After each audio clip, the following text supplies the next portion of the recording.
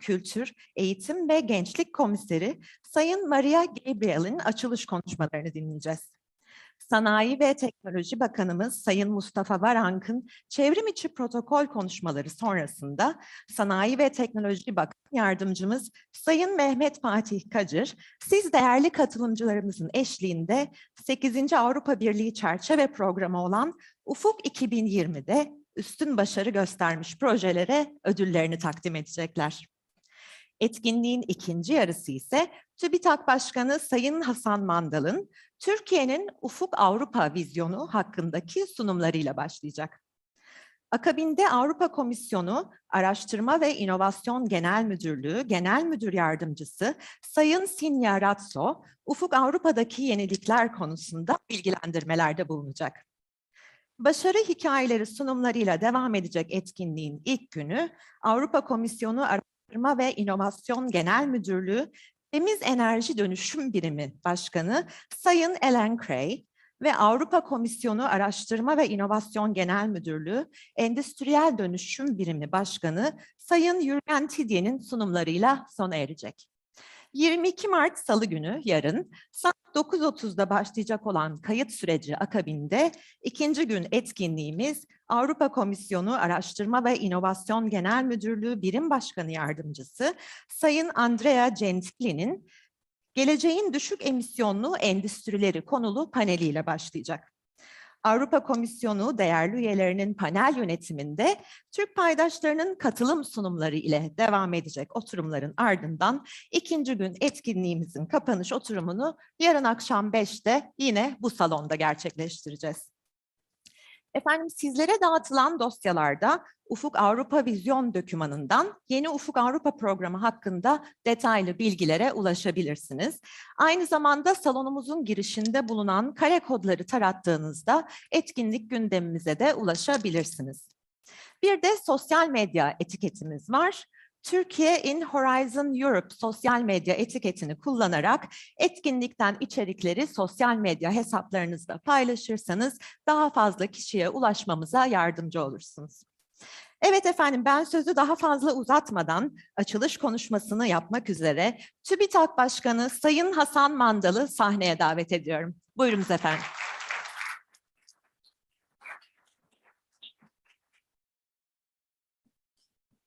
Evet, Sayın Sanayi ve Teknoloji Bakanımız Mustafa VARANK, kendisi bizi çevrim içinde katılıyor. Yine Avrupa Birliği Yenilik, Araştırma, Kültür, Eğitim ve Gençlikten Sorumlu Komiseri Sayın Mariya GABRIEL, yine kendisi de bizi çevrim içi katılıyor. Sanayi ve Teknoloji Bakan Yardımcımız Mehmet Fatih Kacır, Dışişleri Bakan Yardımcımız ve AB Başkanımız Faruk KAYMAKCI, yine kendisi Berlin'de çevrim içi katılacaklar. Genel Müdürümüz AB Başkanlığı'nda programlardan sorumlu Genel Müdürümüz Bülent Özcan Bey, değerli rektörlerimiz, kıymetli araştırmacılarımız, değerli katılımcılar, hepinize hoş geldiniz, sefalar geldiniz. Hem fiziken burada bizlerle birlikte olan hem de çevrim içi olarak bizleri izleyen, burada sınırlı bir katılım ancak öngörebildik. Hala pandemi koşulları devam ettiği için. Ama çok daha, yani burada 250 kadar arkadaşımız bizlerle. Bundan çok daha fazlası da çevrim içi olarak bu toplantıya katılıyor. Hepsine hoş geldiniz diyorum. Bizim için tabii ki önemli bir gün. Şu anlamda 27 Ekim tarihinde resmen biz Ufuk Avrupa Programı'na dahil olduk. Ama bunun açılış toplantısını, resmi formal açılış toplantısını bugün gerçekleştiriyoruz. Bundan dolayı da başarılı bir dönem, esasında bir yıl üzerinden geçti.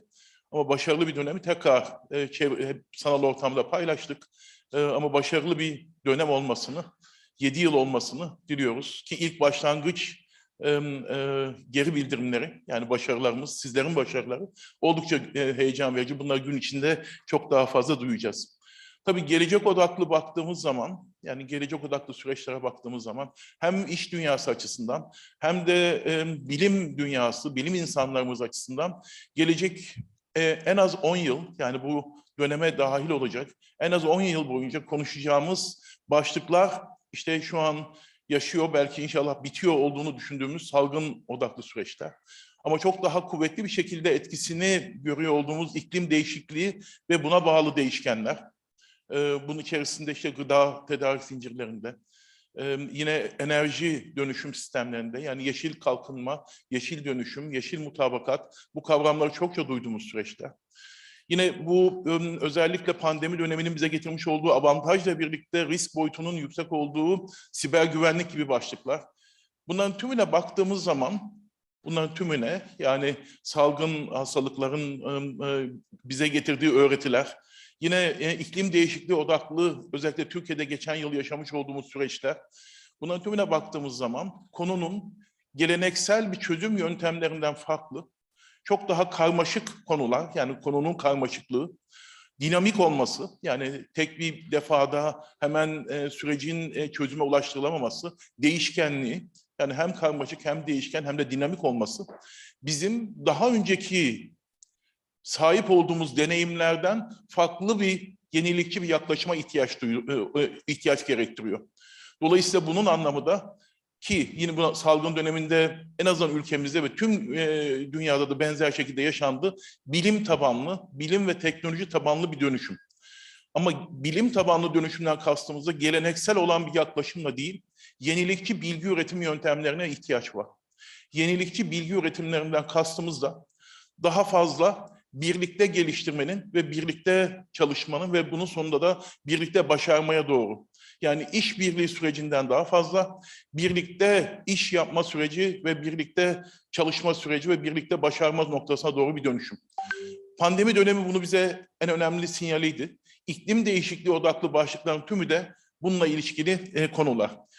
TÜBİTAK olarak da bu sürecin yine ilgili olduğumuz bakanlığımız, Sanayi ve Teknoloji Bakanlığımızla birlikte bu süreçlere tepkisel bir yaklaşımdan daha çok kendi modelimizi, yani ülke modelimizi, ama aynı zamanda Avrupa Birliği ile özellikle çerçeve programlar vasıtasıyla da bu programdaki uyumlaştırmayı en üst düzeyde tutmaya çalışıyoruz.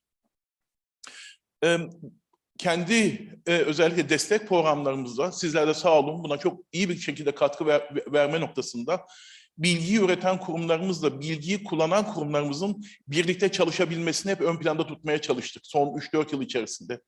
Ve yine iklim değişikliği odaklı başlıklara baktığımız zaman Türkiye Büyük Millet Meclisi'nden oy birliğiyle geçen, sonrasında da Sayın Cumhurbaşkanımız tarafından 29 Ekim tarihinde ilan edilen Türkiye'nin 2053 yılı sıfır emisyon hedefi, bunun için bizim için en önemli motivasyon unsurlarından birisi.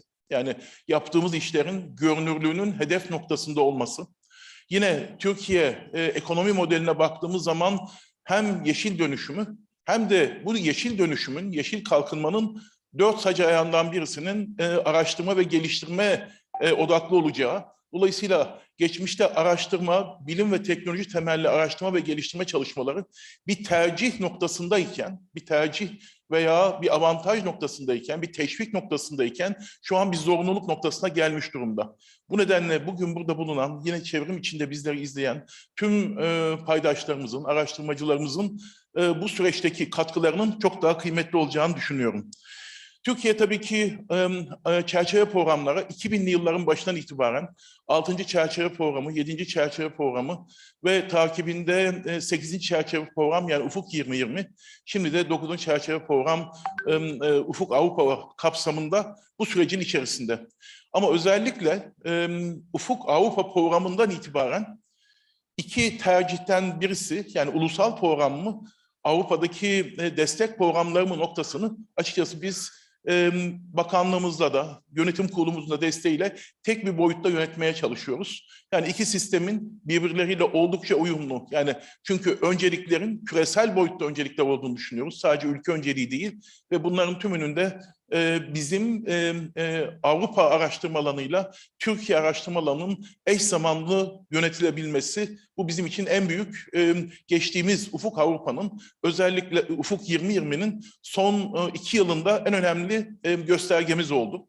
Ve bunun da çıktılarını gördüğümüzü düşünüyoruz. Yani hem komisyon tarafında hem kendi iş süreçlerimizde sizlerin bu sürece aktif katılım ve destekleriyle elde etmiş olduğumuz başarı Yani başarı derken her zaman daha iyisi mümkün. Ama ilk kez komisyonla olan ilişkilerimizde geçmişte hep fona aldığından daha fazla katkı veren ülkeyken, yani fona kaynak ayıran ülkeyken son 2 yıldaki başarımızla birlikte ki 2016 yılındaki hain darbe girişimini de buna dahil ettiğimiz zaman gerçekten önemli bir başarıyı, çünkü o dönemde süreçlerimiz yavaşladı, ilişkilerimizde güçlüklerimiz oldu ama son 2 yılda 2019 ve 2020 yılında bunu fazlasıyla iyi bir şekilde telafi ettik ve komisyona vermiş olduğumuz katkından çok daha yüksek, önemli bir oranda daha fazla bir katkıyı geri dönüşünü alabildik. Daha da önemlisi yani 1000'e yaklaşan ortaklığımız, yani Türkiye'deki kurumlarımızın ortaklığı ama daha da önemlisi 29 kuruluşumuzda koordinatörlük görevini üstlendi bu süreçte. 29 kurumumuz koordinatörlük görevini üstlendik ki bunların 22 tanesi son 2 yıl içinde gerçekleşti. 2019 ve 2020 yılları arasında bu da güzel bir gösterge olduğunu düşünüyorum. Ve 2021 yılında Türkiye'nin araştırma faslı komisyon tarafından yapılan değerlendirmede üst düzeyde olduğu ifade edildi ki bu bizim hepimizin ortak çabasının güzel bir göstergesi. 2021 yılından itibaren başlayan Ufuk Avrupa programında da bu süreç çok daha güzel ve önemli bir hale geldi. Yani açılan çağrılardaki katılımımız ve daha da önemlisi başarı oranımız oldukça yüksek. 2021 yılındaki sadece 1 yıllık ve şu an Mart 2022'ye kadar açılan, sonuçlanan çağrılarda 63 tane projede yer aldık. Yani Türkiye'deki kurumlarımız ve 86 tanesinde Türk kurumlarımız, yani firmalarımız ve üniversitelerimiz yer aldı. Ve şu ana kadar da 33,5 milyon avroya yönelik de bir geri döngü aldık ki ilk yıl için daha birçok çağrının açılmasını bekliyoruz. Sonuçlarının açıklanmasını bekliyoruz. Oldukça güzel. Ve en sonunda geçtiğimiz hafta 6 tane ilk kez bir defada ERC'yi 3 farklı üniversitemizden, ikisi consolidator olmak üzere, ikisi de başlangıç olmak üzere 6 tane ERC'yi de almış olmamız heyecan verici. Son olarak da bu dönemde, yani gelecek 6 yıl içerisinde de yine kalan programın 6 yıl içerisinde daha fazla Avrupa araştırma alanıyla Türkiye araştırma alanının ilişkilendirilmesinin çok daha kuvvetli bir şekilde devam edeceğini söylemek isterim. Bunun içinde üniversite, sanayi, kamu kurumlarımız ve toplum işbirliğinin çok daha fazla artacağını ve oluşturulan özellikle son 2 yıl içerisindeki izleme ve yönlendirme kurulumuz, danışma kurulumuz, bu aradaki yani tüm ilgili paydaşların bir arada olduğu, kamu kurumlarımızın, sivil toplum örgütlerinin içinde olduğu paydaşlarımızla etkileşimin çok daha kuvvetli olarak daha fazla faydalanabilmenin ama etki odaklı, yani sadece proje almak değil, projelerin özellikle ülkemizde oluşturacağı etki noktasının kıymetli olacağını ve daha fazla koordinatörlük süreci ve yine bu süreçte özellikle Dışişleri Bakanlığımız, Avrupa Birliği Başkanlığımızla daha sinerjik bir yaklaşımla bu süreçlerden daha fazla etkin bir şekilde sahada yer alma, birebir sizlerle çalışma, dediğim gibi sadece yer aldık diye sevinmenin ötesinde yer aldığımız her projede, her konsorsiyumda Türkiye'ye olan bunun hem kısa dönemli hem de uzun dönemli katkılarını çok daha fazla görme hedefi içinde olacağız. Ben bu duygu ve düşüncelerle tekrar hepinize hoş geldiniz diyorum. 2 gün boyunca devam edecek olan etkinliğimizin hepimize faydalı olmasını, hayırlı olmasını diliyorum. Özellikle yine konuğumuz bugün bizlerle birlikte olacak. Gün içerisinde de Avrupa Komisyonu'ndan Araştırma ve Yenilik Genel Müdür Yardımcısı Sayın Signe RATSO da bizlerle birlikte. Bu sürecin birçok aşamasında kendisiyle birlikte çalıştık. Kendilerinin işbirlikçi ve çözüm odaklı yaklaşımlar içinde kendisine ve ekibine hasreten ayrıca teşekkür ediyorum. Hepinize saygı, sevgi ve hürmetlerimi sunuyorum.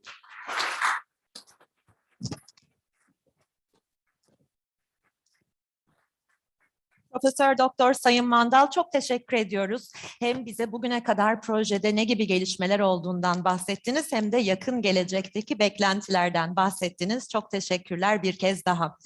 Efendim, şimdi de açılış konuşmasını yapmak için Dışişleri Bakan Yardımcımız ve Avrupa Birliği Başkanı Büyükelçi Sayın Faruk KAYMAKCI'ye bağlanıyoruz.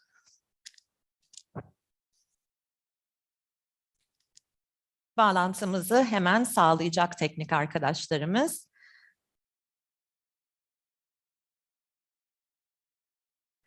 Bu arada ben sizlere tekrar sosyal medya etiketimizi hatırlatmak isterim. Türkiye in Horizon Europe etiketiyle etkinlikten içerikleri sosyal medya hesaplarınızda paylaşabilirsiniz. Herkese merhaba. Bağlantımız sağlanıyor mu arkadaşlar? Herkese evet, hoş merhaba. geldiniz Sayın Kaymakçı. Sanıyorum sesim Biz ulaşıyor. şu an sesinizi duyamıyoruz. Hemen teknik ekipteki arkadaşlarımız o sorunu da giderecekler. Sesimiz geliyor mu? Henüz gelmiyor sesiniz. Henüz gelmiyor. Sesimiz gitmiyor. Tamam, şimdi gitmesi lazım. Sesimiz geliyor mu şu anda?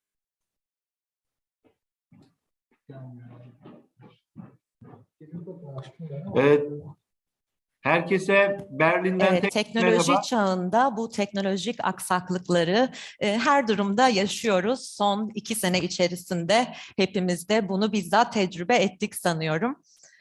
Denememiş miydik? Denemiştik efendim.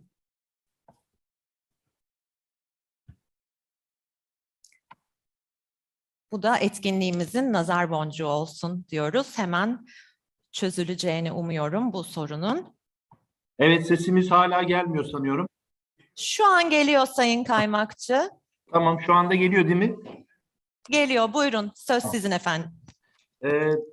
Çok değerli bakanım, sayın komiser, sevgili Mariya, değerli TÜBİTAK başkanımız, Avrupa Komisyonu'nun değerli temsilcileri, Sanayi ve Teknoloji Bakanlığımızın çok kıymetli çalışanları, hepinizi saygıyla, sevgiyle Berlin'den selamlıyorum.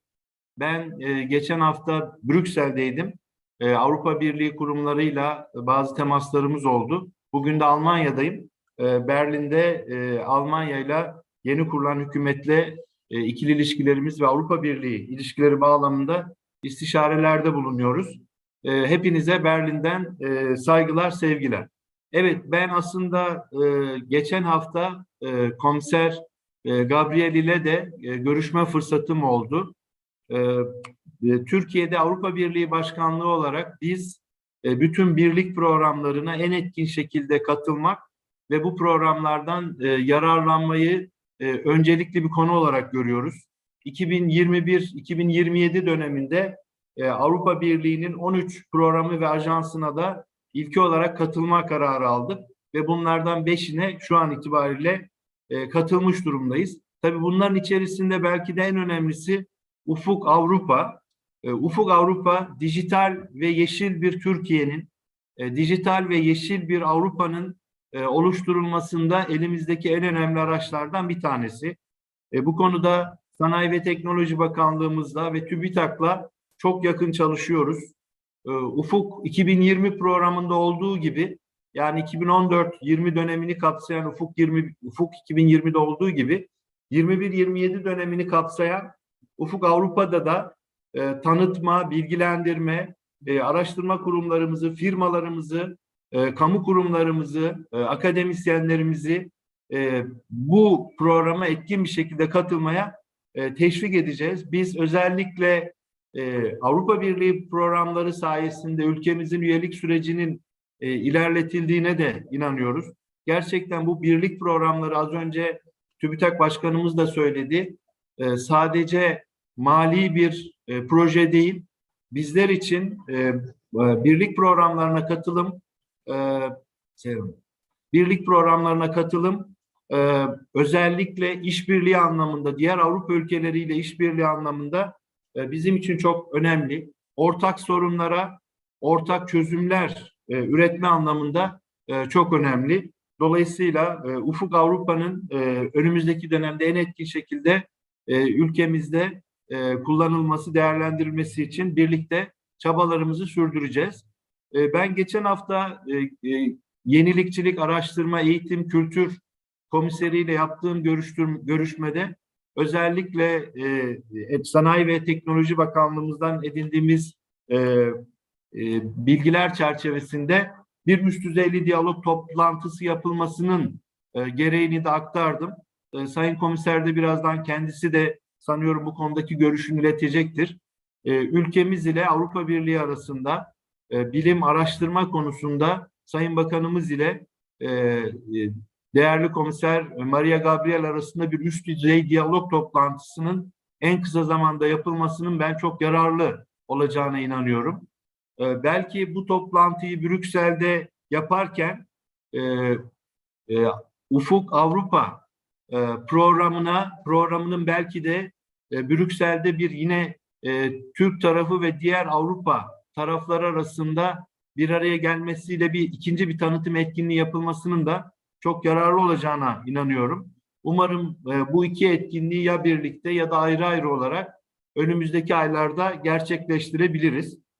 Gerçekten Türkiye, değerli hocam da belirtti, özellikle 15 Temmuz FETÖ hain darbe girişimi sonrası bütün birlik programlarında sıkıntı yaşamıştı. Ama artık bunlar geride kaldı. Şu anda tüm kurumlarımız diğer programlar, diğer AB programları da dahil olmak üzere bu programlara etkin bir şekilde katılmaya hazırlar ve çok fazla proje de alıyoruz.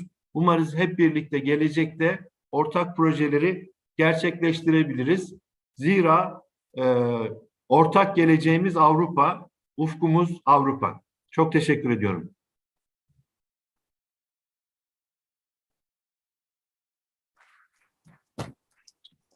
Evet, Sayın Kaymakçı'ya da çok teşekkür ediyoruz katkıları için.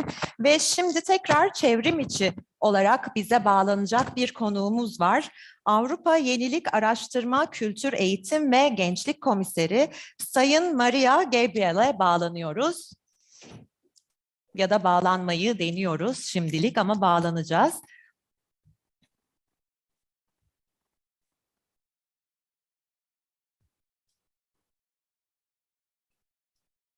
Efendim, etkinliğimiz aynı zamanda sosyal medya hesaplarından da canlı yayınlanıyor şu anda.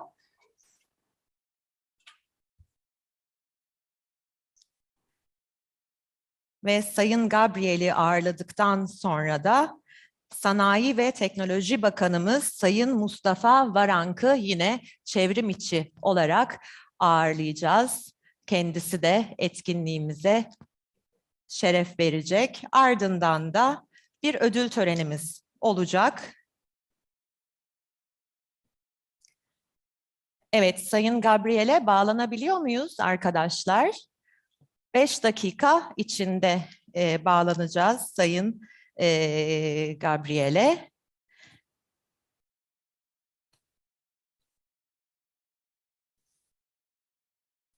Efendim, ben bu arada tekrar size sosyal medya etiketimizi hatırlatayım. Sanıyorum ben bu etiketi sık sık hatırlatayım diye bu tip ufak teknik aksaklıklar yaşıyoruz. Türkiye in Horizon Europe sosyal medya etiketiyle etkinlikten içerikleri, fotoğraflarınızı paylaşabilirsiniz. Böylelikle daha fazla kişiye ulaşmış oluruz. Daha fazla kişi bu projelerden, bu başarılardan haberdar olmuş olur. Ve dediğim gibi bir de ödül törenimiz olacak bugün. Bir önceki çerçeve programı olan Ufuk 2020'den proje ödüllerini takdim edeceğiz bugün. Evet, şimdi Sayın Gabriel'e bağlanabiliyoruz. Welcome, Ms. Gabriel. Hello, good morning to everyone. Good morning, the floor is yours. Thank you very much. First of all, dear Minister VARANK, dear Ambassador KAYMAKCI, dear Turkish science and innovation community, dear ladies and gentlemen.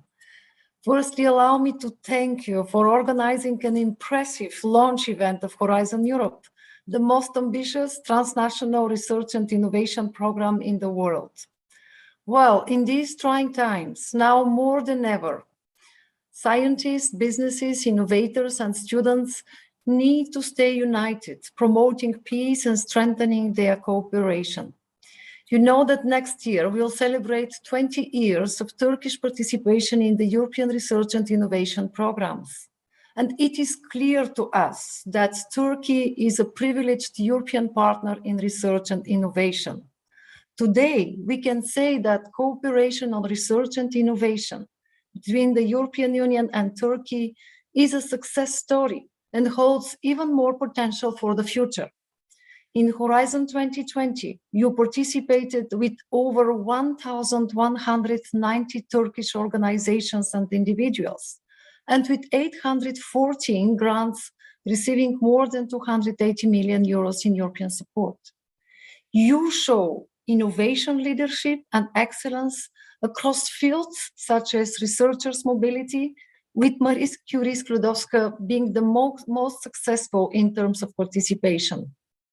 You have also excellent participation in digital industry and space, climate and energy, and support to startups and SMEs. So I welcome the many initiatives Turkey has already taken and the increasing importance it has devoted to investments in research and innovation and the strengthening of its human capital. I'm confident that our cooperation under Horizon Europe, Erasmus+, European Solidarity Corps, and the European Research Area will be even stronger in the coming years. Now, I would like to underline some of the opportunities that Horizon Europe can offer to you and that you will learn more about today.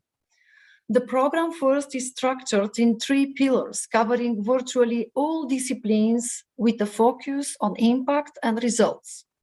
The first pillar is called Excellent Science.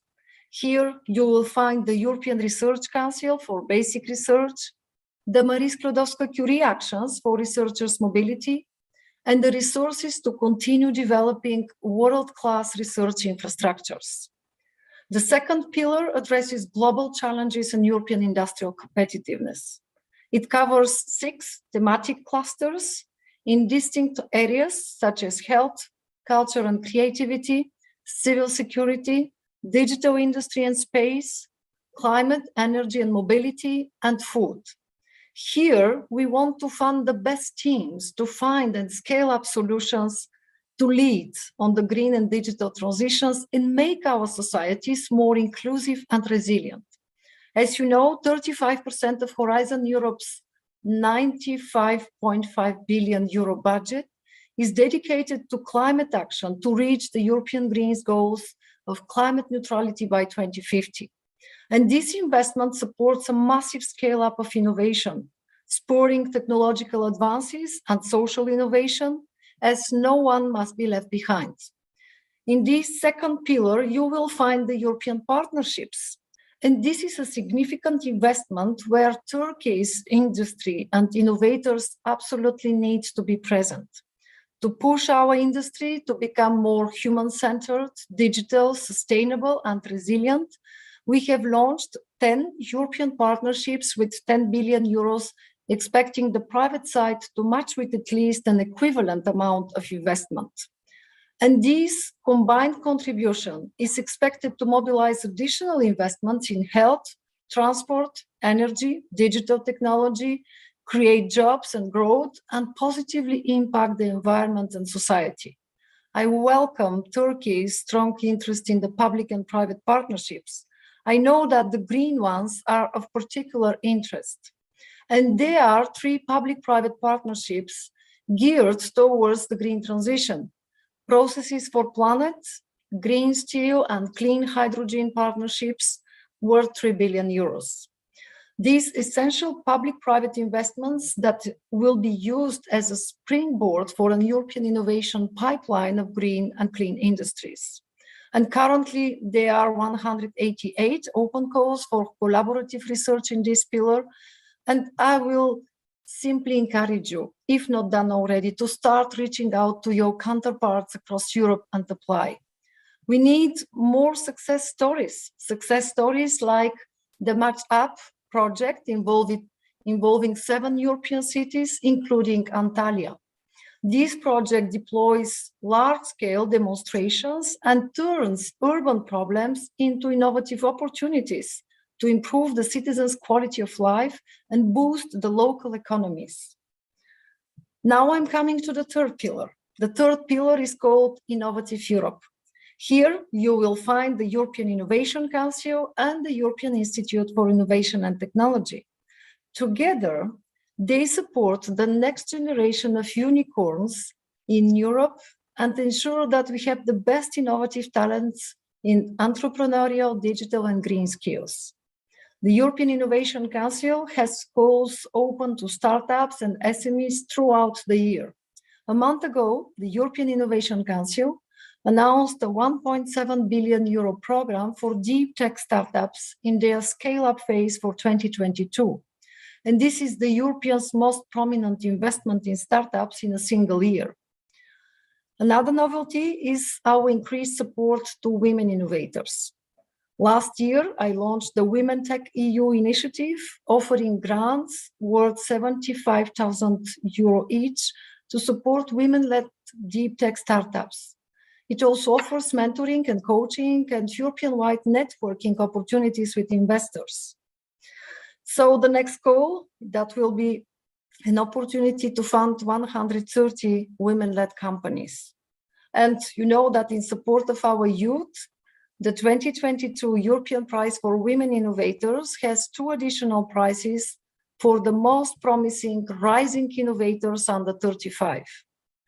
I know that we'll have many strong proposals coming from you, and it is time to have a 3rd women innovator from Turkey.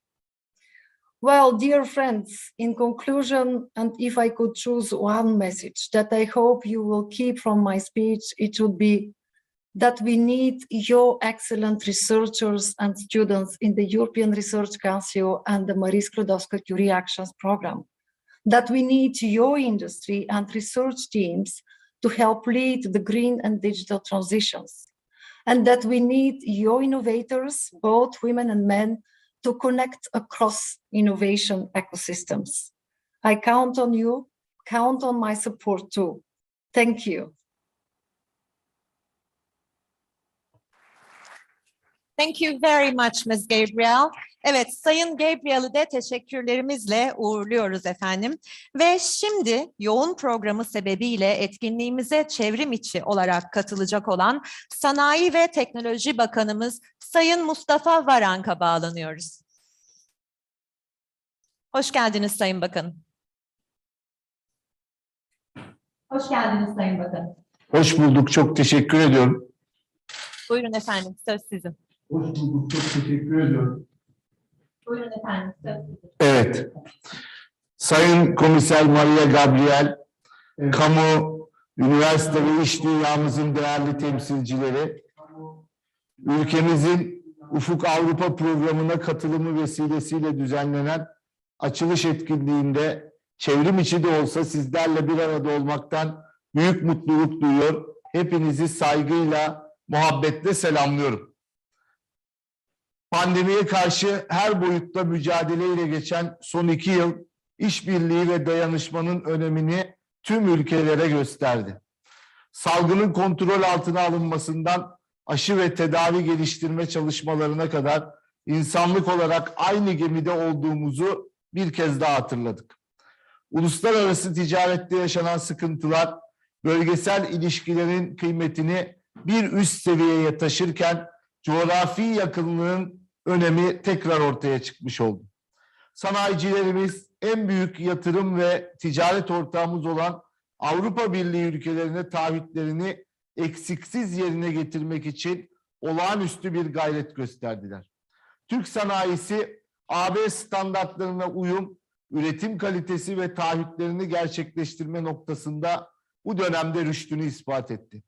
İşte böylesine bir süreçte AB ile ilişkilerimizi güçlendirmenin her zamankinden daha elzem olduğunun bilincindeyiz. Bu doğrultuda Avrupa Birliği çerçeve programları da dahil olmak üzere tüm işbirliği fırsatlarını yeniden yakından takip ediyoruz. Şimdiye kadar dahil olduğumuz platformlar aracılığıyla 100'den fazla ülkedeki araştırmacıların Türk araştırmacılarla işbirliği geliştirebilmesine olanak sağladık. Bilim ve teknoloji alanında ortaklıklarımızı artırmaya yönelik olarak ikili işbirliği anlaşmaları imzaladık.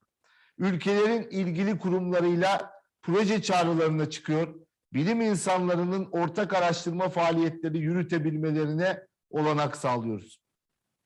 Yine ülkemizin bilim ve teknoloji yeteneğini ulusal ve dış politikadaki önceliklerimiz doğrultusunda geliştirmek için bilim diplomasisi faaliyetlerine devam ediyoruz. Ekim ayında imzaladığımız katılım anlaşması aslında bunun en somut örneği. Böylece dünyanın en yaygın sivil Ar-Ge ve yenilik programı olan Ufuk Avrupa'ya dahil olduk. Özellikle bu süreçteki desteklerinden dolayı Sayın Gabriel'e ve Avrupa Komisyonu'nun değerli yetkililerine teşekkür ediyorum. Sayın Gabriel bugün de bizleri yalnız bırakmadı. 2 gün sürecek bu etkinlikte fon imkanlarını, AB sanayisinin dönüşümü çalışmalarını Avrupa Komisyonu yetkililerinden dinleme fırsatı bulacağız. Bu vesileyle etkinliğin tüm paydaşlara yeni ufuklar açmasını temenni ediyorum. Değerli katılımcılar, Horizon 2020 kapsamında 1349 Türk yürütücünün dahil olduğu 948 farklı proje Avrupa Birliği'nden yaklaşık 300 milyon avro fon almayı başardı. Böylece 2004 yılından bu yana ilk kez katılım sağladığımız Avrupa Birliği programlarına ödediğimiz ulusal katkı payından daha fazlasını ülkemize geri kazandırdı. Geçtiğimiz yıllarda başarıyı sadece bir Avrupa Birliği projesine dahil olabilmekte arıyorduk. Şimdi ise Avrupa'dan çok sayıda kuruluşun dahil olduğu büyük konsorsiyumlu projeleri 29 Türk koordinatör yürütüyor.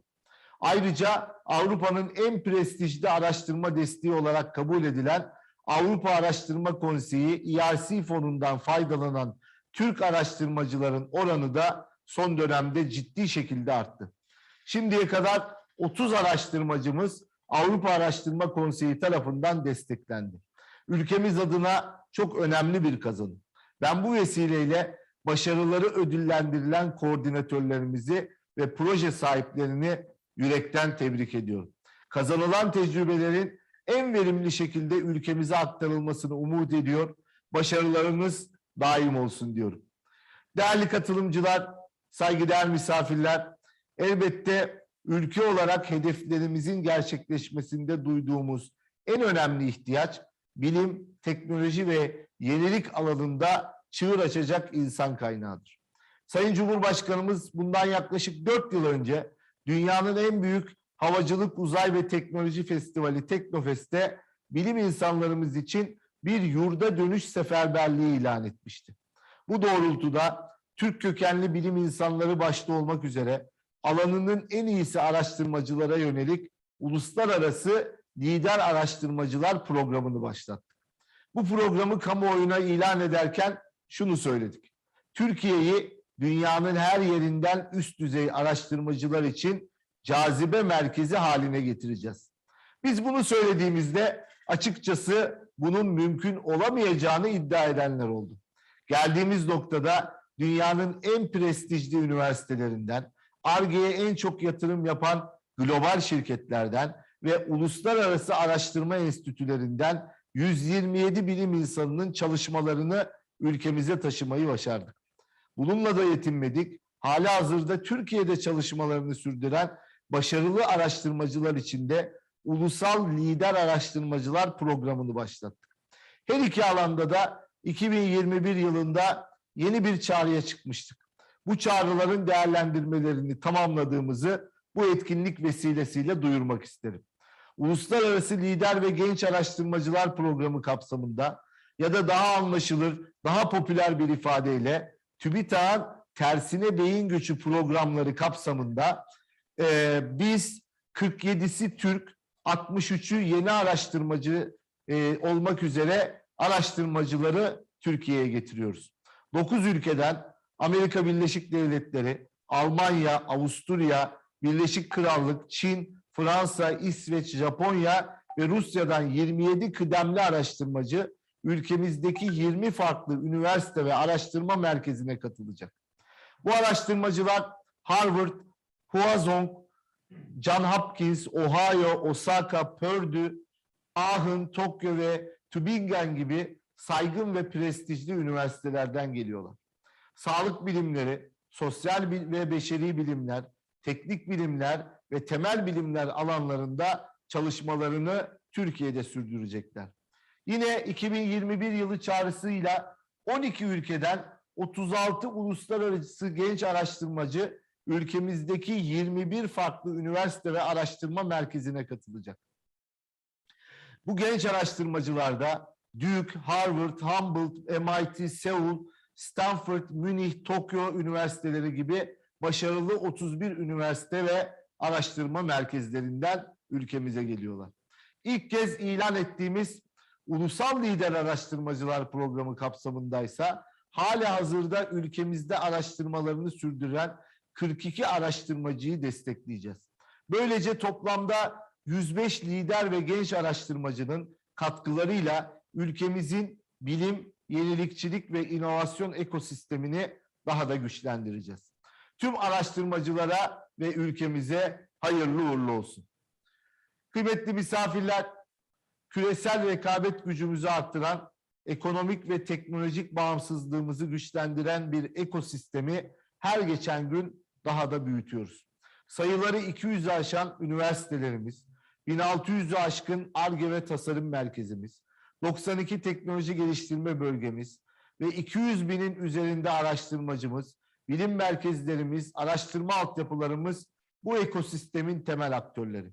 Şimdi bize önemli başarılar getiren bu Ar-Ge ve inovasyon ekosisteminin niceliğini arttırmak düşüyor. Biz de bu alana odaklanmış durumdayız. Bunun için milli teknoloji hamlesi vizyonuyla yenilikçi politikalar üretiyoruz.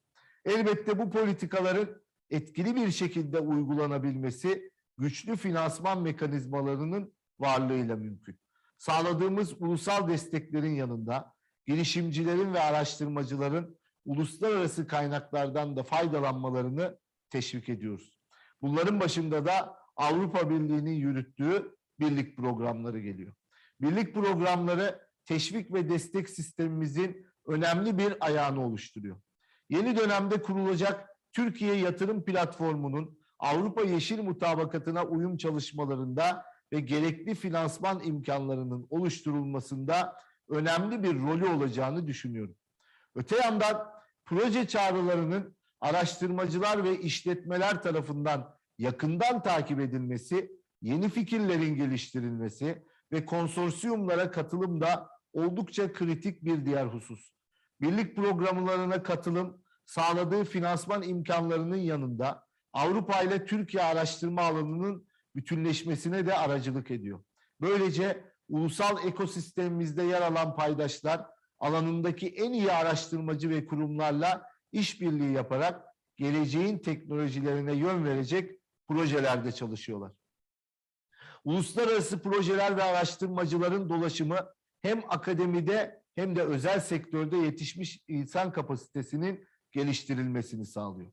Katılım sağlanan projeler AB'nin bilim, teknoloji ve sanayideki önceliklerinin yakından takip edilmesine ve ilgili ulusal tedbirlerin zamanında alınabilmesine imkan veriyor.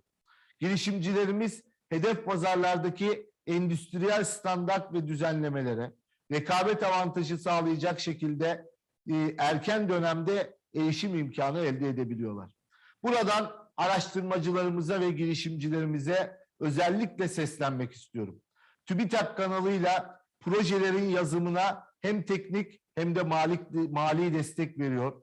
Ortak arayanlara ortak buluyor. Hatta eğer başarılı olup Avrupa Birliği'nden fon almaya hak kazanırsanız alacağınız hibe tutarının belli bir oranına kadar da size para ödülü veriyoruz. Özellikle üniversitelerimizden ve sanayicilerimizden beklentilerimiz var. Düzenlediğimiz yüz yüze görüşme, bilgi günleri, uluslararası proje pazarı etkinliklerine mutlaka katılın. Açılan çağrıları sadece yakından takip etmekle kalmayın, mutlaka çevrenize de duyurun. Ulusal irtibat noktalarımızla iletişimi hiç kesmeyin. Teşvik amaçlı tasarladığımız destek ve ödül programlarına mutlaka başvurun. Böylece en gelişmiş araştırma altyapılarında alanındaki en yetkin aktörlerle çalışma imkanına erişin. Ve daha çok başarılarla hem ülkenize kazandırın hem Avrupa Birliği'ne kazandırın. Değerli katılımcılar, 1959 yılındaki başvurumuzla başlayan AB üyelik sürecinde 63 yılı geride bıraktık. 1996 yılında Gümrük Birliği Anlaşması'nın kabulüyle başlayan ticari birlikteliğimiz yeni dönemde çok daha ileri taşınacak. Aynı zamanda karşılıklı doğrudan yatırımların da hız kazanacağına benim inancım tam. Zaman zaman duraksamalar olsa da Türkiye olarak adaylık başvurusu yaptığımız günden bugüne AB üyelik hedefinden hiç sapmadık. Süreçte karşılaştığımız zorluklar kararlılığımızı etkilemedi. Avrupalı dostlarımızdan da aynı gayreti görmek istediğimizi burada yeniden dile getirmek isterim. Sayın GABRIEL özellikle girişimcilik alanındaki desteklere vurgu yaptı. Son dönemde Türkiye'nin girişimcilik alanında yakaladığı başarıları sadece Avrupa Birliği'ndeki medya değil, tüm dünya konuşuyor. Bu manada Avrupa Birliği ile özellikle inovasyon alanındaki ilişkilerimizi daha ileri seviyelere taşımak üzere Brüksel'de ortak toplantılar düzenleyebilir. Özellikle girişimcilik ve kadın girişimciliği alanında beraber çalışma fırsatlarını değerlendirebiliriz diyorum. Bu duygu ve düşüncelerle sözlerime son verirken Ufuk 2020 programı kapsamında gösterdiğimiz başarının Ufuk Avrupa programında artarak devam etmesini temenni ediyorum. Bilgi ve tecrübenin paylaşılacağı bu etkinliğin Ufuk Avrupa programından daha fazla istifade edilebilmesi bakımından çok faydalı olacağına inanıyorum. Ülkemize olan desteklerinden dolayı Mariya, Gabriel ve Avrupa Komisyonu'nun değerli yetkililerine yeniden teşekkür ediyorum. AB programlarının ülkemizde başarılı bir şekilde uygulanmasında emeği geçen tüm proje sahiplerine, TÜBİTAK, Dışişleri Bakanlığımıza ve davetimize icabetlerinden dolayı katılan tüm paydaşlara tekrar teşekkür ediyor. Sizleri sevgiyle, saygıyla selamlıyorum. Kalın sağlıcakla diyorum. Hanım, değerli konuşmalarınız için çok teşekkür ediyoruz. Hem çok bilgilendirici hem çok ilham verici bir konuşmaydı. Şeref verdiniz efendim. Çok teşekkür ederiz. Evet efendim, ve şimdi de bir önceki çerçeve programı olan Ufuk 2020 proje ödüllerini takdim etme zamanı geldi. Ödüllerimizi takdim etmek üzere Sanayi ve Teknoloji Bakan Yardımcısı Sayın Mehmet Fatih Kacır'ı, Avrupa Komisyonu Araştırma ve İnovasyon Genel Müdürlüğü Genel Müdür Yardımcısı Sayın Signe RATSO'yu, TÜBİTAK Başkanımız Sayın Hasan Mandal'ı ve Dışişleri Bakanlığı AB Başkanlığı Mali İşbirliği ve Proje Uygulama Genel Müdürü Sayın Bülent Özcan'ı sahneye davet ediyorum. Buyurunuz efendim.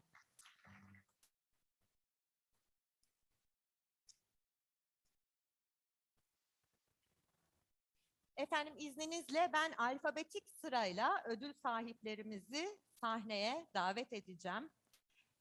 Öncelikle Ambient Wireless Yazılım ve Bilişim Anonim Şirketi adına İsmail Ergen ve Onur Ergen'i sahneye davet ediyorum efendim, alkışlarınızla.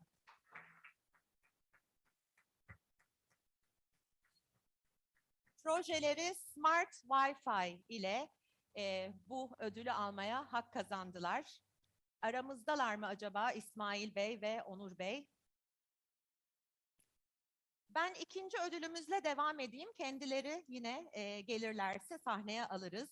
Bilkent Üniversitesi Vakfı adına plaketi teslim almak üzere Dr. Lutz Teşke'yi sahneye davet ediyorum efendim. Projeleri Pande Vita ile bu ödüle hak kazandılar. Çok tebrik ediyoruz. Buyurunuz.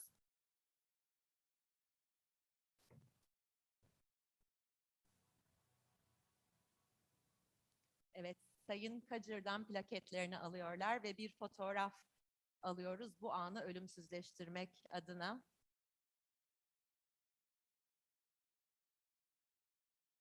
Çok teşekkür ediyoruz. Sahnede kalmanızı rica edeceğiz lütfen. Sonra bir aile fotoğrafı da çekmek istiyoruz. Evet, sırada Done İletişim Bilgi Sistemleri ve Yayıncılık Sanayi ve Ticaret AŞ adına ödülü almak için Sayın Özgür Zan'ı davet ediyorum efendim. Çok tebrik ediyoruz. Home Tonight isimli projeleriyle bu ödülü almaya hak kazandılar.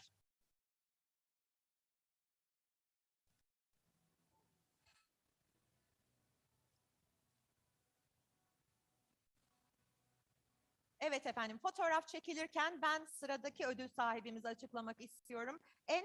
Endüstriyel Teknolojik ve Nano Malzemeler Sanayi ve Ticaret Anonim Şirketi adına Sayın Oktay Uysal'ı sahneye davet ediyorum.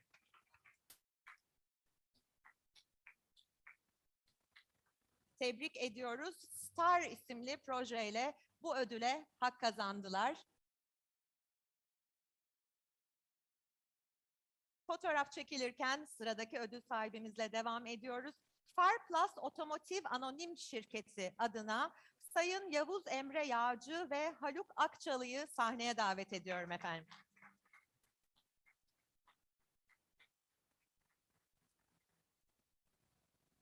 Sizleri de tebrik ediyoruz. Revolution isimli projeleriyle bu ödülü alıyorlar şimdi kendileri.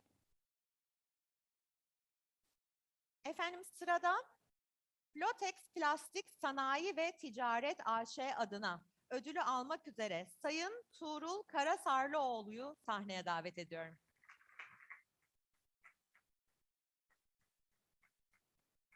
Leak Free isimli projeleriyle bu ödülü alıyorlar. Çok tebrik ediyoruz.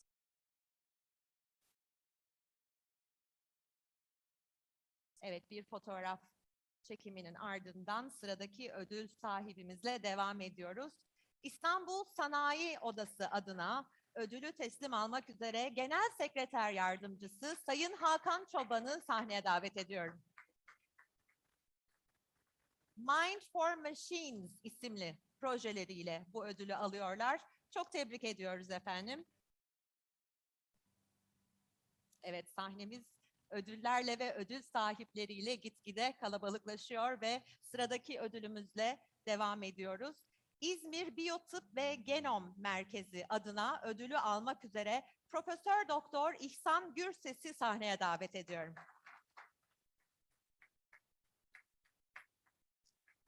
Yanlış yazılmış, özür dilerim. Profesör Doktor İhsan Gürsel efendim.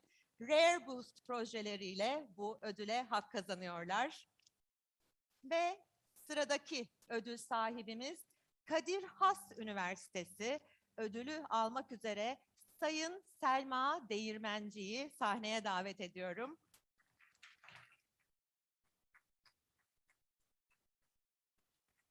Selma Hanım geliyorlar arka sıralardan. Heyecanla buyurunuz efendim. Gender X isimli projeleriyle bu ödülü almaya hak kazandılar. Çok tebrik ediyoruz. Evet, bir fotoğraf çekiminin ardından sıradaki ödülümüzle devam edeceğiz. Evet efendim, Koç Üniversitesi'nin 3 tane ödülü var aslında. Şimdi sırayla davet edeceğim. Koç Üniversitesi'nin Social Comquant projesi için ödül almak üzere Profesör Doktor Özgür Barış Akan'ı davet ediyorum efendim. Çok tebrik ediyoruz. Social Comquant projesi. Yine Koç Üniversitesi ile devam edeceğiz fotoğraf çekiminin ardından. Bu sefer Smart City projesi için ödülü teslim almak üzere Sayın Didem Unat'ı sahneye davet ediyorum. Buyurunuz Didem Hanım. Evet, Smart City projesi için ödülü teslim alıyor Didem Hanım. Çok tebrik ediyoruz. Ve T-Rex projesiyle yine Koç Üniversitesi'ne giden bir ödül. Profesör Doktor İhsan Solaroğlu'nu sahneye davet etmek istiyorum.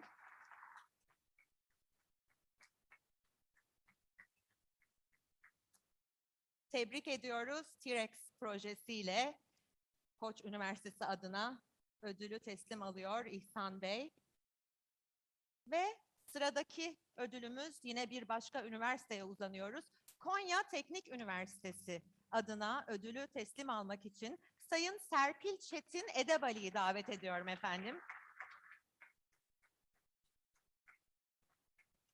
projeleri Waste to Fresh ile bu ödülü almaya hak kazandılar. Çok tebrik ediyoruz Konya Teknik Üniversitesi'ni de.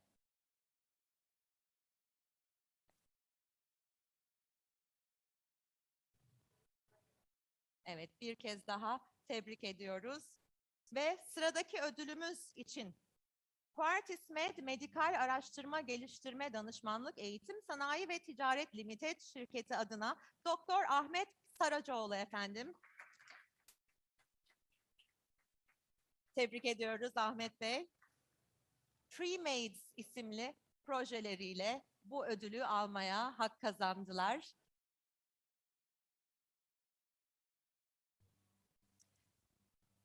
Sıradaki ödülümüz için Lande Endüstriyel Metal Ürünler Sanayi ve Ticaret AŞ adına Sayın Evren Candemir'i sahneye davet ediyorum alkışlarınızla. Tebrik ediyoruz Evren Bey. EcoCube isimli projeyle bu ödülü almaya hak kazandılar. Plaketlerini teslim alıyorlar. Ve sırada Lojika Bilgi Teknolojileri ve Servisleri Ticaret AŞ adına Sayın Mehmet Gölhan ve Sayın Aslı Özer'i sahneye davet ediyorum efendim.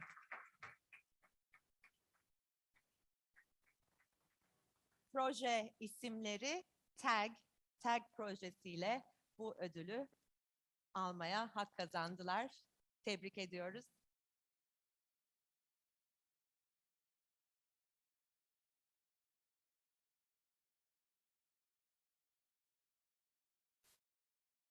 Ve sıradaki ödül sahibimiz Orta Doğu Teknik Üniversitesi. Yine 4 tane ödülleri var. İlkiyle başlıyorum efendim. Black Sea Connect projesi için Orta Doğu Teknik Üniversitesi Rektörü Profesör Doktor Verşan Kök'ü sahneye davet ediyorum.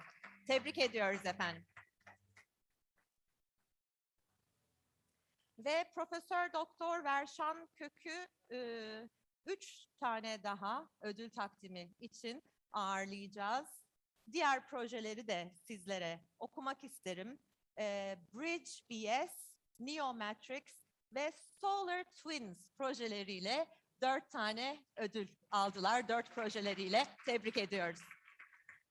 Sırada Promatek Denizcilik Teknolojileri ve Mühendislik Çözümleri Sanayi ve Ticaret Limited şirketi adına Sayın Ahmet Bilici'yi davet ediyorum efendim. Cloud Value Added Services projeleriyle bu ödülü almaya hak kazandılar. Çok tebrik ediyoruz. Fotoğraf çekilirken devam ediyorum izninizle. Soranus Ar-Ge ve Danışmanlık Hizmetleri Sanayi Ticaret Anonim Şirketi adına Doktor Özgür Yeniel'i sahneye davet etmek istiyorum sıradaki ödülümüz için. Tebrik ediyoruz Özgür Bey. VAXD projesiyle bu ödülü almaya hak kazandılar. Ve sırada Türkiye Bilimsel ve Teknolojik Araştırma Kurumu adına ödülü teslim almak için Doktor Hayrettin Özer'i sahneye davet etmek istiyorum alkışlarınızla.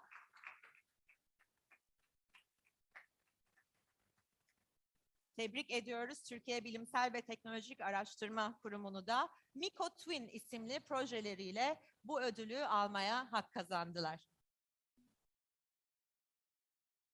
Ve Türkiye Bilimsel ve Teknolojik Araştırma Kurumu'nun bir ödülü daha var efendim. Bu ödülün plaketini teslim almak üzere de Sayın Ebru Pelvan Pelitli'yi davet etmek istiyorum. Fenolak Twin projeleriyle bu ödülü alıyorlar. Umarım doğru telaffuz ediyorumdur proje isimlerini. Çok tebrik ediyoruz. Ve şimdi de yine 3 ödülle aramızda olan bir kurumumuz var. Türkiye Cumhuriyeti Sağlık Bakanlığı adına ESPRI projesinin ödülünü almak üzere Sayın Necvan Tokmak, Sayın Umut Elmas ve Sayın Filiz Gül'ü sahneye davet ediyoruz efendim. Alkışlarınızla lütfen. Çok tebrik ediyoruz. ESPRI projesi için sahneye geliyorlar. Türkiye Cumhuriyeti Sağlık Bakanlığı'nın 2 projesi daha ödül aldı. HS Monitor ve Pre-Empower projeleri. Yine Umut Elmas ve Filiz Gül bu plaketleri de teslim alacaklar. Bu projelerin plaketlerini de teslim alacaklar. Ve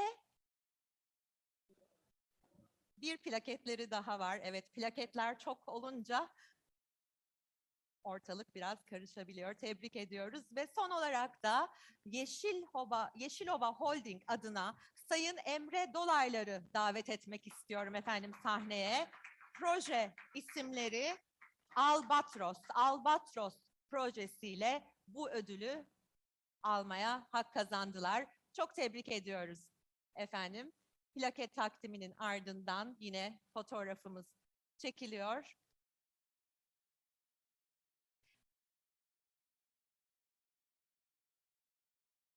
Efendim proje ödüllerimizin ardından şimdi de en başarılı kuruluş ödülümüzü takdim etmek istiyoruz. Koç Üniversitesi'ne gidiyor en başarılı kuruluş ödülümüz ve zaten sahnede olan rektör yardımcımız Sayın Özgür Barış Akan bu plaketi de teslim alıyor. Çok tebrik ediyoruz. En başarılı kuruluş ödülü Koç Üniversitesi'ne gidiyor.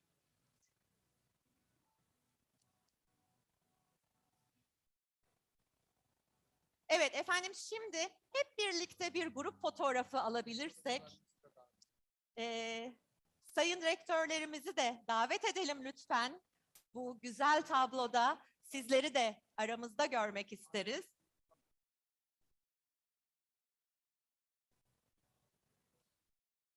Evet bu başarı tablosunu hep birlikte ölümsüzleştiriyoruz.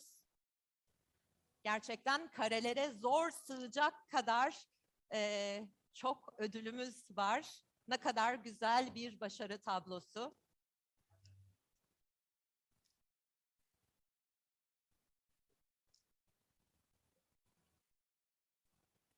Efendim bir de Konya Selçuk Üniversitesi'nden Profesör Doktor Mustafa Ersöz'ü sahneye davet etmek istiyorum. Kendilerinin de bir twinning projesi ödülleri var efendim.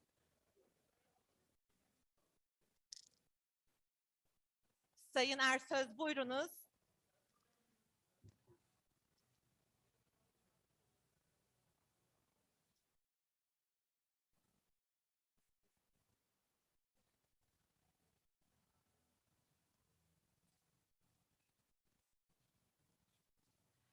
Efendim bu arada ödülleri takdim ederken tabii ki bazı karışıklıklar olmuş olabilir. Lütfen ödüllerinizi kontrol edin. Eğer sizin kurumunuzun ismi yoksa belki bir başka katılımcımız da olabilir. Sizin kurumunuzun ödülü. Onları sonra kendi aranızda takas edeceğinizi umuyoruz. Evet fotoğraf çekimimizi tamamladık herhalde.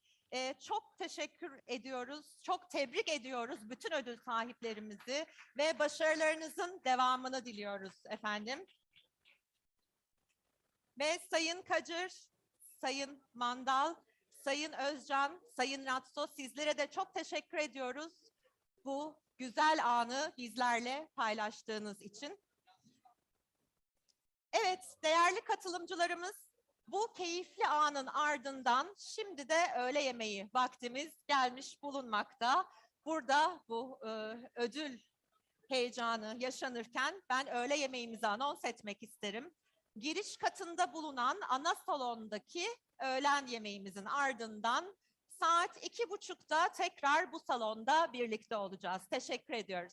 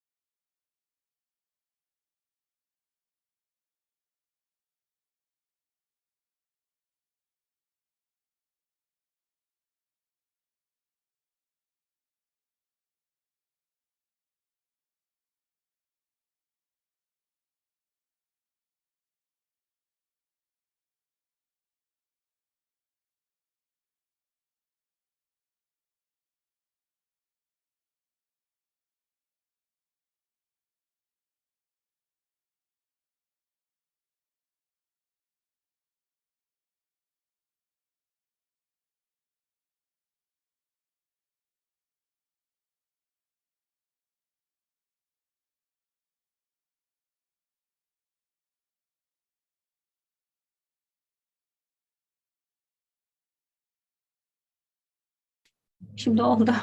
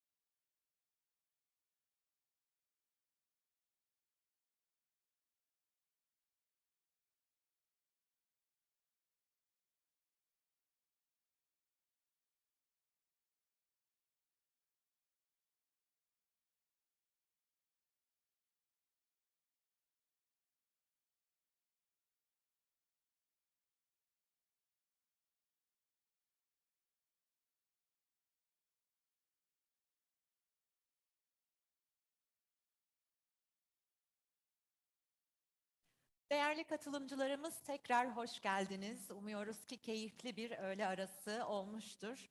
Şimdi efendim Ufuk Avrupa Vizyonu sunumlarını yapmak üzere Sayın Hasan Mandal'ı sahneye davet ediyorum. TÜBİTAK Başkanımız. Buyurun efendim.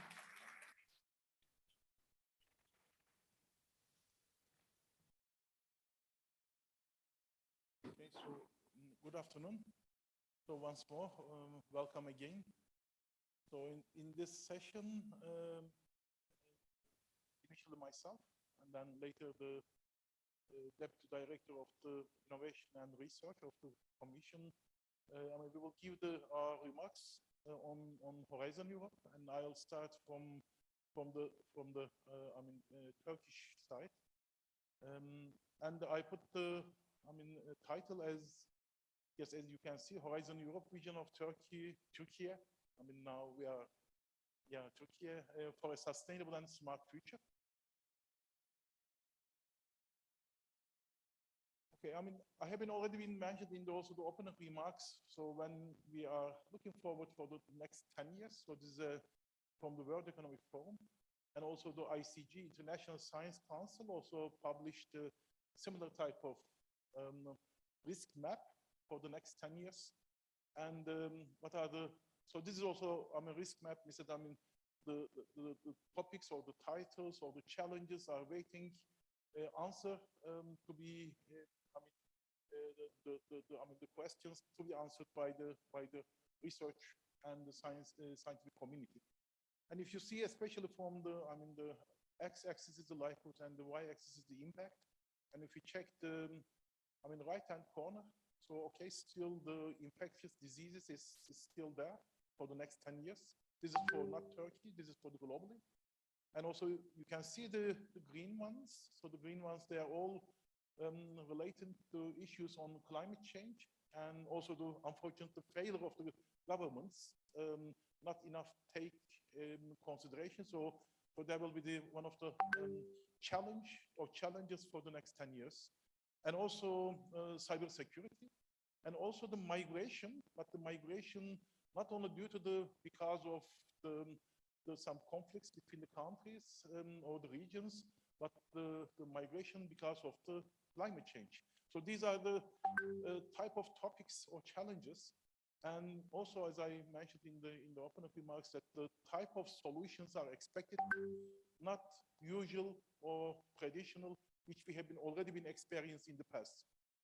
So there will be more science is needed, but also the new knowledge creation type of actions also needed. Yes, you can see in here also, this is a quite recent one on end of February 2022, from the IPCC report, and it's showing a kind of the complex interactions of the climate change, social system and ecosystems. Yes, so these are type of challenges. It is quite complex and dynamic, and also changing dynamically. And you can see on the left-hand side, so if we leave it as it is, so although we can see some of the issues maybe just only as on the climate change, but it is the affecting the social system and all ecosystem. And the right-hand side is giving a kind of a expectation from each country. So the European Commission is declared as 2050, and Turkey is declared as 2053 for the zero emission. So this is how it is expected, but it's also said the complex problems and the type of expectation from a science-based solution is not which we have been normally experienced. Yes, indeed, during the pandemic period, we have been certainly experienced, but still we need a kind of a new approach for the knowledge creation and also the human improvement of the human capacity. Yes, in here, so it is giving a kind of a message from the European University Association, which the Turkish universities are the part of it. And it is saying that, in the past, the interaction between knowledge creator and knowledge user is only one direction. But now it is saying that, so to challenge, to solve the solution, to find a solution for this type of challenges, so the interaction should be reversible, because the type of topics or the challenges are quite complex. And so therefore from linear to reiterative type of innovation. So type of interaction between the knowledge creator and knowledge user should be reiterative, and it means that is reversible. And also it is in one side, okay, normally the expectation, the technology is one of the important tools to solve the problems, but it is not enough by itself. So therefore in the past, so university, I mean, so as a knowledge creator or research centers, or companies are the knowledge users, and the governments are the regulators, but this triple helix is not enough. So university, industry, government triple helix is not enough. The societal contribution, societal involvement also very important. So quadruple helix is becoming very important. So therefore the society interaction is becoming very important, which we have already been faced during the pandemic period. I mean, there are many different types of vaccines have been developed, also including the Turkey. But at the end of the day, still there is a certain and significant amount of people, they don't want to be vaccinated. So therefore, the right information and communication channels are very important to convince and also explain to people and the society. So the science and society interactions are becoming very important. And also, I mean, when we are facing with the climate change, so this is exactly the same type of approach will be needed. And so therefore, the type of interactions between the whole ecosystem between them, so it is more than the collaboration, it's the type of a co-creation approach. Yes, as TÜBİTAK, I mean, as our national funding organization, so together, of course, with our Minister of Industry and Technology, so I mean, how we are seeing for the future, of course, in one side is kind of a threat or risk, but in the other side is giving an opportunity, I mean, with the right understanding, with the whole ecosystem, which means that by means of you. So, of course, for the, I mean, transformations from after COVID-19, so these are the type of topics, and they are all relevant to Horizon Europe. So therefore, our national roadmap, science and technology roadmap, is more aligning with the goals or the I mean targets of the Horizon Europe as well. So infectious diseases, yes, is named there, but the other ones you can see here on climate change, mitigation and adaptation, the net zero gas emission targets, and increasing the green growth options, human-centered technology development, and of course, I mean, before and after the pandemic, so Industry 4.0 before the pandemic and Industry 5.0 after the pandemic, so more sustainability and the human-oriented type of approaches. And of course, still the digitalization is the key parameter, so digital and green. And therefore, we need a new knowledge creation models and also new, I mean, models for the human development as well, as we, I mean, we have been experiencing during the last 4 years, at least in Turkey, by TÜBİTAK, what we are trying to do by means of the different type of funding mechanisms. And the funding mechanisms while we are still continue to improve our capacity building in both academia and industry and entrepreneurship funding mechanisms, but also at the meantime, we are trying to be engaged the more knowledge creator and the knowledge user, which means that the university, industry, and university, and of course, including the society.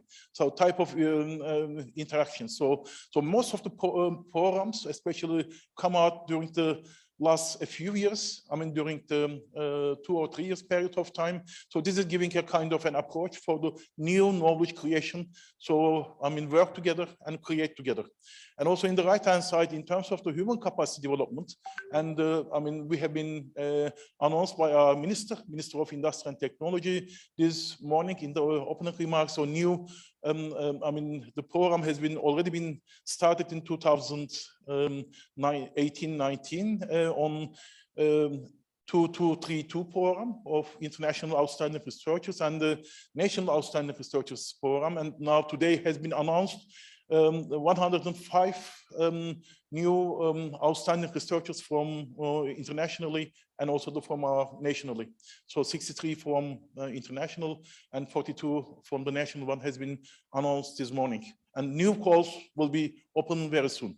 And also you can see another one, again, industrial PhD program. So this is again bringing the knowledge creator and knowledge user, and during this period of interaction, also the PhD student take the, degree on a concept of the, in this concept, and also employed by the, in the company afterwards. So this is a kind of a program I am sure that most of the ecosystem is know well.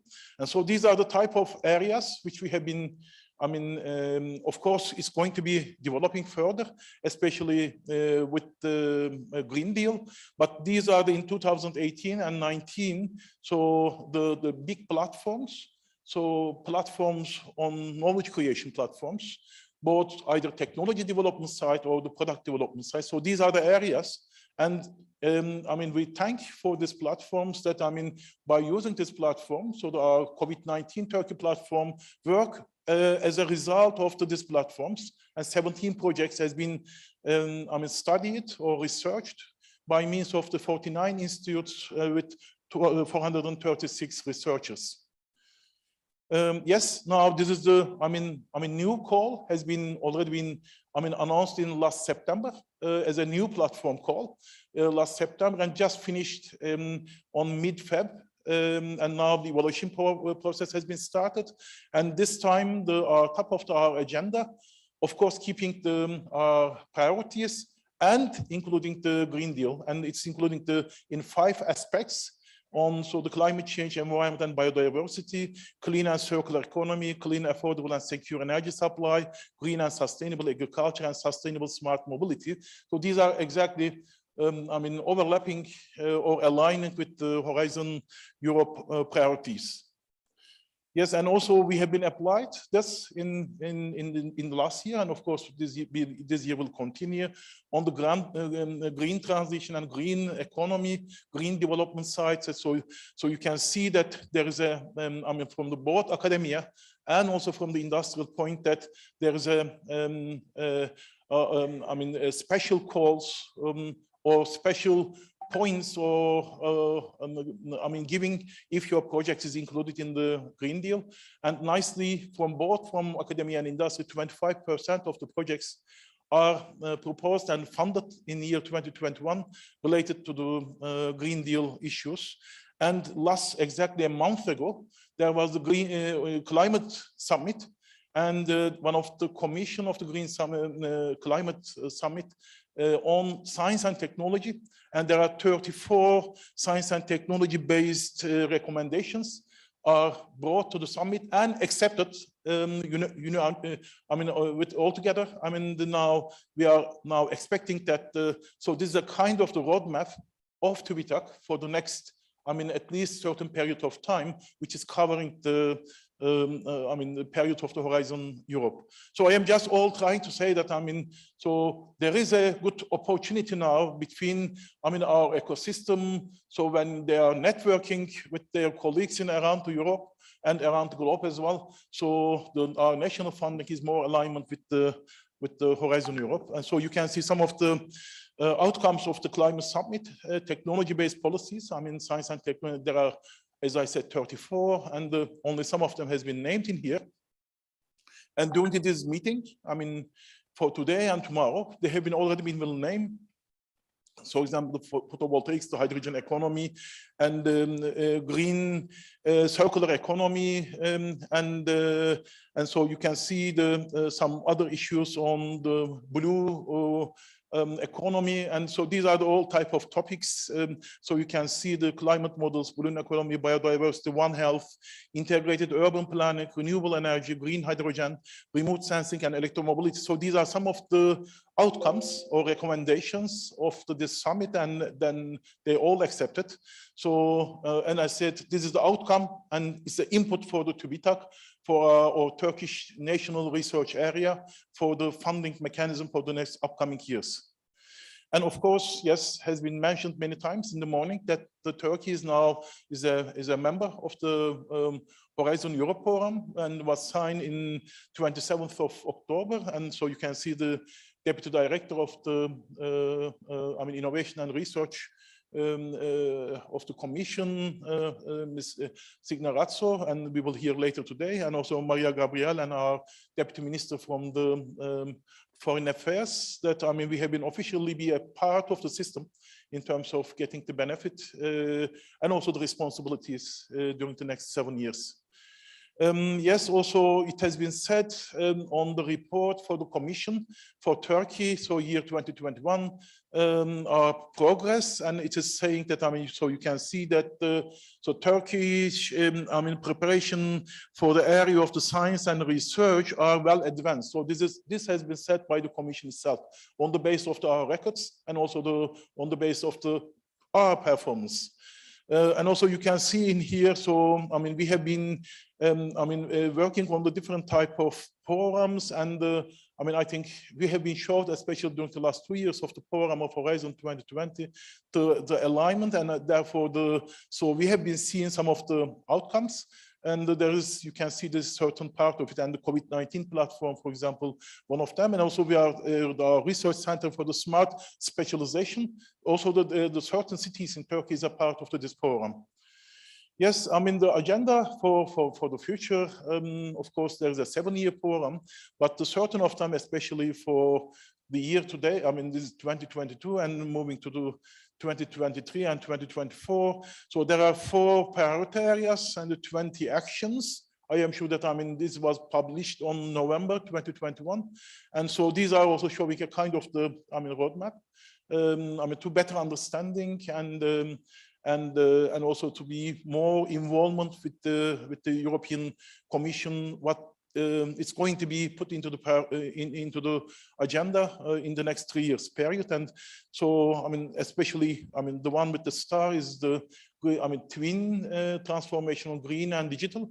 So this is we will talk during this conference, this event, and also some of the things, some of the items that yes, they have been named, this 20 of them in here, and we have already been showed certain success. So especially, upholding values, working better, and working together underlies the key aspects for our co-creating and succeeding approach. So I am just trying to say that in many meetings in which I am attending, I am putting always the emphasis on in ecosystem.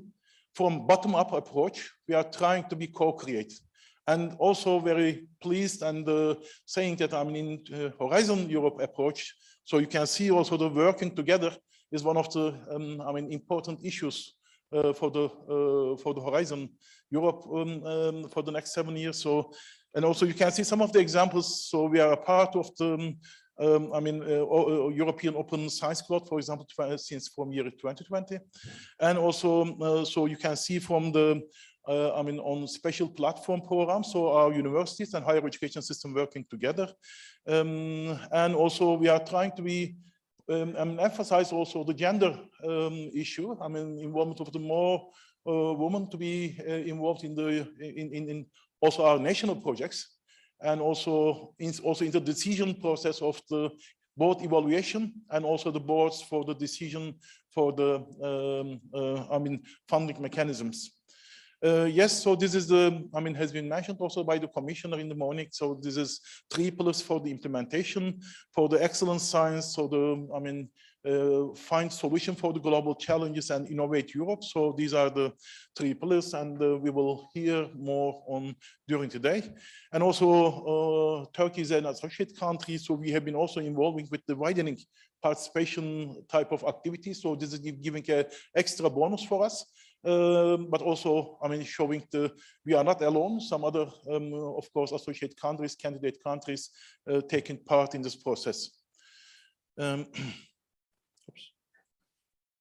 Yes, but then, and also I said in the morning, so there are till now, so we have been showing a good success. So 93 successful applicants from our ecosystem have been now March 22. Certain of them, we have been noticed, but still officially some of them will be announced.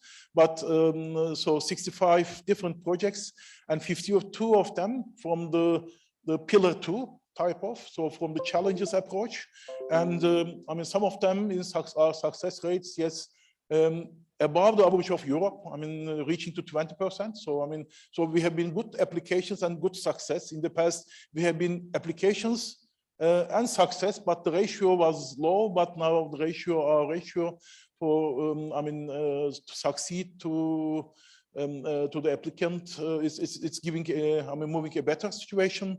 And also, I mean, we have been 6 new ERC and also 3 Marie Curie actions and also the 2 infra projects and 2 new EIC type of projects has been, I mean, during the last, I mean, 15 months. I mean, and many of them still from the year 2021 will be announced soon, and so these are giving all kind of I mean, benefits. And once more, I thank some of our researchers in this, I mean, in this venue.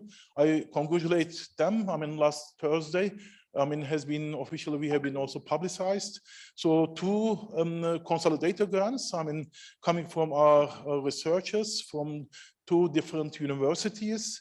And also, I mean, one of them, I mean, is on the right-hand side, is I mean, also he has the starter grant, and now he's the consolidator grant, and also the another 4 of them in here. So total 6 researchers and total 11.3 million euro has been funded. So it's congratulations for them and also for their universities and also for their teams. And this is giving a good type of motivation, because in the past that, I mean, which we think that, I mean, there we have been less chance, but this is showing that yes, we have not the chance, we have the right to, if we have the right proposals. So this is once more congratulations, and they are coming out with the really good, I mean, you can see the topics as well. So what type of projects they will be, I mean, deal and try to solve the challenges, and for globally, of course, and so for the sake of our nation and our country as well. And of course, also the Marie Curie work program and course are continue, and there are we have been also some success stories, and also, I mean, you know, in one of our university in co-fund program has been funded on 236B program. So I mean, which means that, I mean, we are giving the 50% of the I mean, co-fund on the behalf of the Turkish research universities. So this is, and we are hoping that this time we will have more than 1 university under this program, and also but of including some other tools of the program. Yes, so these are the I mean, clusters. There are 6 clusters, and they are all, I mean, I don't want to go to detail. I am sure that you have been aware, and some of them maybe also will be named after me. So, but in each cluster, so there is enough, I mean, kind of a needs and competence and capacity in Turkish universities, and also the Turkish companies, and also the NGOs. And also you can see the type of figures. So 53.5 billion euro for the 7 years period of time of the amount of funding for the pillar 2. And as I already mentioned, the excellent science, and in the other side for the excellent innovation point. And in this respect, so this is also, I mean, because sometimes the European programs has been think only for the basic research and the research for the universities, but there is enough also room and potentials also for the entrepreneurs. And also when we are talking about the entrepreneurship in terms of the programs, not only ready to use, also the deep science oriented, deep tech oriented type of projects under the interest of the Horizon Europe. And also, I mean, most of the programs in Horizon Europe, I mean, including the kind of you are forming of the network, and at least 2 or 3 institutions or companies are coming together. But the certain programs, one of them is this, so your company can apply directly as a company like in our national funding mechanism. So this is also available with the EIC, and we will hear more during this meeting as well, and also the European Innovation Ecosystem programs. Yes, and so this is again a new one, 2022 work program for the EIC, and especially, I mean, the topics, if you see for the EIC Pathfinder, I mean, I am sure that many academic entrepreneurs as well, they will have an interest. So this is a kind of an entrepreneurship, but it's more on deep science oriented. And of course, the transition and accelerator also included. Yes, also in the other program of the European Innovation Ecosystem Program, also it is, I mean, the Connect, Scale Up, and also the European Partnership, and also this is also combining with the other efforts of the ecosystem and with the Eurostar, for example, in the European Partnership of Innovative SMEs, SMEs.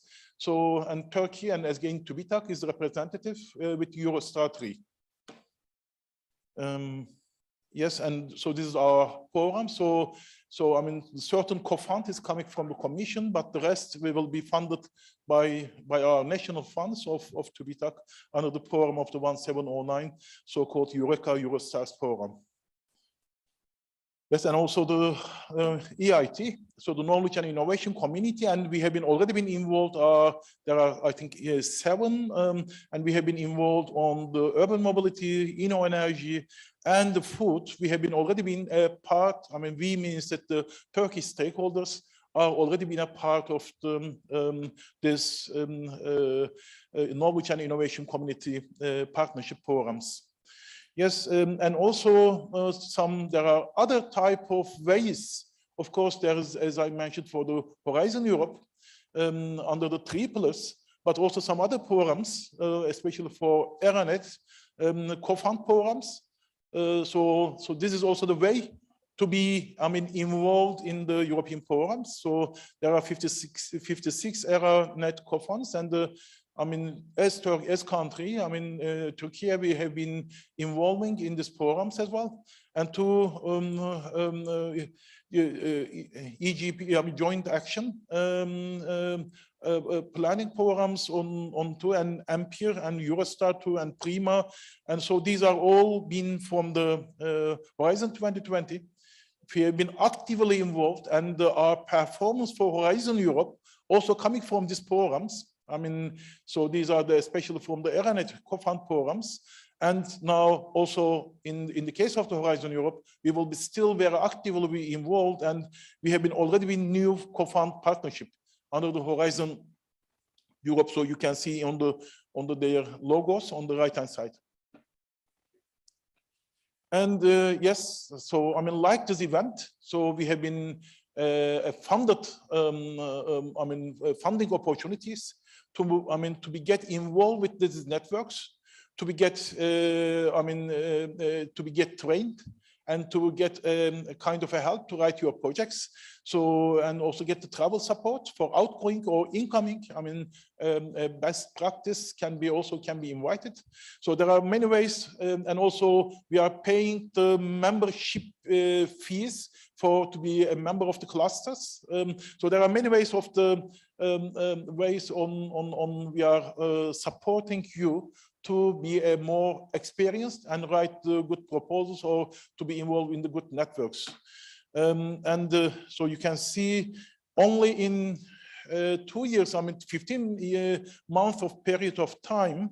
So you can see we have been organizing many events, and many of our researchers has been a part of the Horizon Europe, and this is one of them as well. So TÜBİTAK will be, I mean, always on your side, together with our Minister of Industry and Technology, to get help and also be more successful in this period.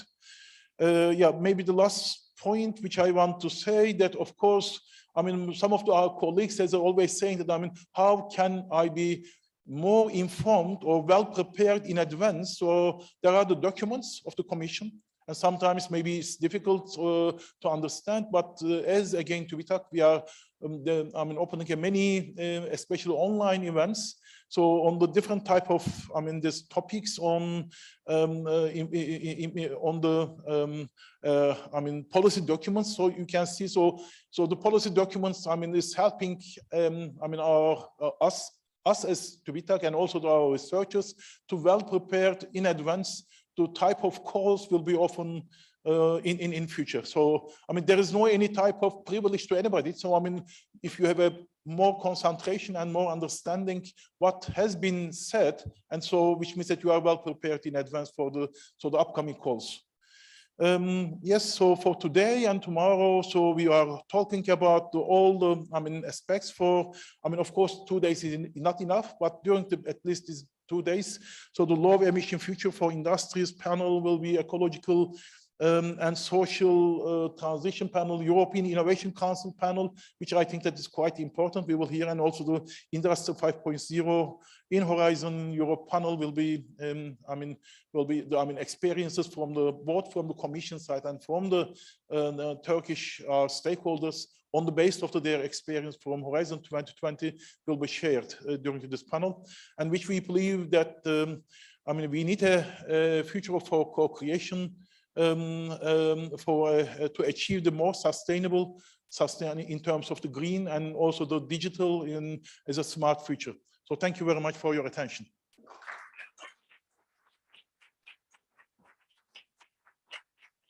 Sayın Hasan, Mandal, çok teşekkür ediyoruz bu kapsamlı sunumunuz için efendim.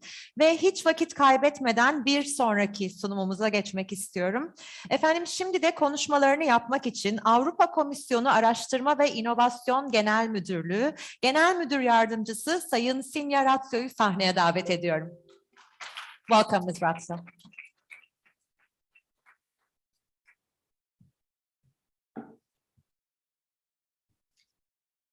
Your Excellencies, Your Excellency, Ambassador and Deputy Minister KAYMAKCI, dear Professor MANDAL, dear colleagues. First of all, many thanks for your kind invitation to Horizon Europe launch event here in Istanbul. This is an important milestone for Turkey's long-standing participation in European Union framework programs for research and innovation. So it's a real honor and pleasure for me to be here today. Many thanks as well for your warm welcome. Yesterday, I already had a chance to refresh my memories of the historic part of Istanbul. But I also saw that the city is really very vibrantly developing. Also on this part, on the Asian part of the city, which was new to me, but where you are now setting up the financial center. Today, we are celebrating EU-Turkish success story in research and innovation cooperation. And I'm really proud that I've been part of the process as chief negotiator of Horizon Europe associations. Last year, we negotiated with 15 countries. I was leading negotiations with 15 countries, Turkey being among them. It was over 3 months from July to September, and all of this was done online. So today it's my pleasure to meet Professor MANDAL and also the colleagues who were part of the negotiating team, and really to have a chance to meet you all in person here in Istanbul. Today's event will be a chance to hear from the colleagues in the Commission explaining the different parts of the program. But as I've seen in Professor MANDAL's presentation, you have already hundreds of events promoting the program, and that's why it's no surprise that as you've been successful, particularly during the last years of Horizon 2020 program, you've already taken great steps in Horizon Europe and have already been very successful.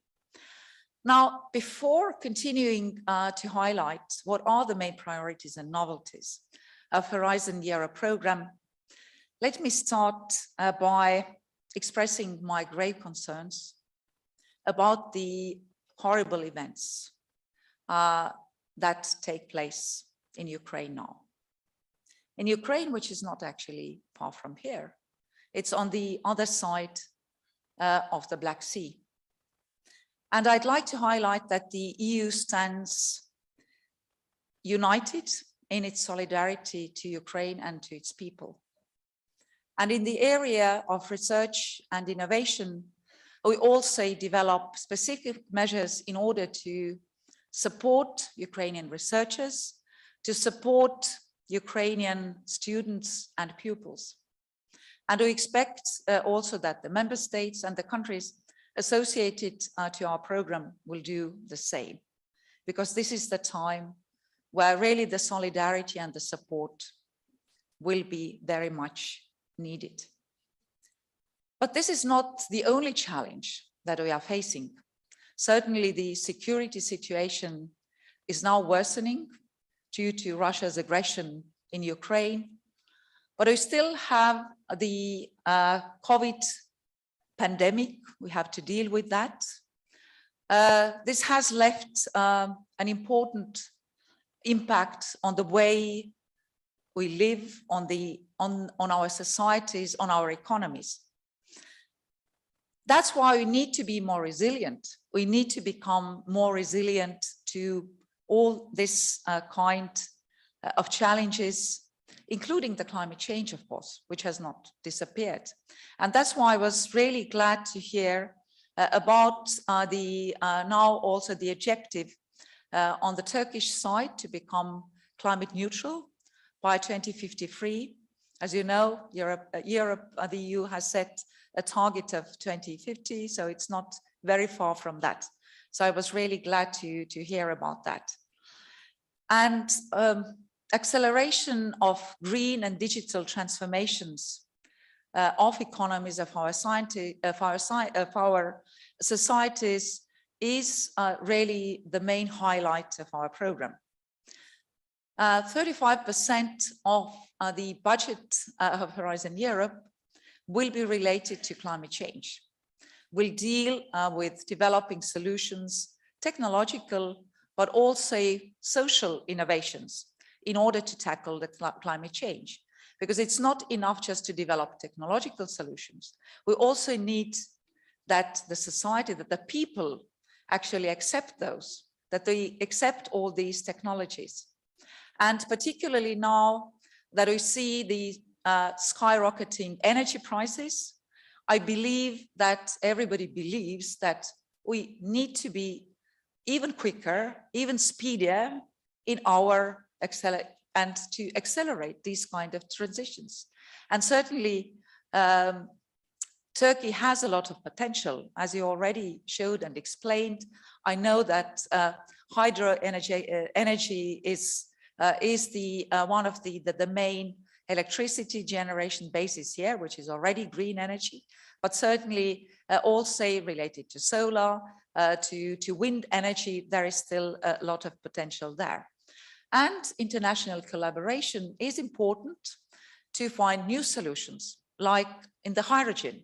There will be more talk about hydrogen later today, and certainly this is also an area where we are looking forward to work very closely together with you. As well as the human-centered innovation, sustainable solutions, which are also mentioned here. So these are all the objectives that Europe as a whole is aiming at. And let me please be clear here. When I speak about Europe, I also speak about Turkey. To achieve these objectives of green digital transitions, we need a strong research, education, innovation foundations.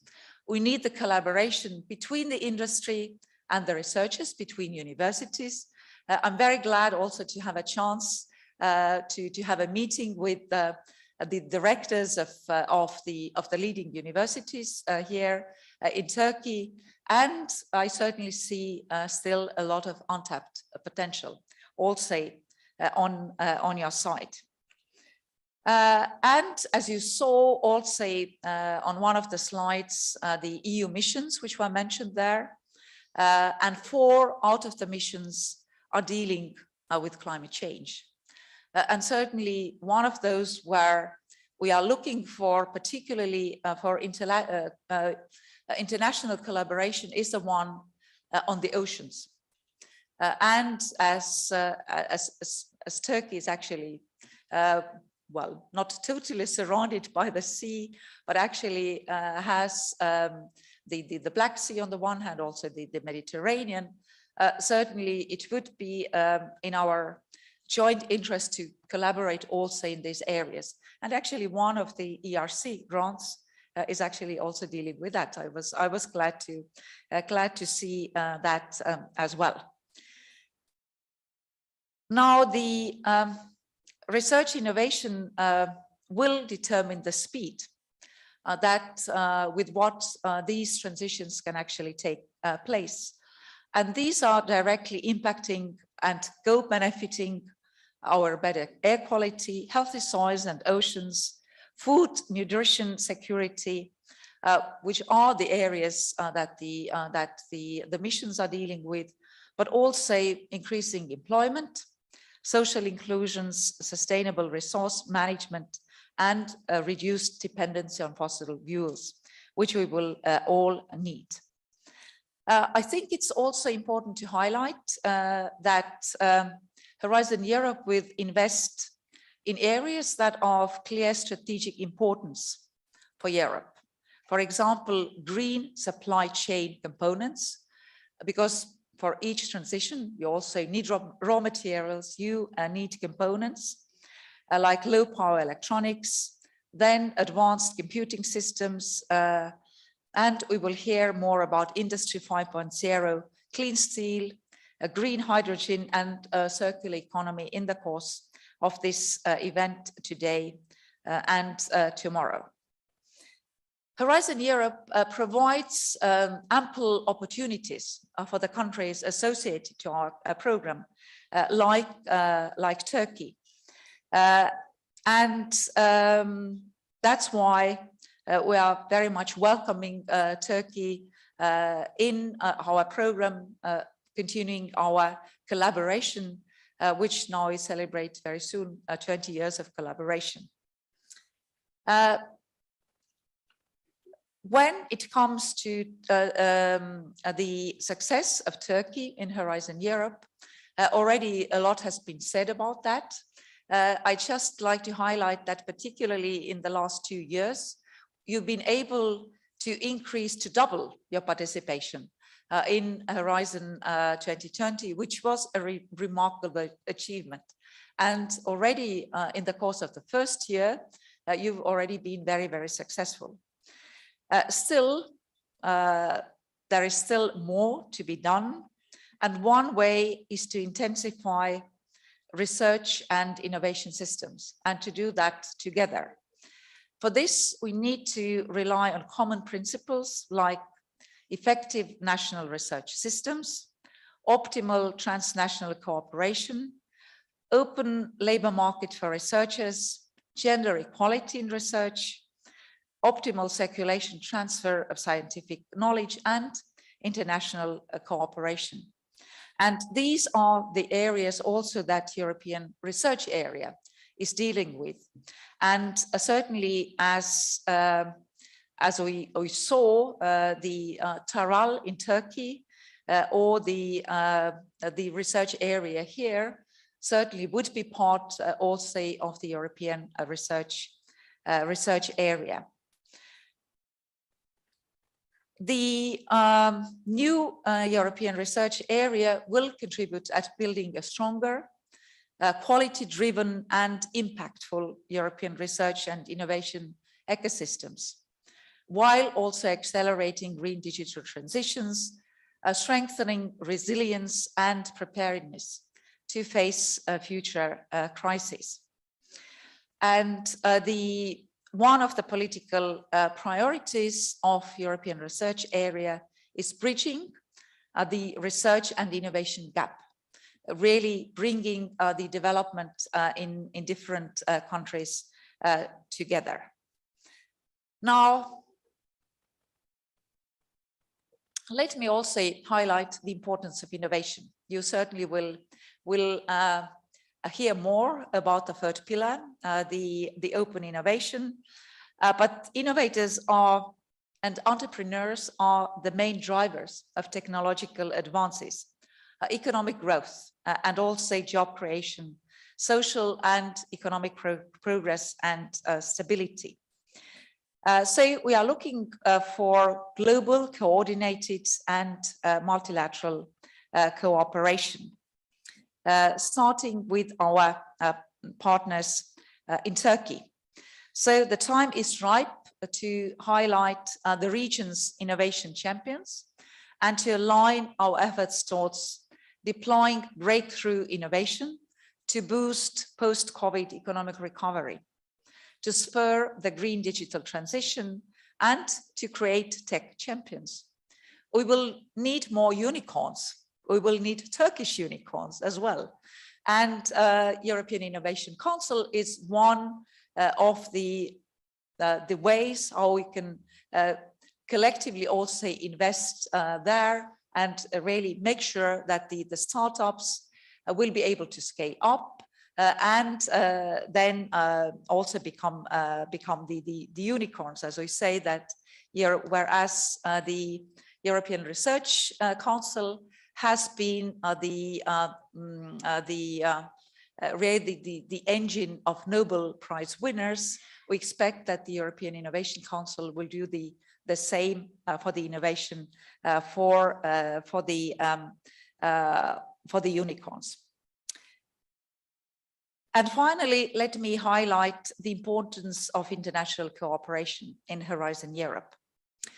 Horizon Europe is a key instrument in delivering Europe's new strategy for international cooperation, the global approach to research and innovation.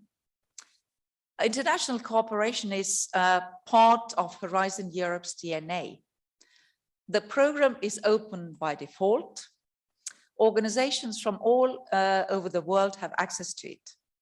And we fund more than 110 low and middle income countries to address together global challenges and the SDGs. The recent Marseille Declaration reconfirmed the key values which underpin research and innovation cooperation. It also launched multilateral dialogue with our international partner countries on these values and principles, which include academic freedom, research ethics and integrity, gender equality, diversity and inclusiveness, open data and open science, excellence and evidence-based decision-making. Through efficient international cooperation, especially via implementing Horizon Europe Association policy, there is an opportunity to scale our existing set of programs, national and regional, which can in that turn incentivize engagement with both industry and regional innovation ecosystems. Turkey is a very active associated country already, and besides pooling our resources to tackle our joint challenges, our associated partners also support our shared principles. As I mentioned, I've been chief negotiator of our association agreements. We have already 12 countries which are fully associated to our program. Still a few countries are in the process of finalizing and ratifying the agreements. These 12 countries include EEA/EFTA countries, Norway and Iceland, then Western Balkan countries, Turkey and Israel, but also Georgia and Armenia. Unfortunately, Ukraine was about to ratify its accession agreement on the 24th of February. This was the day that Russia started its aggression against Ukraine. And this was doubly sad for me because it was exactly the same date that we celebrated 104th anniversary of Estonia, my home country. Nevertheless, Ukrainian researchers can participate already as associated countries on par because they also belong to the low and medium income countries, and for the time being, they are also funded from the program. But we will also have newcomers to our program, hopefully very soon. As last year, we already started exploratory talks with Canada. Now we've also started with New Zealand and South Korea.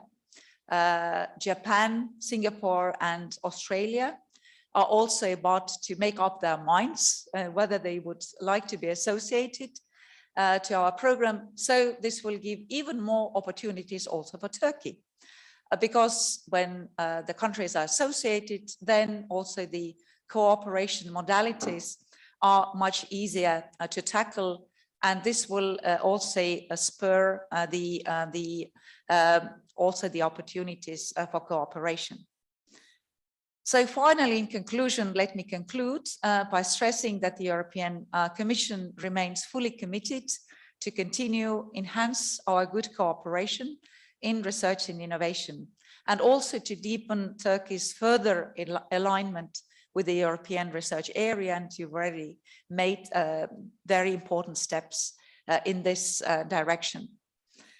Knowledge and innovation-led economy remains the best strategy for sustainable prosperity, and I believe that all our countries will need that. So thank you very much for your kind attention, and wishing you successful event. Thank you very much. Thank you very much, Ms. RATSO, for this inspiring speech.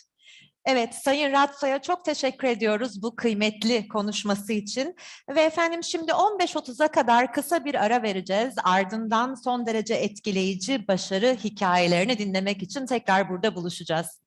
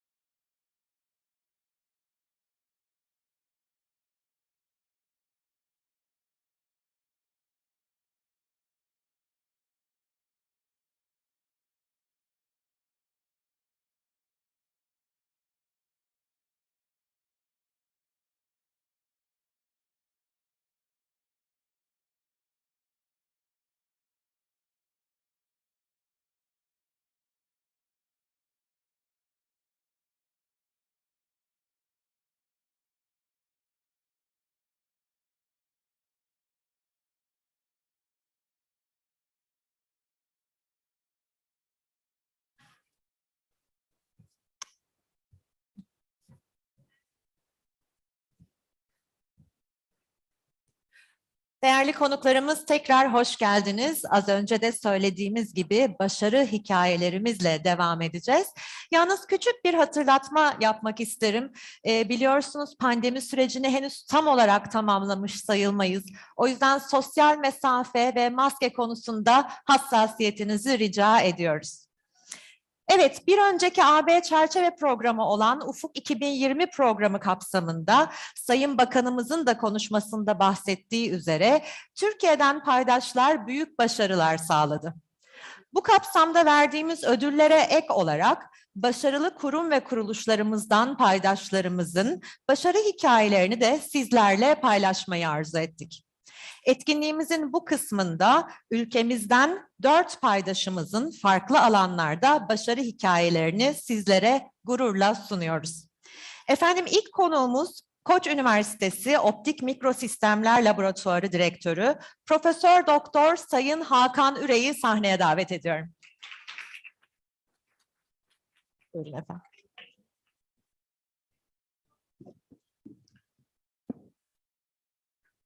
Merhaba. So I was asked to speak in English. So I'll continue in English. I will tell you about my initial project titled Where 3D and how it evolved over time.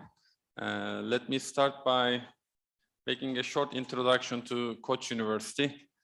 So this is a view from our campus. What you see in the background is the Black Sea. It's a nicely situated campus. So the arrow points out where my lab is located, Optical Microsystems lab. So it's a foundation university, as you would know, and our College of Engineering was established in 2001. That's when I started. So it's been over 20 years for me. So it's top university in Turkey, based on the papers published per faculty awards from TÜBİTAK, TÜBA, and Science Academy. ERC grants, I believe, if I'm not mistaken, Koç University researchers received 20 of the 36 ERC grants in Turkey. And in terms of percentage share of European Commission grants among Turkish universities, I think we do have a fairly large fraction of them at our university. So I'm going to fill this slide slowly. It all started with an idea I had back in 2012, about 10 years ago, related to novel display technologies. So my first project was an ERC Advanced grant that was funded in 2013. Duration was 5 years. I believe it was the first in Turkey, ERC Advanced grant, and we still don't have too many of them actually. It was about developing next generation wearable display technologies. And then in 2014, I wrote my first ERC proof of concept grant, which is a smaller amount of funding, 150,000 euro.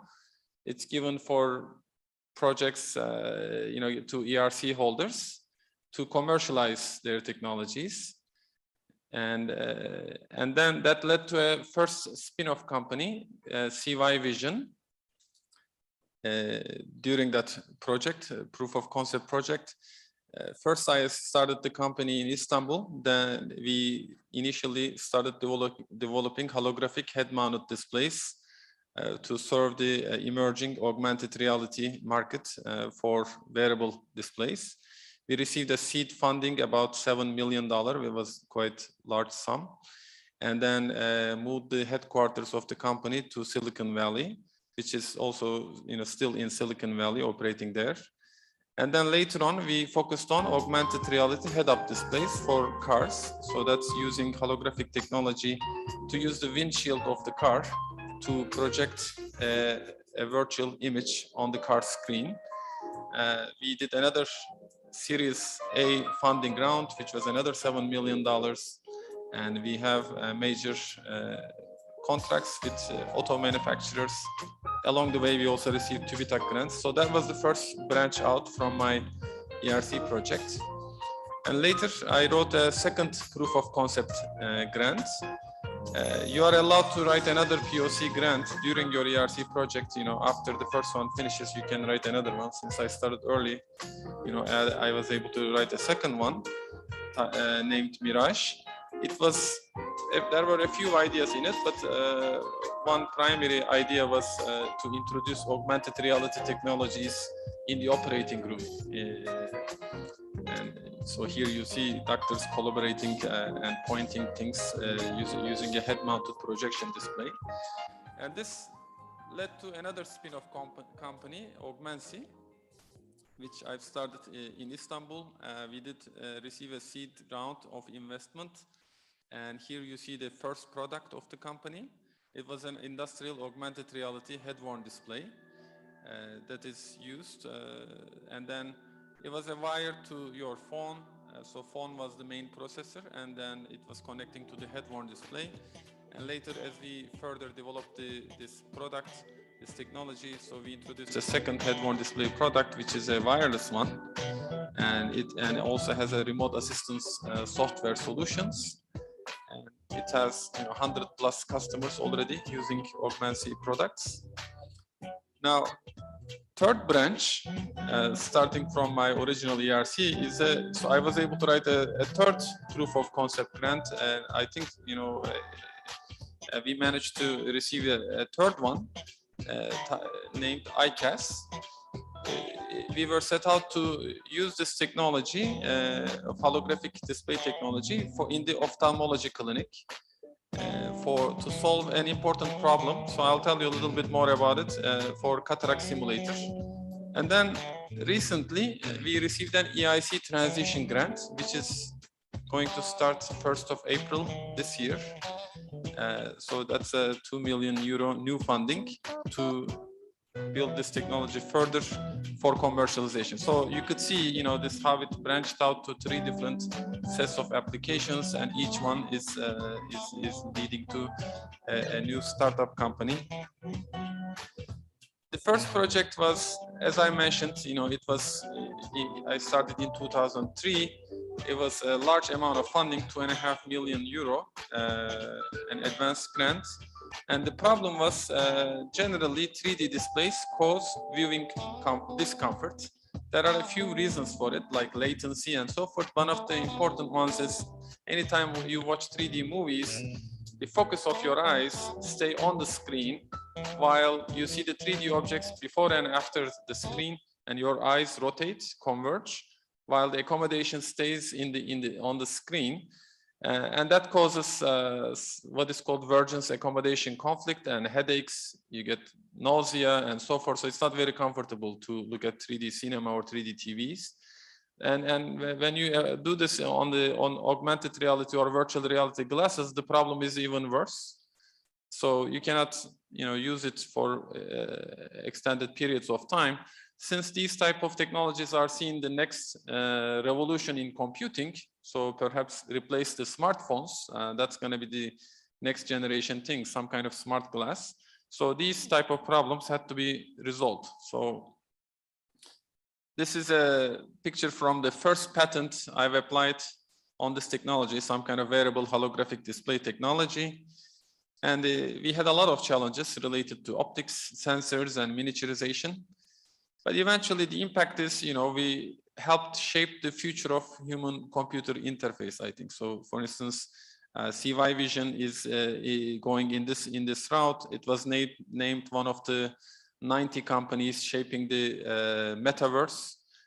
In Mark Zuckerberg's presentation, it was mentioned, for instance, when they defined metaverse and the new applications.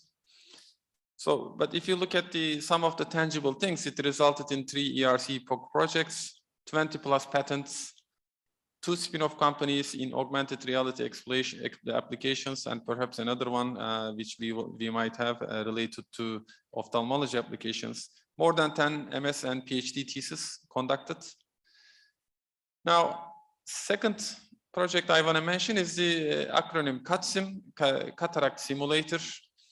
And you see the partners. Koç University is the coordinator, and CY Vision. FAO is the Friedrich Alexander University in Germany, and Ospedale San Rafael is a hospital in Milan.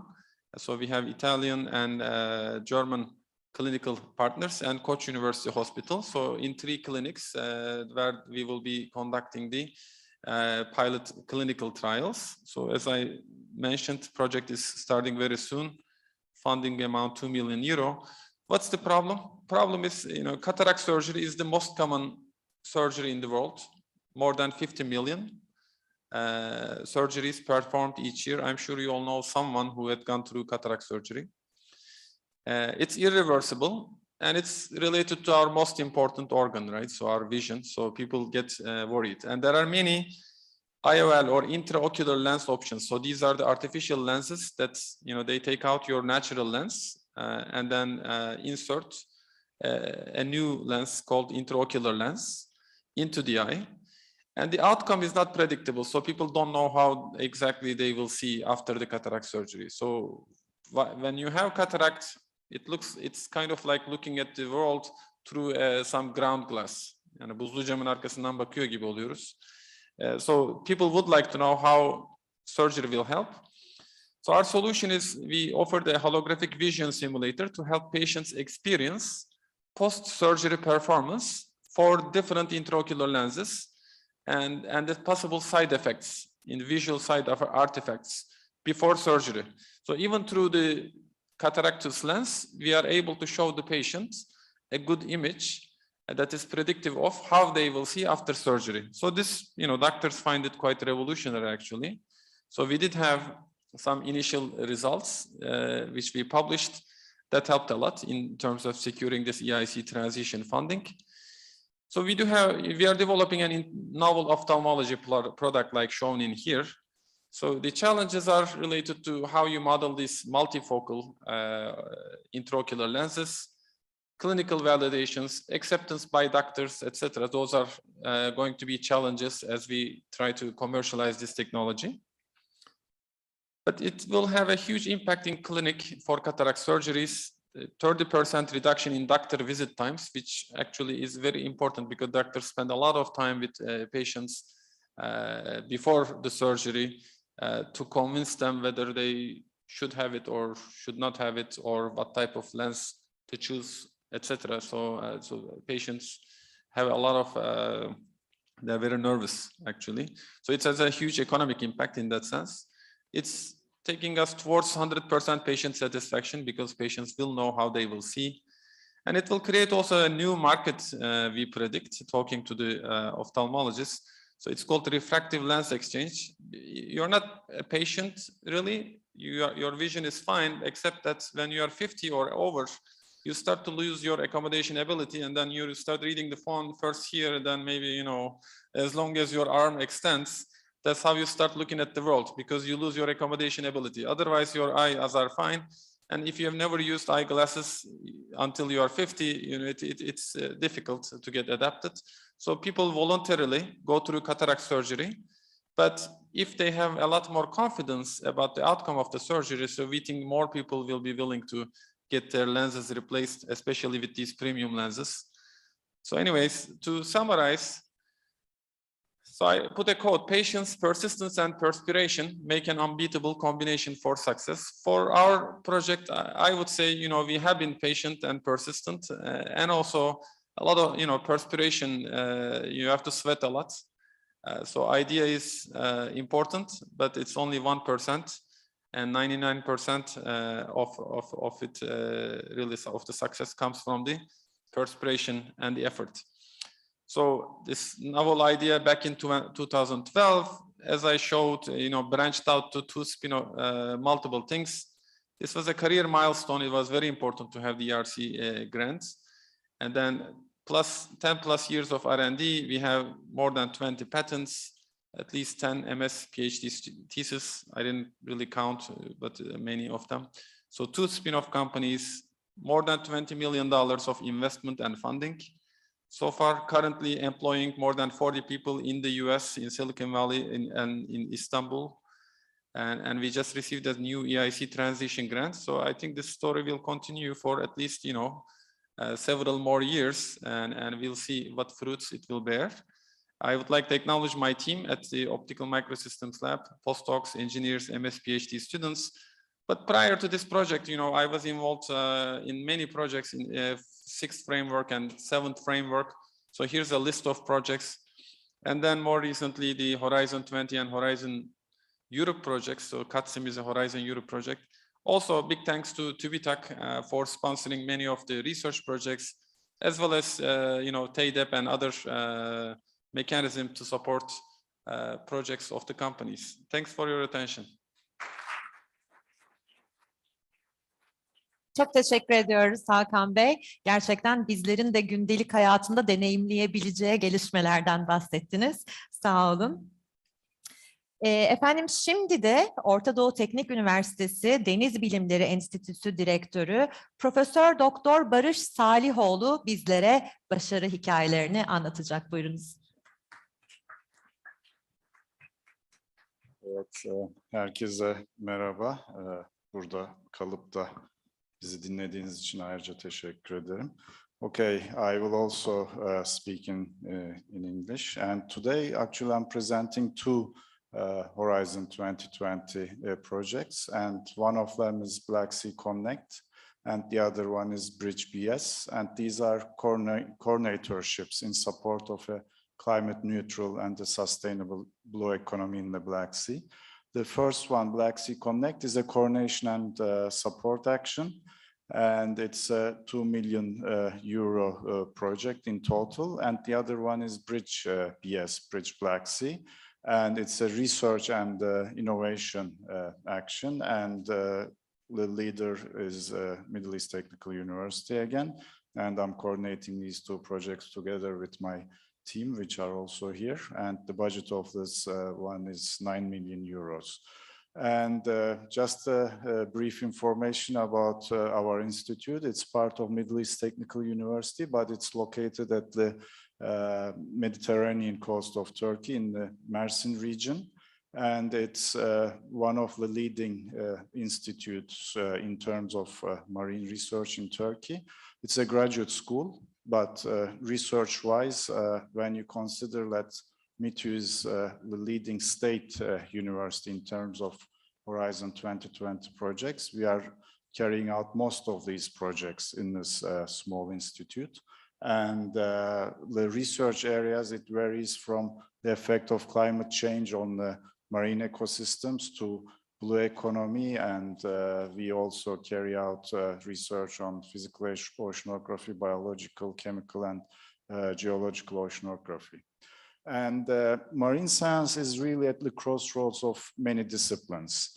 And when you look at the Sustainable Development Goals, sustainable marine science supports almost all of these Sustainable Development Goals, not only on the environmental aspects, but also in terms of socioeconomic aspects.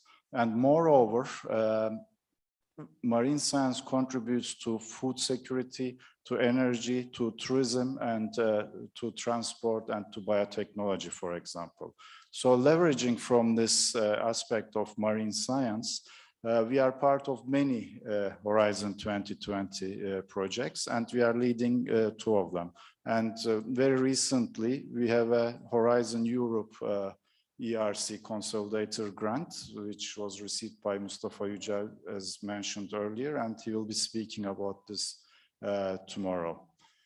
And Black Sea Connect and Bridge projects, of course, when we were formulating these projects, we needed to consider all the policy aspects, both in Europe, but also in the global. And also these two projects, they contribute to the policy goals of EU and global strategies. And blue economy, it stems from the fact that we need to have a healthy ecosystem in order to have a healthy economy. And blue economy supports many jobs, and it also has a great value in terms of economy. But this can only be achieved if the ecology is managed in a proper way. And initial focus areas that we have identified are biotech, mineral resources, tourism, sustainable seafood, and renewable energy. Because these two projects are on the Black Sea, I would like to tell you a very striking aspect of the Black Sea, which is being influenced by climate change. What you see here is the transition of the Black Sea physical system. Black Sea water temperatures increased considerably compared to the other seas. And at the end, a certain water mass that was unique to the Black Sea has disappeared, as you see here.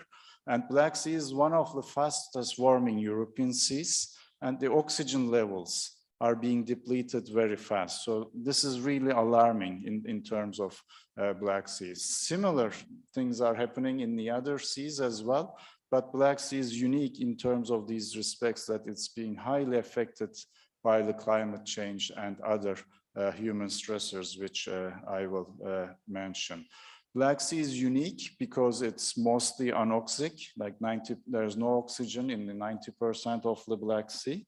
And it has, it borders 160 million people, and there are 7 Black Sea countries that are bordering the Black Sea, as you know, and it has a very large sea catchment area. The rivers that flow into the Black Sea, they form a very large catchment area. However, Black Sea is one of the seas that's the most affected by humans. It's struggling under many multi-stressors. If I would name a few of them, one of them is climate change, as I have mentioned. The other one is pollution, ocean acidification, deoxygenation, invasive species, as you may know, and high fishing are some of the stressors that are acting on the Black Sea ecosystem. So to tackle these challenges, we have developed a strategy that in order to conserve the ecosystem services of the Black Sea, we need to better understand the Black Sea ecosystems, Black Sea habitats, and how resilient the Black Sea and what we need to do in terms of protecting this resilience of the Black Sea. So in order to achieve this, we need to develop innovative solutions together with the policymakers and the society. And to achieve so, with the support from the European Commission, we have formed a group of experts, which is called the Black Sea Blue Growth Initiative. And these experts from all the Black Sea countries came together and developed the Black Sea Strategic Research and Innovation Agenda, where myself and my team has led these efforts with the support from the European Commission. And while doing so, we did it together. All the Black Sea countries came together and worked towards this goal.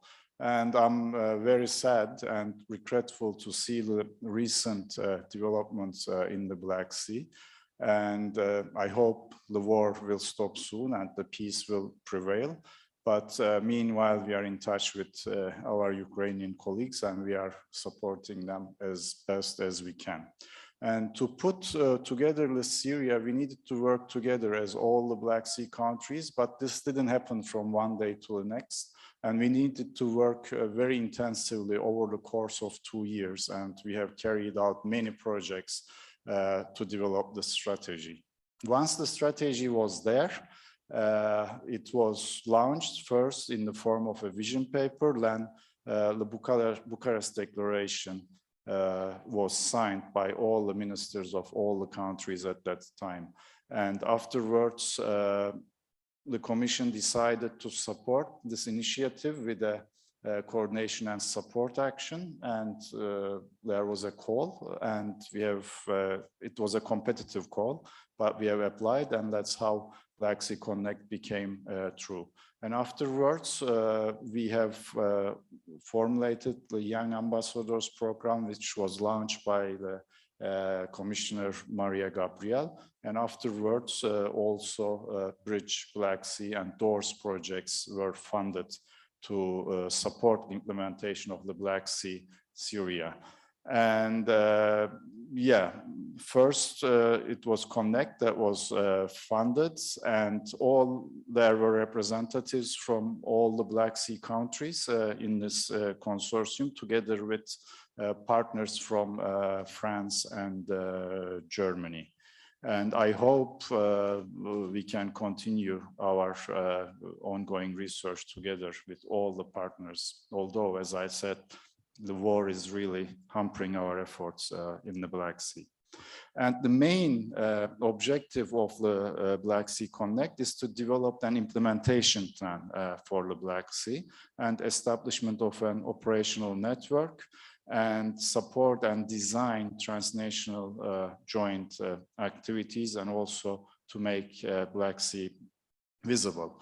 And the Black Sea Connect Young Ambassadors Program was launched by Commissioner Mariya, GABRIEL, and this is really a very impactful and a very successful program that's going on. So our young ambassadors are really the future researchers in the Black Sea. They are the future entrepreneurs and future innovators of the Black Sea. And the second project is Bridge BS. This is a research and innovation action, as I have mentioned. Its budget is relatively big. It's a 9 million euro project. And the main target here is to address how these multi-stressors that are acting on the Black Sea ecosystem, to better understand them and develop solutions while using innovative aspects. And this is a very big consortium which with 33 partner organizations from 7 Black Sea countries and other 8 European Union member states. And it is, the Horizon 2020 project that has hosted the most Turkish partners until now. And here, how we have structured this is there are 3 nodes and several work packages under these nodes. The first node is understanding the service dynamics in the Black Sea, to understand how multi-stressors are acting on the Black Sea and how resilient the Black Sea is, and how we can maintain a healthy, resilient ecosystem, so all these different sectors can function. The second node is on Blue Growth incubators. So this provides an operational platform and translates scientific ideas into business. And of course, this needs to be done in a sustainable manner. And the third node is on empowering citizens. And here we have several pilot sites, 7 pilot sites, and each pilot site we have defined the ecosystem service, 2 ecosystem services that we are addressing. And these ecosystem services are key provisioning, regulatory and maintenance, cultural services.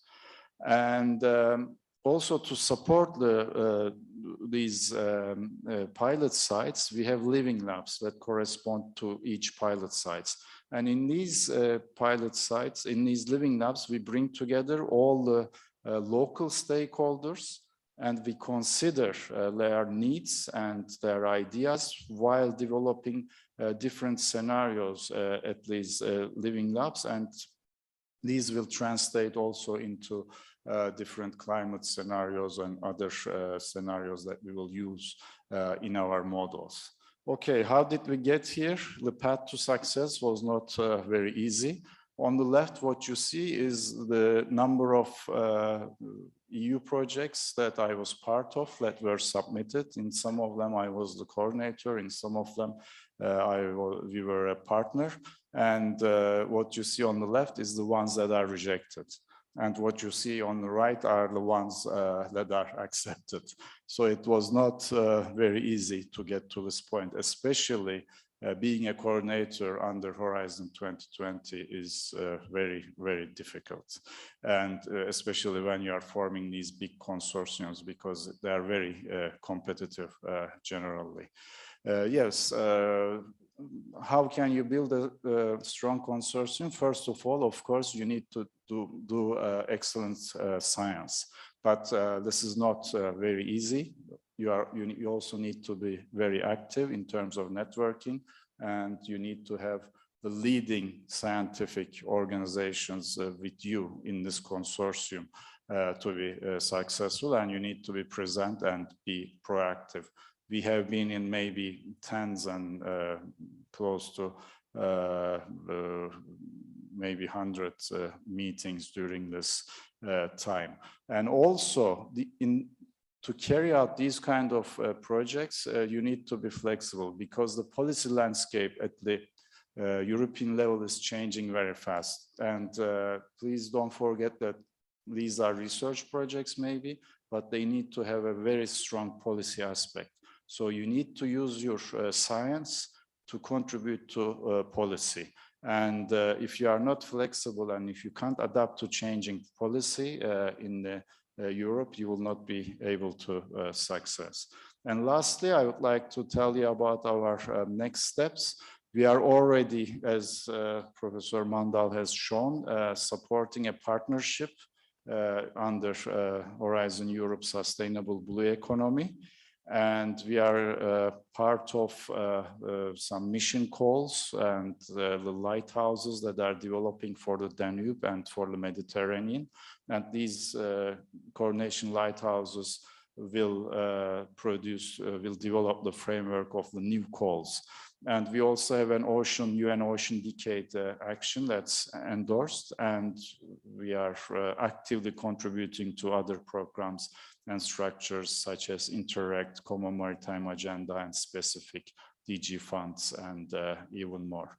So these are all I want to say, and I would like to thank to all my team for all their unbelievable efforts until today, and also to my institutes, that without the institute and the support of the university, this would have not been possible. Thank you. Çok teşekkür ediyoruz Barış Bey ve asla vazgeçmiyoruz.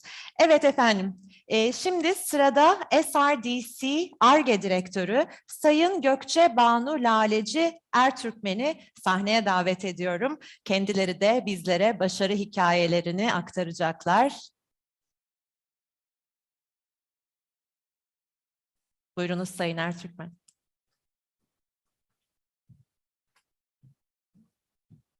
Herkese merhaba. Ben de bir ODTÜ spin-off olarak sizlerle çerçeve programlarındaki tecrübelerimizi paylaşmak istiyorum. I will continue in English as well. SRDC is an SME founded in Ankara, Turkey in 2007. But previously we were a research lab under Computer Engineering Department, Middle East Technical University. Having an academic background and also being an R&D oriented SME, almost half of our researchers are have PhD degrees, and the rest are continuing with their studies. Let me briefly present our experience in framework programs. Our first framework program project was back in FP4, that is long before. And to the best of my knowledge, it was the first framework program project of Turkey, and we were the coordinators in that project. Until then, since then, we have been involved in 33 different FP projects, and in 9 of these we have acted as the coordinator. And in Horizon 2020, we've been involved in 11 different R&D projects in different vertical domains, including e-health, security, and also factors of futures domain. And based on the statistics announced by TÜBİTAK, we were announced as the most successful SME, not only in Horizon 2020, but also in FP7 and FP6 as well. And very recently, one of our projects have been granted in Horizon Europe as well, in e-health domain. Our main expertise areas are as follows. We've been developing R&D solutions, especially in the field of technical and semantic interoperability in different vertical domains, including e-health, e-business, e-government, emergency management, and security. We're also building data analytics and business intelligence solutions, decision support services in those different vertical domains. And as SRDC, we are always trying to exploit the results of our R&D efforts in our country as well. One such example is from e-government domain. We have been actively involved in the identification of the e-invoice standard in Turkey based on one of the international standards called UBL. And one such other example is from e-health domain, which I will be presenting you soon, which is indeed the results of our one of our Horizon 2020 projects. In this talk, I will be presenting you 3 different Horizon 2020 project experiences. The first one of is the C3 Cloud project. In C3 Cloud projects, we were the mainly the leading organization for proposal preparation. And it's in the field of e-health domain. It was submitted for the particular topic of ICT systems for integrated care. We have chosen not to act as a coordinator because we are a small SME, and from our previous experiences, it was very hard to deal with, especially with the administrative coordination. So one of our previous colleagues, University of Warwick, has kindly accepted to coordinate this project on behalf of us. The challenges that we have targeted in this project were as follows.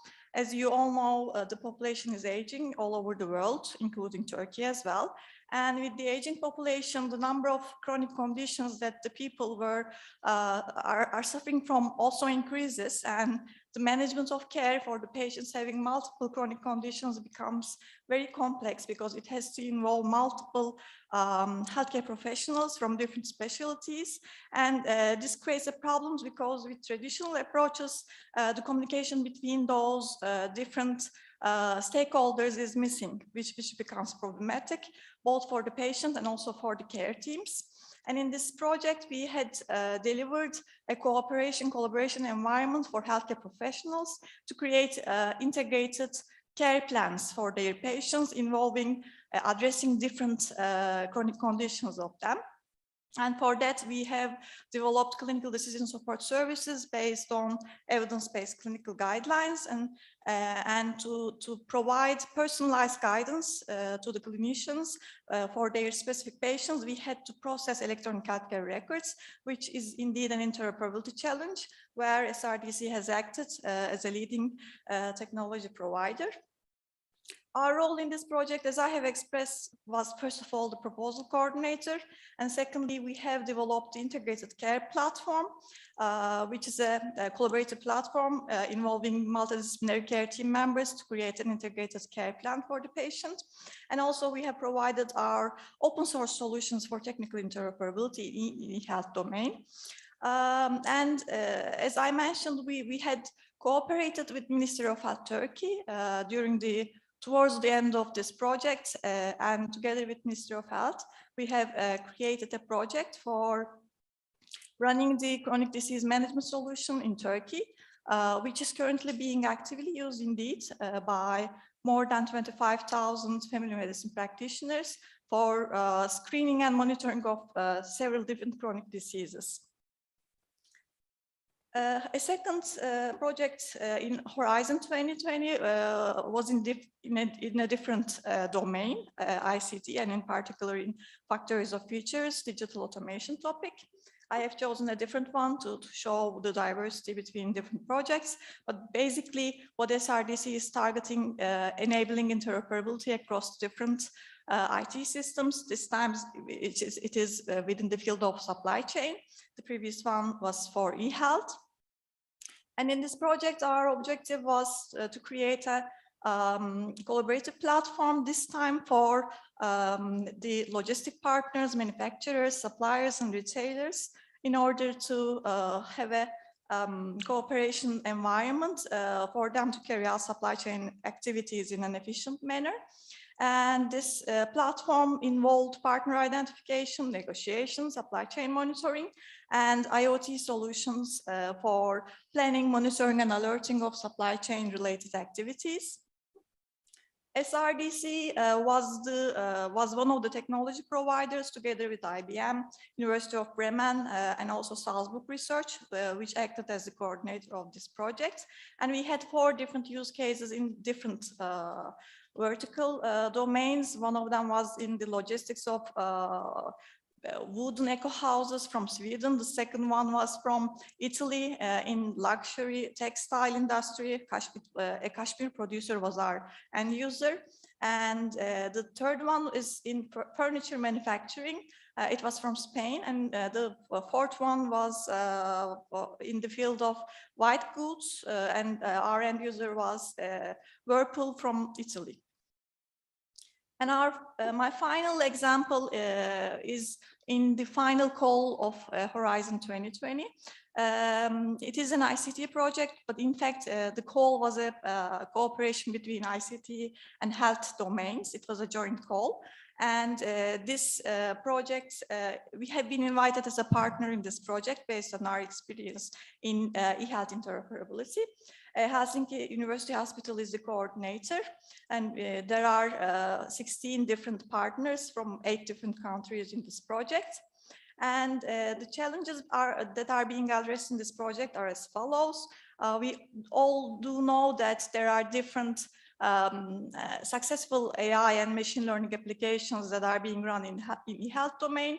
However, it's not very easy to build efficient, effective, and scalable such intelligent solutions due to a number of challenges. First one of them is the interoperability. You need to access data, first of all, in order to train machine learning algorithms. But we do all know that not all of the health data, EHRs, electronic healthcare records are in the same format. First of all, you have to standardize them. And then secondly, the privacy is an important challenge to access the data in an anonymized way to carry out such machine learning training algorithms. And also data integration across different sites is another challenge for carrying out scalable such applications. AI Accelerates project aims to establish such a scalable architecture, and it has 3 different pilots that will be being run in 5 different pilot sites from Europe. One of them is for patient flow management in emergency departments and also surgical units. It's an intelligent planning algorithm optimization for optimizing the scheduling of surgeries. The second one is for Parkinson's disease to establish a learning algorithm to choose the best time to change the drug to a more invasive one, and that will also be built based on a machine learning algorithm. And the third one will be in the pediatric service delivery, in particular that will decide when shall the children who has some congenital heart diseases should be discharged from the hospital after their surgeries. The role of SRDC in those projects is again enabling interoperability. We are leading the first work package for building the data infrastructure. And again, in this project, we are utilizing our open source interoperability solution for e-health domain, which is based on an international health IT standard indeed. And we have finished the first year of the project, and we have heavily cooperated with the end users of the project to better understand their data structure and their landscape of health IT systems to build the necessary adapters and interoperability mechanisms to create the data in a common data model so that the AI algorithms could run training algorithms on top of them. That was all I would like to share. Thank you for your the time and listening me. Çok teşekkür ediyoruz. Sağlık alanından çok güzel örnekler paylaştınız bizimle. Ve son olarak da efendim başarı hikayelerimiz kısmında TÜBİTAK Ulusal Akademik Ağ ve Bilgi Merkezi ULAKBİM Direktörü Sayın Mirat Satoğlu bize katılıyor. Buyurunuz efendim.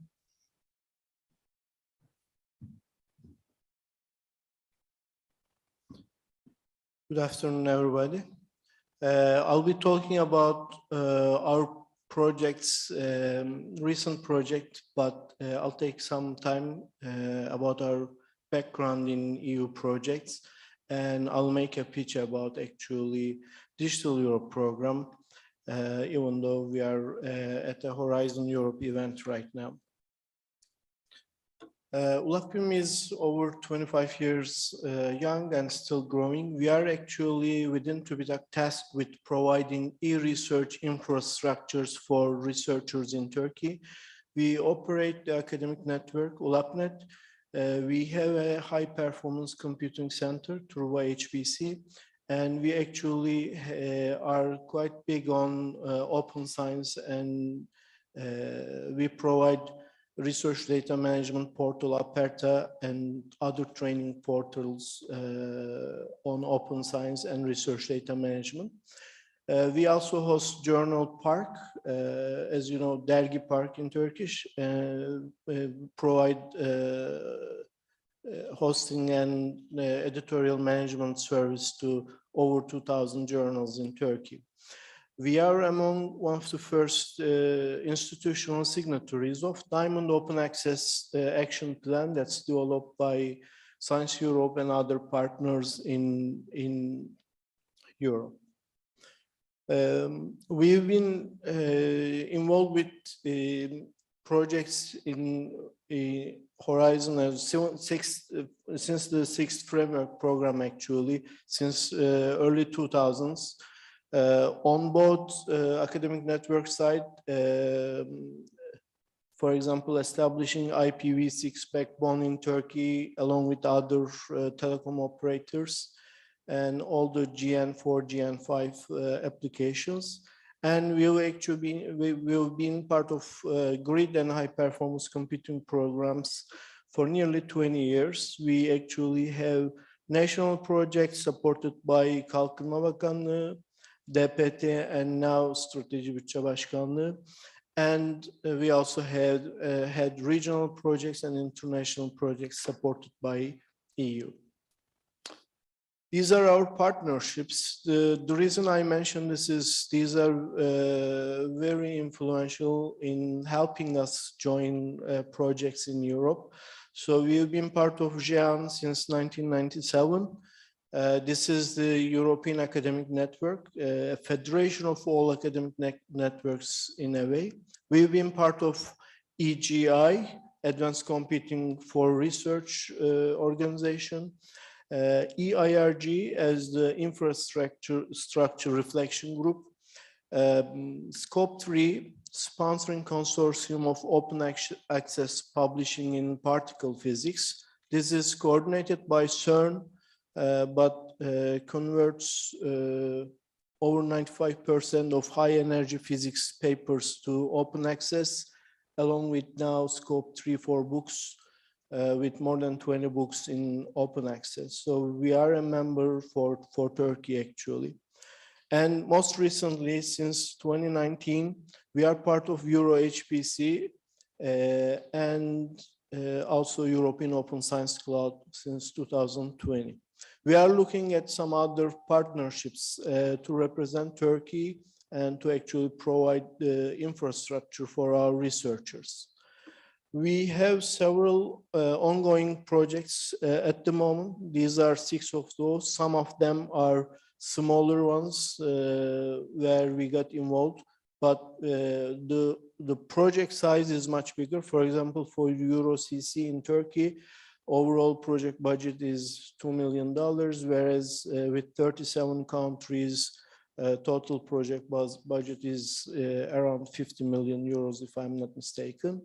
These are co-funded programs, so 50-50 funded by EU and Turkey together most of the time. Euro-HPC is quite big. It is forecasting about $10 billion investment in high-performance computing in Europe. Euro-HPC is right now establishing 8 data centers. 3 of them will be among top 10 in the world. and we are a partner, a major partner for Mare Nostrum 5 that will be established in Spain by end of this year.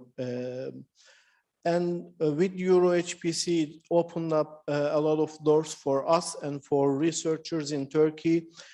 Sparsity project is part of EuroHPC calls MEEP, which is a European chip design project that TÜBİTAK Bilgem is involved, has been opened because of EuroHPC. We are a member of EuroHPC.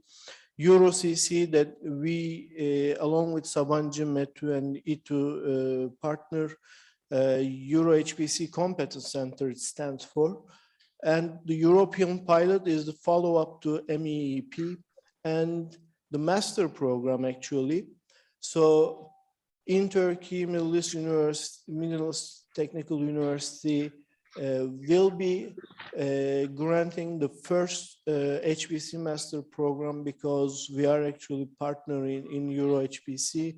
The pilot will start in only four countries, but among the 20 plus countries, Turkey is one of them. And as soon as the pilot phase is over, we'll be able to grant degrees in Turkey as well. And this is in touch with Higher Education Council in Turkey.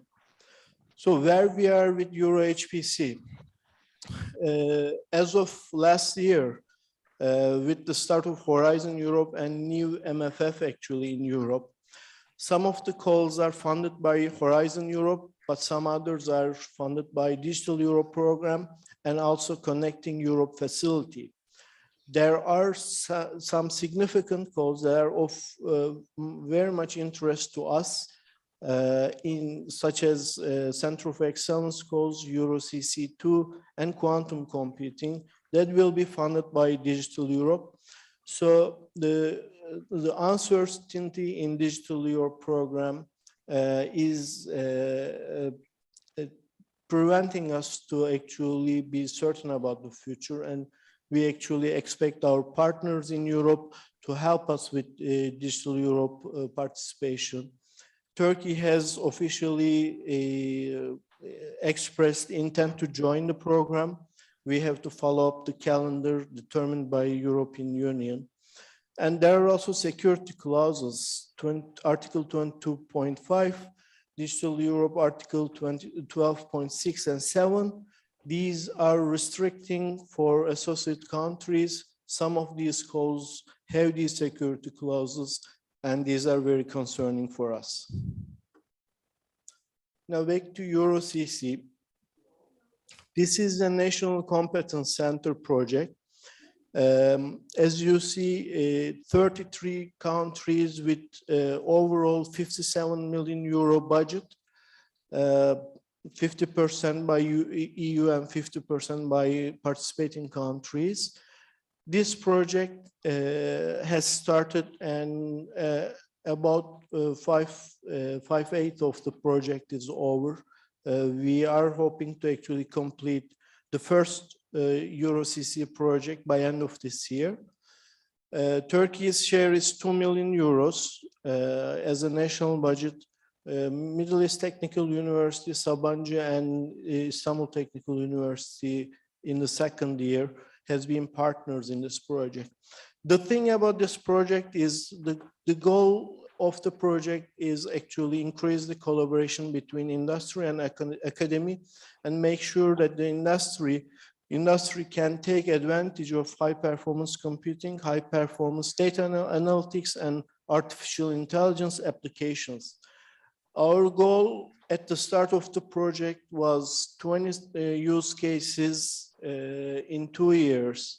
We have completed 22 use cases as of now, and we'll probably be over 30, maybe around 40 by end of the project. We have done 14 use cases with small to medium enterprises and 8 of them with large enterprises, as you can see. Ford, Yapı Kredi, and some other TUSAŞ and other big name enterprises are part of those use cases. We provide 500,000 computation hours on our systems as part of this use case study. And it is mostly covered by EU, so that our products, our industry can actually produce value-added outputs.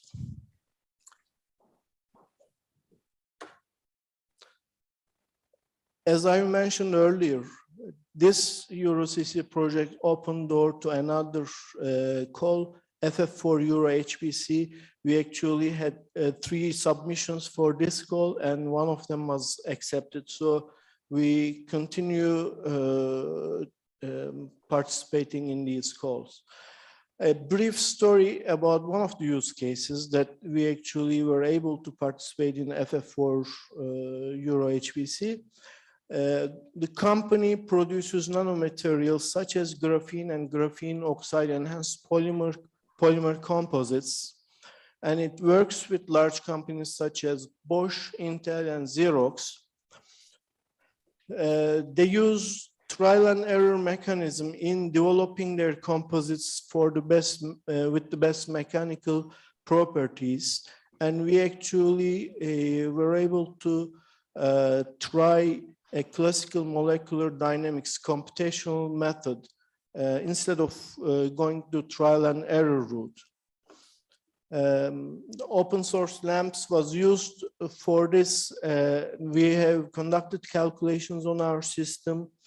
The company was introduced to HPC services, met with HPC experts at the universities, and the outcome is reduced manual labor and reduced synthesis costs, faster time to product development actually. And the second call to continue exploring this possibility, these opportunities for the company has been accepted, FF4 Euro HPC. The challenges of the project is actually aligning academic and industrial expectations, finding the right problems within HPC, HPDA, and AI domains, keeping up as an NCC, and HPC adoption is a long and arduous process actually. You have to work hard, keep up your systems, keep up your people, and keep up with all the problems that you are working on. There is a lack of HPC experienced personnel in SMEs, but also in the country and in Europe, in the world overall, which is why there is this master's program that's being targeted, and we'll be part of it, and we'll have actually more expertise in the field, hopefully. We are looking at the new DIH, Digital Innovation Hubs, and COEs for HPC, and looking at initiating case studies with the public sector. Now, fruits of our long collaboration in EU projects, we actually have been in friendly competition with all the countries in Europe while building key tools of research infrastructures. Collaboration kept us sharp and competitive. We learned from our partners and contributed to many key technologies, from IPv6 adoption in Turkey to EduGain, that is recently over 100 universities have joined. It will be very critical for Erasmus students and Erasmus without papers. Most of you have probably used EduROM all over the country and overseas. It's in fact a very recent quote from a traveling researcher was just 2 or 3 weeks back. EduROM could be the best thing there is. I just didn't even realize I was connected when I didn't know EduROM was available even at this university she mentioned. So we try to provide cutting edge technology. We keep up with the technology. We are partners as tier 2 data center of CERN experiments, WLCG, Atlas, and CMS. But for brighter futures, not only Horizon Europe, we need participation in Digital Europe program and CEF funding, because these are complementary to each other. we have already missed a few calls. EuroCC that I just mentioned, that our first year review was accepted with flying colors, but at the same time, we could not disguise the fact that our NCC was newborn NCC. So it's very transparent. Even though we have completed a record number of case studies and successful results from our use cases, it was very obvious that our NCC is a newborn NCC, and this was noted by the reviewers. So we have to continue on this path, and it's very critical to actually participate in Digital Europe program as well. And as I have mentioned, security clauses are concerning. We have several Turkish students right now studying on quantum computing in European universities. Some of them are teaching classes, others are doing their masters and PhDs right now. We are in touch with some of them to actually develop Turkey's quantum computing roadmap. However, there are these security clauses in Horizon Europe and Digital Europe that actually, as of now, restricts us from participating in quantum calls and cybersecurity calls. And we actually need to make sure that we are involved. Thank you for listening. Mirat Bey, çok teşekkür ediyoruz bu değerli paylaşımlarınız için. Efendim, şimdi ara vermeden devam edeceğiz. Bugünkü son iki konuşmacımızı dinleyeceğiz. Her iki konuşmacımız da bizlere çevrim içi ortamda bağlanacaklar. Evet, sıradaki konuşmacımız Avrupa Komisyonu Araştırma ve İnovasyon Genel Müdürlüğü Temiz Enerji Dönüşümü Birimi Başkanı Sayın Helen Cray. Bağlayabilir miyiz Sayın Cray'i? Yes, good afternoon. You see me? Hi, Yeah. we can hear you, but we can't see you yet. For me, Our you technical can. staff is fixing that right now. Because I have put my video. Yes. Wow. Yes, So we close. can see you. The floor is yours. I'm frightening myself.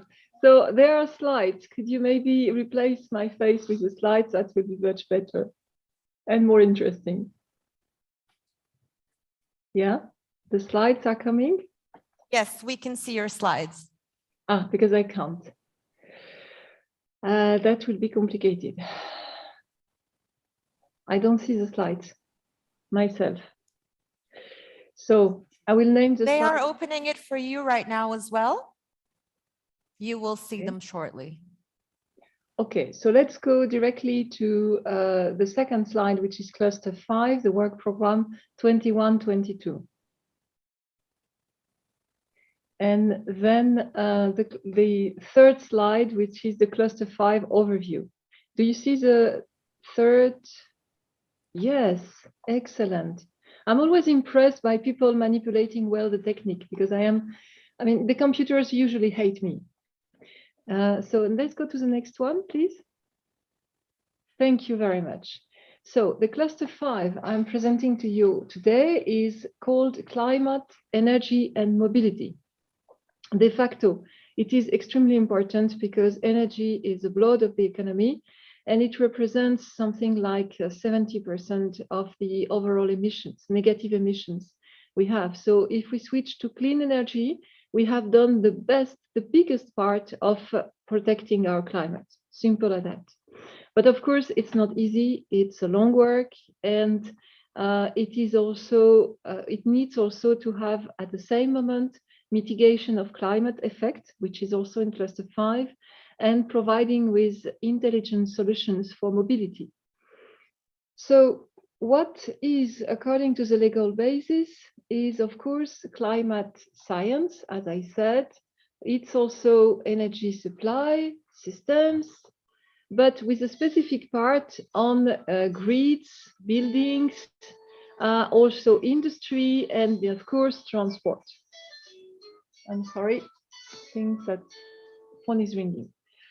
So that is the block we have. And if you look at the right side, you will see that this cluster includes quite a lot of instruments, which are partnerships and missions. It includes, of course, 2 co-funds.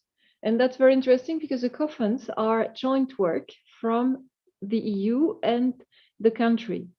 That's coordination, but also joint funding between national and European funds. That's very interesting. You have here in Cluster 5, we'll see later on, 2 big co-funds, mainly dealing with energy and cities. One on energy and one on cities.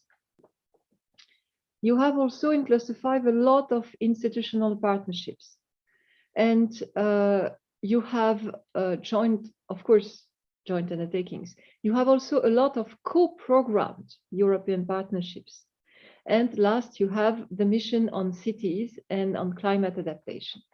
So if we go to the next slide, please.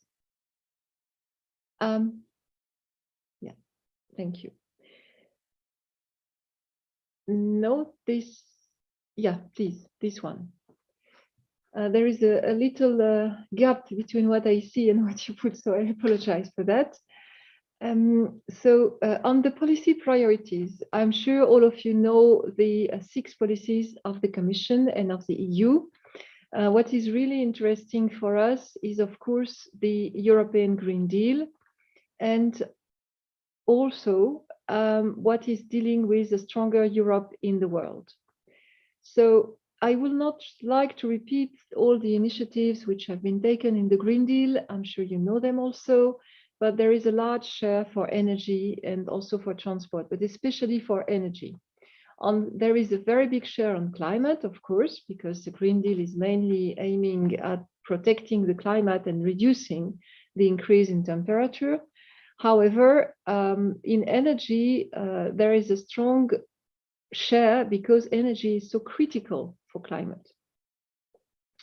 And I would like to quote the main ones: the energy system integration, the hydrogen, the renovation wave, the offshore renewable energy, and of course, last but not least, the Repower EU we just published, which is trying to mitigate also the impact of the war between Russia and Ukraine.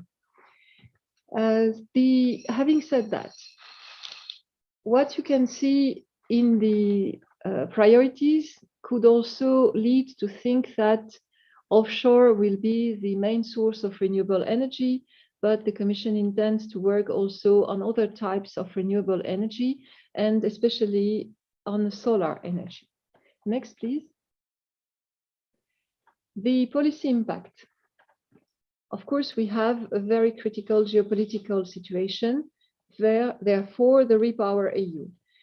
There is a very good fact sheet on Repower on our website, and I advise to look at it. Of course, Repower is mixing short-term measures to answer the immediate needs, but also long-term measures. I was ashamed, honestly, personally, to see that we had, even 2 years ago, 30 million European facing energy poverty. This is not acceptable. And unfortunately, it should be even much more now. So that is not something we should tolerate, and because energy is needed for everything we do. So the Repower, of course, what I would like to flag in the Repower is the tackling and strategic dependencies and channeling financing to next generation technologies. Repower mix, as I said, long-term, short-term, and in the long term, we need research to provide us with solutions. Solutions to switch to clean energy, solutions to reduce the dependency towards imported energy at a level which will become sustainable, and solutions which will also reduce the dependency towards imported materials. I have to ask for your excuse, but it's a time for allergies in Brussels. So next, please. Yeah. And energy is worldwide. So of course, the international cooperation is extremely important for us.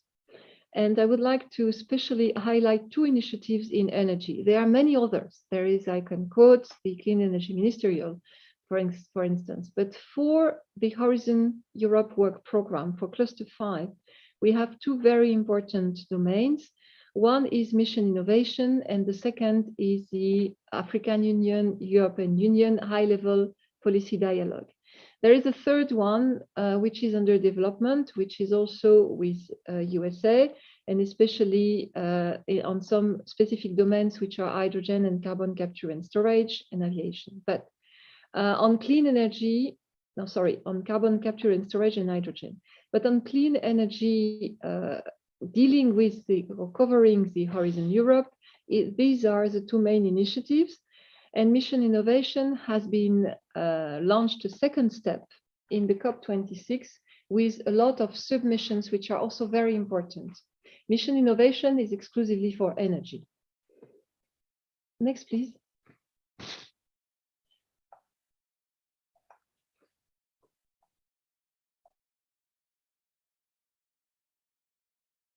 So I have been speaking about the partnerships. You see here the three categories of partnership.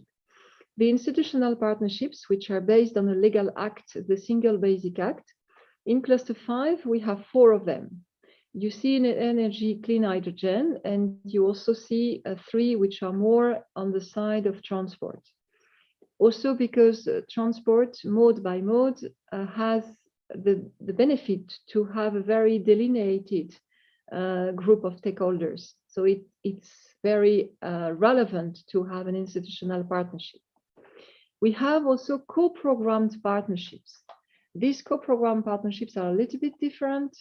They are not institutionalized, of course, but they are covering also energy and transport. In Cluster 5, I would like to quote something, you know, the batteries one, which is continuing, but also the road transport, the waterborne transport, the build for people, which is replacing but extending the EEB in Horizon 2020, and of course, the connected, cooperative and automated mobility.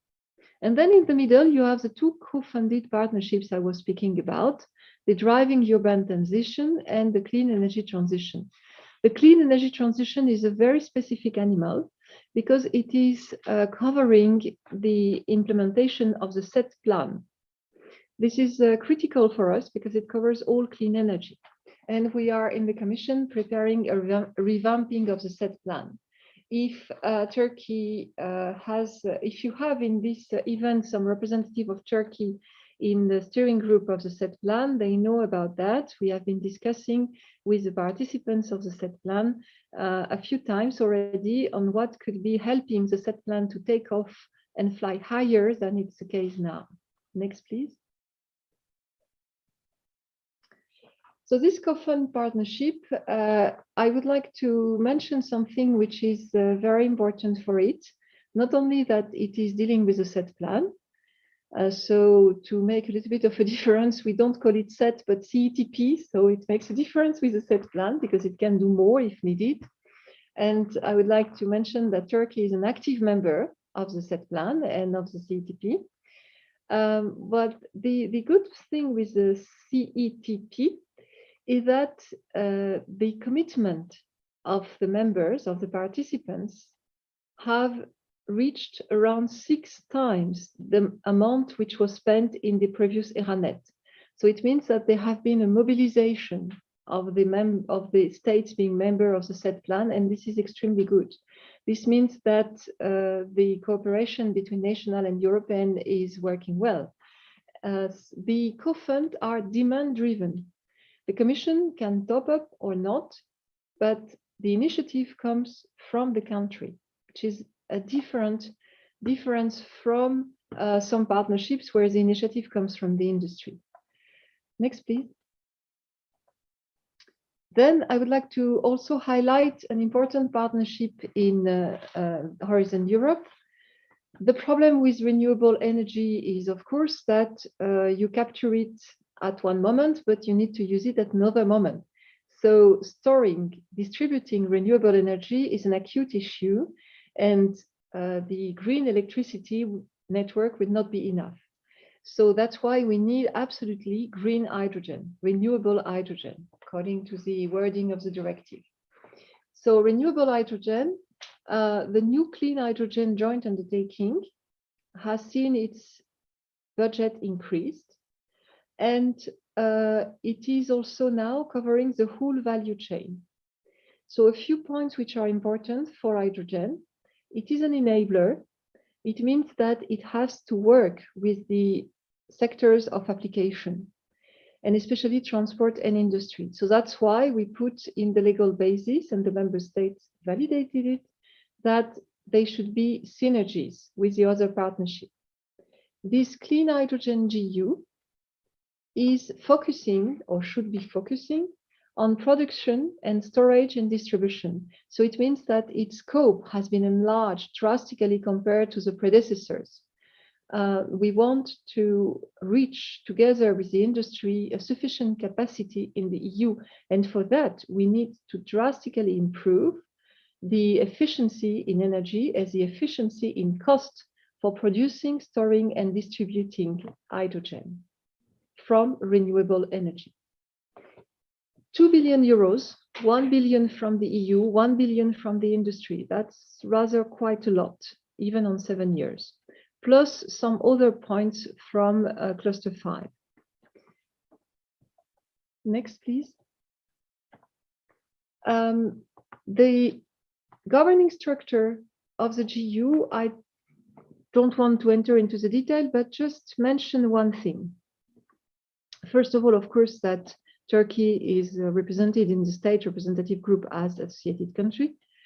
But the second is that the last point you see on the slide, we wanted to have easy flying, let's say, joint undertaking. So we have simplified the governance, and the member states have followed us, which is very good. I'm very grateful for the support of the member states at the council. And we have stopped the scientific committee because one of the two private stakeholders is representing research and innovation. But on the contrary, and that's a point I would like to insist, there will be every year a scientific gathering organized within the Hydrogen Week, which will assess the future orientations of the hydrogen GU programming. That's very important. It's a yearly event, and it will be in at the second or last quarter. We will soon circulate the date, which will be agreed rather quickly now, and we're beginning to build the program with a joint undertaking. So this scientific gathering, that will be upon invitation, of course, but it will be largely disseminated, and I would advise the relevant scientific people to begin to look at it, because it's a way to discuss with your peers and look at the future orientations. Next, please. Then we go to the priorities. I have to say that these are the, it's not the last version. There was a mistake in the slide. And, no, sorry, this is the last version you have on the screen. My mistake. So it is in the annual work program 22. We cannot give any budget for the 3 priorities, but we can now for the annual work program 22 because it is already available. So we have exceptionally continued to give a third of the budget to applications. However, the applications now include heat and power. And I need to draw your attention, sorry for my English, to the cross-cutting activities. You will find something which is becoming a very acute priority now for the Commission in energy, and which is, at least in research and innovation, something which is also mentioned in Repower EU. This is the hydrogen valleys. The hydrogen valleys are a very interesting concept for 2 reasons. One, it is flexible. You can have an hydrogen valley only for a port or only for an industrial node, but you can have an hydrogen valley which serves many sectors and which is located in a remote area or in an area which is not yet hydrogen friendly. Then Hydrogen Valley has a second characteristic, which is it needs to be implemented through deployment. So it means a kind of a local agreement between research and innovation and investment deployment. That's also very interesting. And the joint undertaking has really has made a very big thing, which is to create a platform, but also a project development assistance. So I will stop here on hydrogen valleys. You understand that I like it. Our commissioner likes it, but that is something we will develop further. The work program was adopted end of February. It's available, as I said. And what is more interesting, the first call or big call was published 1st of March with 2 cutoff dates. Next, please. Let's go to the priorities in the international cooperation. Of course, the joint undertaking is not doing itself international cooperation. It is supporting the Commission for doing it.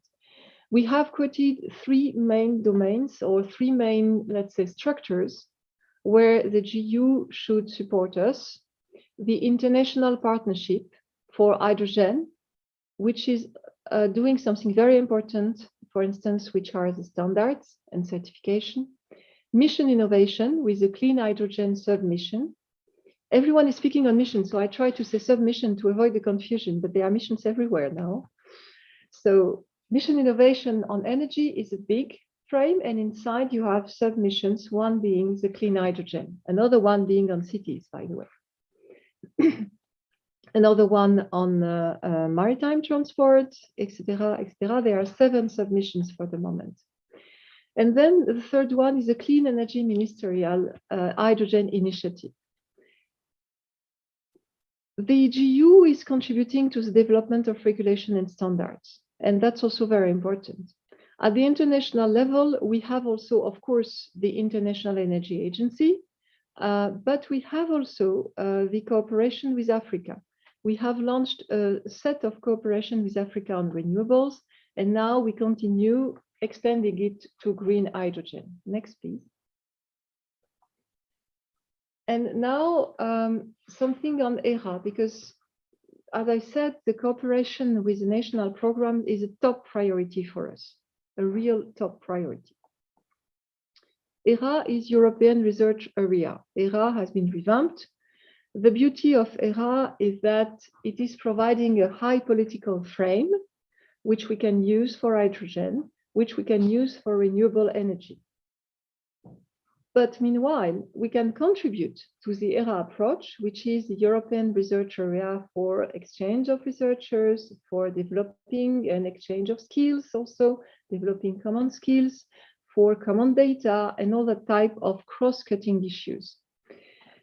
ERA Action 11, I forgot to say that ERA is also national demand driven. It's not the Commission dictating ERA. This is a member states and associated countries which are proposing actions in ERA. That's very, very important. So ERA Action 11 has 3 legs, and 2 are very interesting for us. This is the hydrogen and the set plan.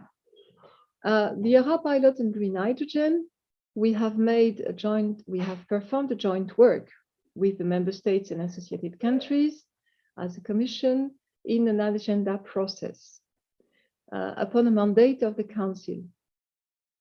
And especially we in the Commission have issued a staff working document in January. If you didn't read it, maybe it could be interesting to do it. We tried to make it short, up to the point, and we flagged 4 domains, more or less, where we think that there should be further work and actions developed. The 4 domains, you will not find them here, but you will find them into the staff working document. They are mainly a European research area of data for hydrogen, based on what the GU has been doing till now. You will see a European research area on skills, which is progressing well now, pushed by the private stakeholders and European research area of technology infrastructure to support the development of hydrogen technologies toward the market. And the fourth was the hydrogen valleys.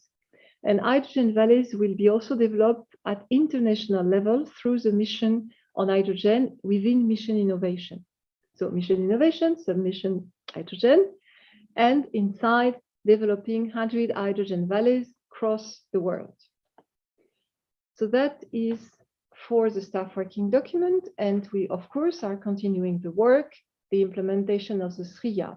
The SRIA was just published, there was formally, let's say, provided last week. It was in a big event organized by the German authorities, but where member states and associated countries were participating at a very high level. Ministers were there. So it's taking great importance. Next, please.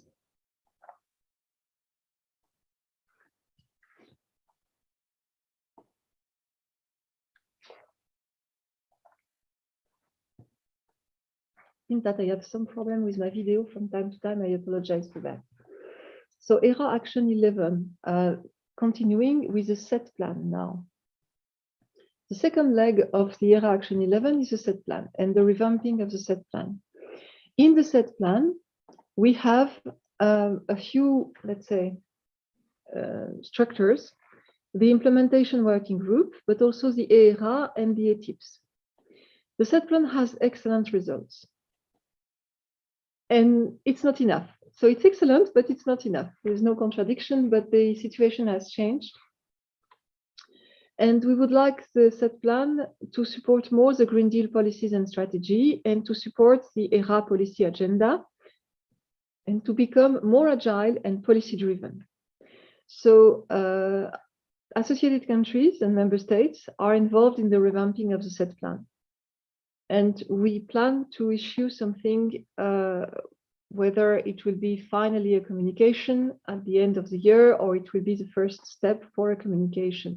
But we expect to be able to discuss on that at the set plan conference in November in Prague. The set plan is supported by Horizon Europe, the CETP, the co-fund. So that's why it's so important to look also at the revision of the set plan. Next, please. If I go back now to the overall of the cluster 5 and the overview, you have 6 destinations. They are not always having the same amount of money, but there are 6 different approaches. You will see that climate science, the first one, destination 2 is cross-cutting. Sometimes it is surprising to see batteries in the destination 2, but there is a strong rationale in that, because batteries are crossing many of the applications and crossing also many of the other destinations. So that was more rational than to put it in energy demand, energy supply, transport. So that was more rational to do it like that. Then destination 3, energy supply, includes renewable energy. And in renewable energy, we have also the production of renewable energy, including biofuels, for instance. We have then energy demand with the 2 big blocks, which are building environment and industry. 5 is the transport modes, and 6, the smart mobility. Next, please. So going to an overview, this time with what is more or less the share of the budget on the 21-22. So I will not comment, but just to tell that you see that the big amount is, of course, energy supply. You see also that there is a little bit more on the EA, on the innovation actions, than on the research and innovation action for energy supply. Although for cross-sector solution, it's a contrary. I have to say also that what is in blue, the co-fund, is devoting more to action at high TRL than action at low TRL. So this even increasing this. For the rest, energy use is also more on the innovation action, while the others are more on or balanced between research and innovation action on one hand and innovation action on the other hand. This explained also by the cost of some demonstration in energy. When you want to build a demonstrator, it's a lot of money compared to a pure research project. If I go now to the cluster 5 call structure, please. Yeah. So this is something which is also interesting to see how it will go. You can see, for instance, that we will have some parts all the time, some others are just for the are implemented quicker, but you see a continuity on energy supply, energy use. That's the two which are constant. As I said, energy is really, it's not because I work on energy, but energy is really critical. Next, please. So destination 1, climate science, what does it mean? You have here the objectives. I would like to quote maybe a few things. First of all, on the implementation, as you see, there was a first call in 21 and there will be 2 calls in 22, but there are 2 calls in 22. It's more climate science, adaptation to the climate conditions, and also strengthening the European research area. Destination 2, please. The batteries. I like the batteries because in my previous job I was dealing with batteries also, because I was dealing with materials.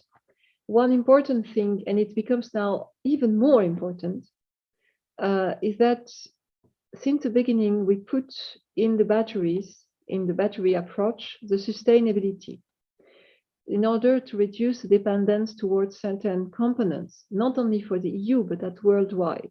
So substitution of critical materials and having full circularity, recycling, that circularity is considered at the beginning. That's where we invented, that exactly in that domain, we invented the concept of circularity by design.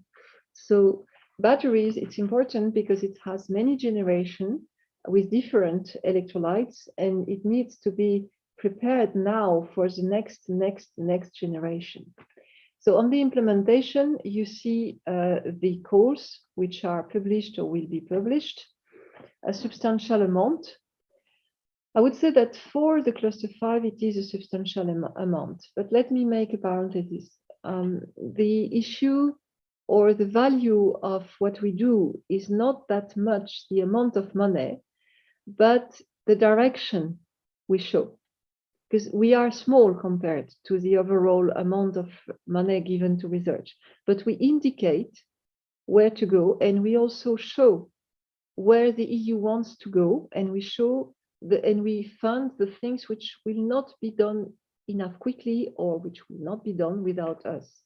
So this necessity of our approach is not linked to the amount of money. It is linked to the visibility and to the mobilization of all stakeholders around this approach.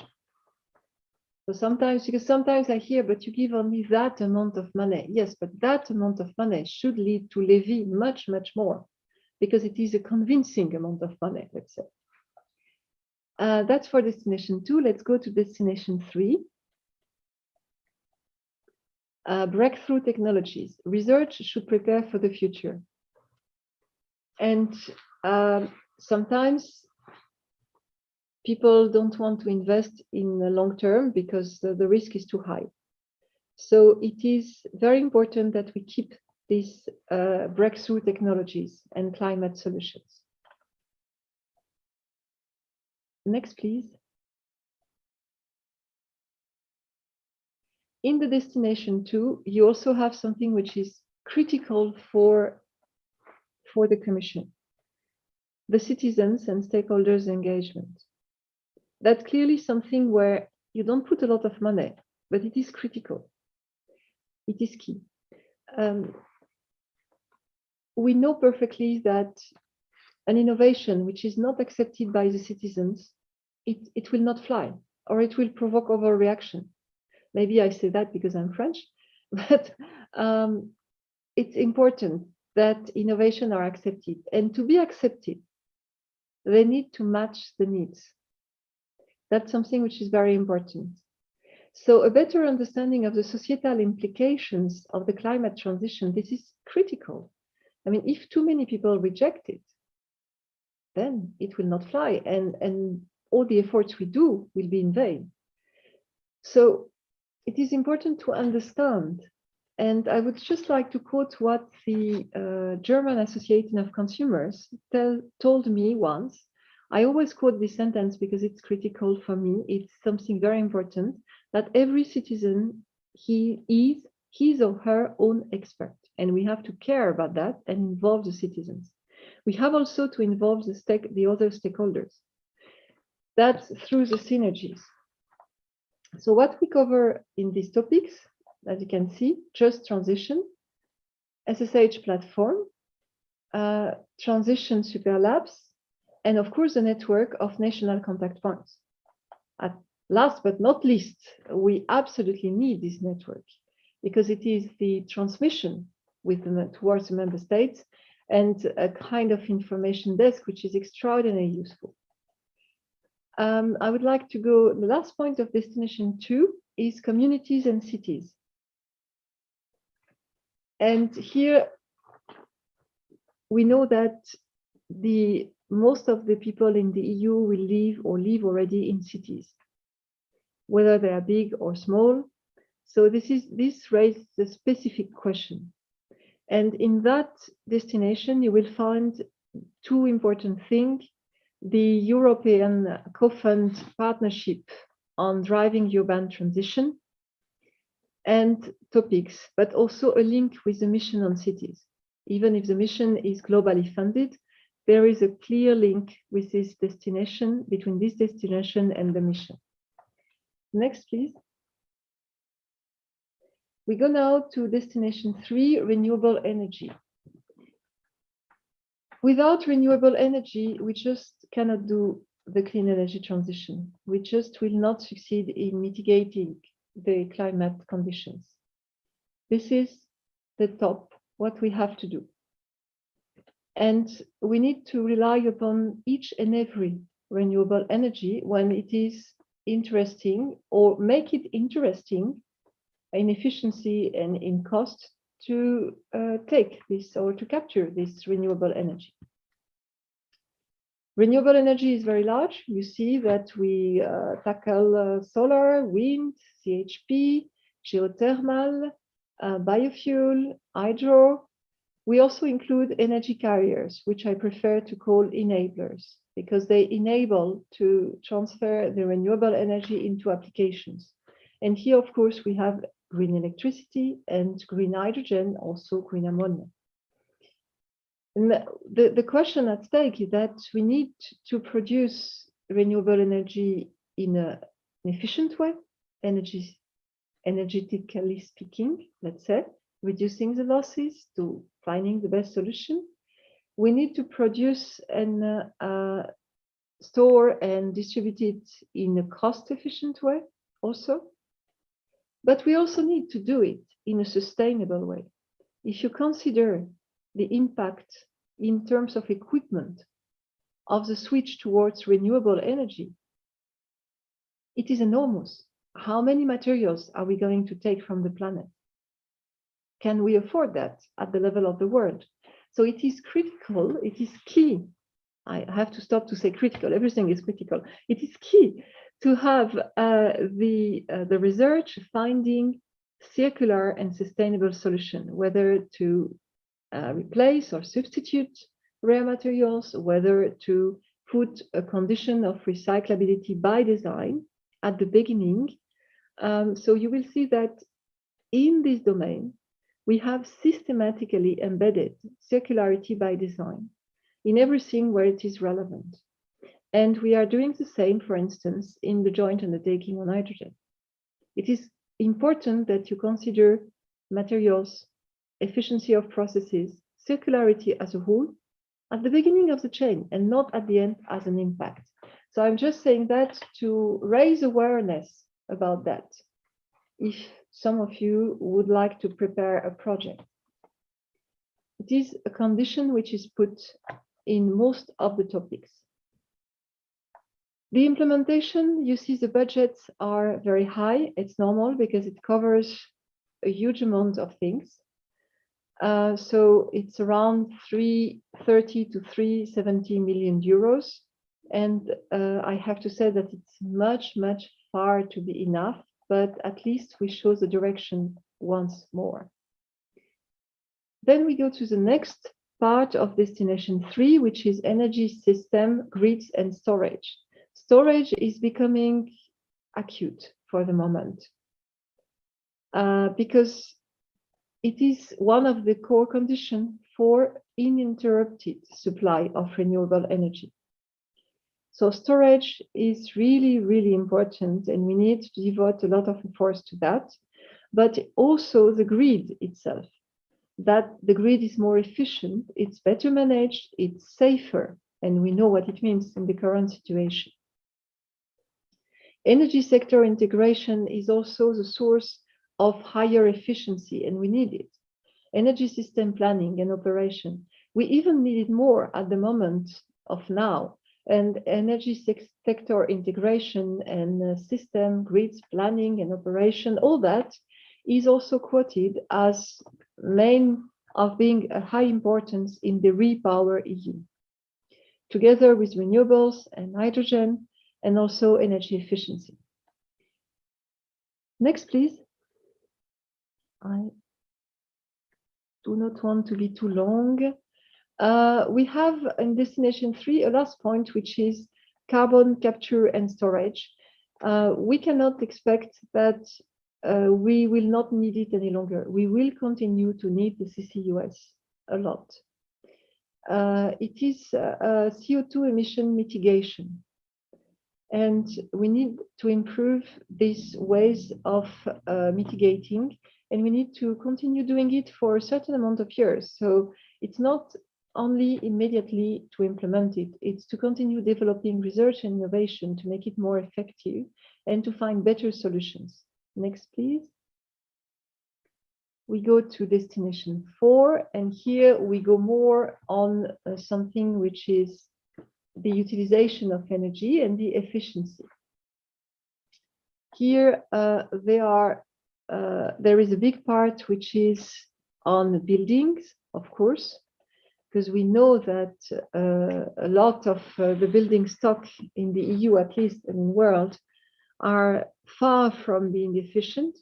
And we know also that there is a lot of work to do for research, also to find intelligent solutions and to find solutions which are answering the need of the people. That's more complicated. It is linked to renovation wave.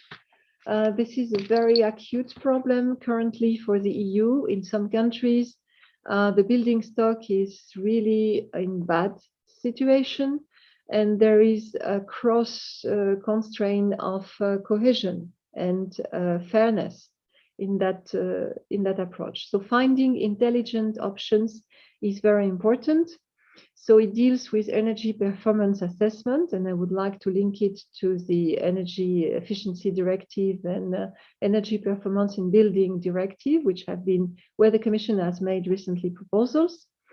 Industrialization of renovation also, because the building materials industry is using a lot of energy and is on the path towards increasing sustainability and efficiency, but it's on the path and all that. Smart buildings, sustainability along the life cycle, these are very important for this specific domain, even more than for others. Then in destination 4, we have the industrial facility in the energy transition also. Next, please.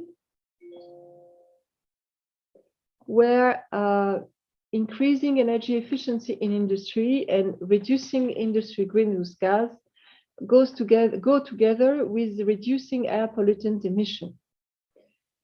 So I think I'm too long, so I will accelerate a bit. Sorry for that. Let's go to transport now. I will be short in transport because my colleague speaking tomorrow will do more on that. I will just mention the zero emission road transport. As we can see, and road transport is raising specific issues because, for instance, for long freight haulage or even short freight haulage, it's very difficult to find the right solution. There are not quite a lot. Hydrogen can come, but electricity can come, and also biofuels. So we need to be inventive and find the right mix, not only now, but over the next years. Next is aviation and waterborne, and I will let maybe my colleagues explain that for the next intervention tomorrow. And go directly to the destination 5, or impact of transport and environment on human health. Next. Voila. Thank you.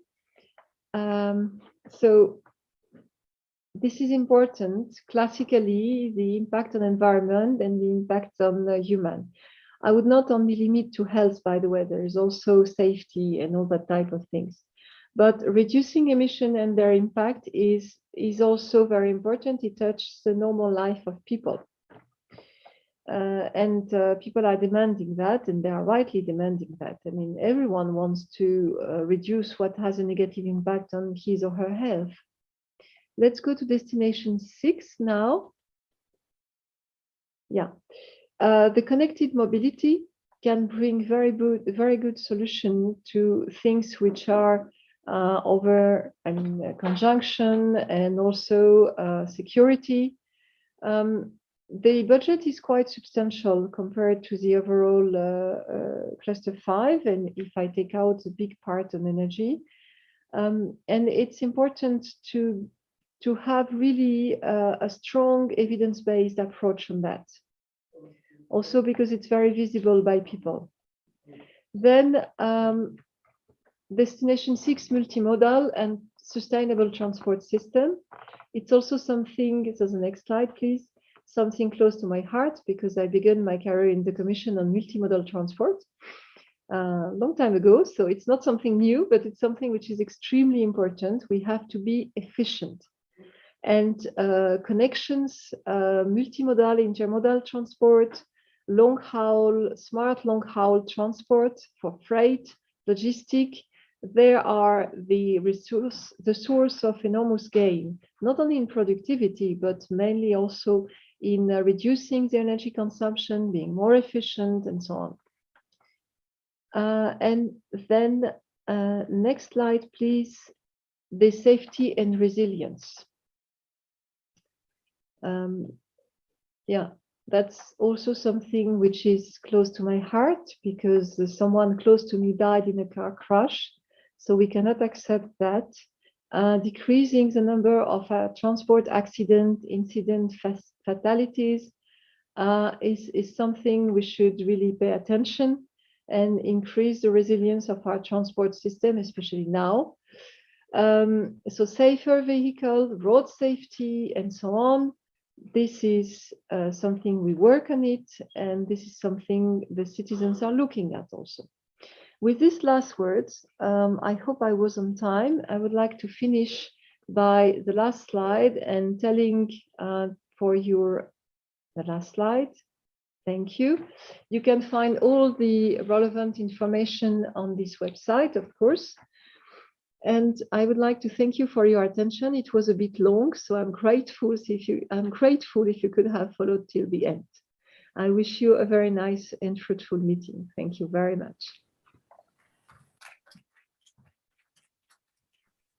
Ms. Cray, thank you very much. And if I may, I'd like to address a question to you. Can you still hear us?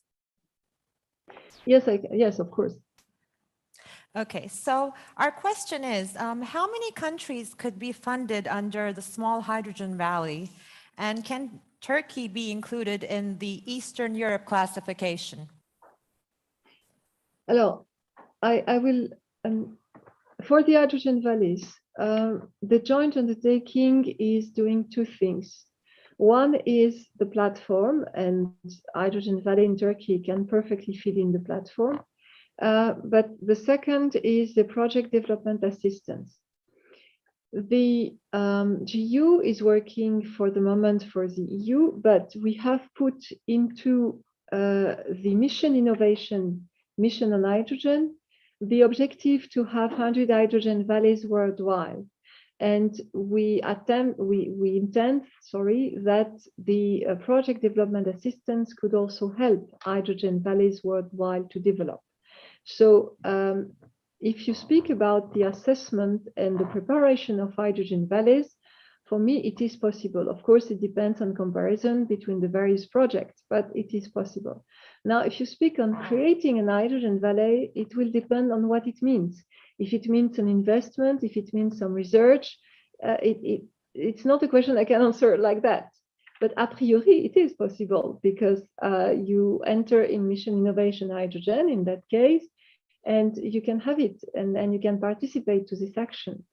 But you need in that case to be in mission innovation, of course, hydrogen. That's the first answer. On the second point, I don't see it is really relevant because it's not in that program, you know. It's in mission innovation that we cover the hydrogen valleys for the moment. And last point is Turkey is an associated country, so I don't see what will bother to enter into any specific action we do in Horizon Europe, if we do one. But it's a little bit early because we are preparing the 23-24 program. What we want, I mean, hydrogen by definition is worldwide. I mean, it's a network. It should be a network. So creating a network and excluding some country doesn't seem to me very logical, to be fair. But it's again a preliminary opinion because we are doing the 23-24, and I would like to advise you to look at the mission innovation. That's the best way to enter because it will be the same link between mission innovation and the project development assistance into the joint undertaking. I hope I answered your question. Yes, thank you very, very much. We really appreciate it. And thank you for your very informative presentation. Evet efendim, Sayın Krey'i uğurladıktan sonra şimdi de tekrar canlı bağlantıyla Avrupa Komisyonu Araştırma ve İnovasyon Genel Müdürlüğü Endüstriyel Dönüşüm Birimi Başkanı Sayın Jürgen Tidye'yi ağırlayacağız. Mr. Tidye, can you hear me?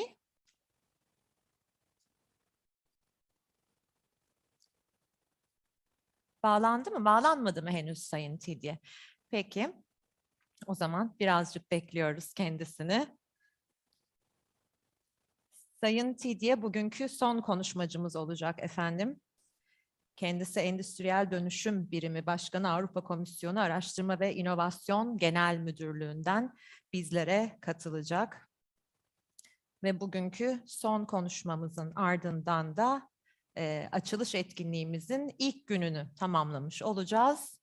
Ve yarın tekrar burada panellerimizle siz değerli misafirlerimizi ağırlayacağız. Yine hem yabancı hem Türkiye'den konuklarımız, konuşmacılarımız burada olacaklar. Panellerde oldukça önemli konuları tartışacaklar. Henüz bağlanmadı Sayın Tidye'yi bekliyoruz.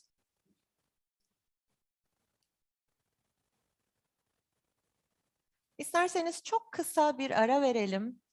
Hızlıca belki çay kahve de almak isterseniz hemen ardından burada Sayın Jürgen Tidye'nin konuşmasını dinleyelim. Teşekkür ederiz.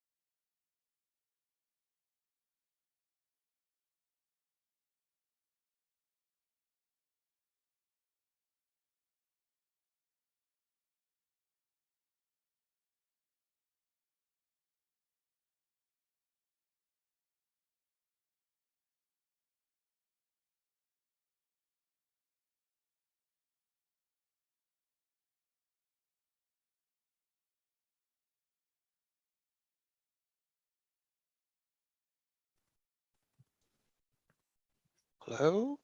Can you hear me Değerli now? konuklarımız, Sayın Yürgen Can you hear Tidye me şu now? anda bize bağlanıyor. Mr. Tidye, hi, we can hear you. Hello? Can you hear me? Yes, we can hear you. Can you hear us? Hello? Can you hear me? We can hear you loud and clear, Mr. Tidye. Can you hear us? Hello? Sanırım şu an kendisi bizi duyamıyor. I can't hear you.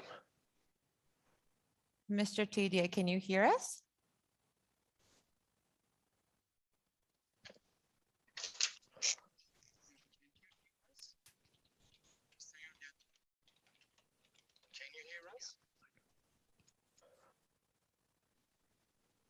Hello? We have connectivity issues.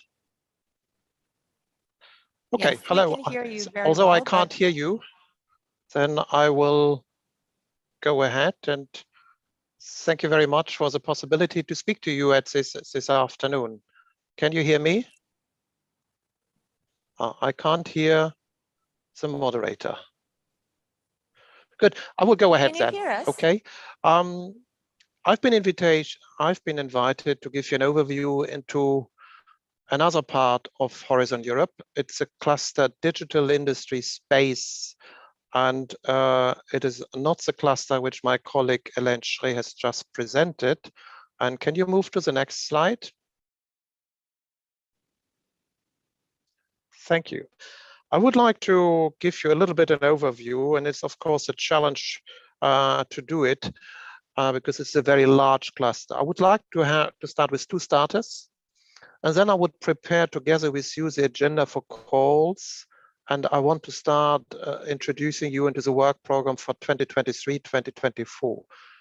That work program is under preparation. It is not publicly available, but I wanted to give you some thoughts because next year the calls will be out. And then I would like to focus on European partnerships and cross-cutting issues. Can we go to the next slide? Yeah, I think a brief introduction, my first starter, digital industry space. We have seen that Turkey made a huge effort and has been very active in participating in Horizon 2020 calls, in particular in the last years.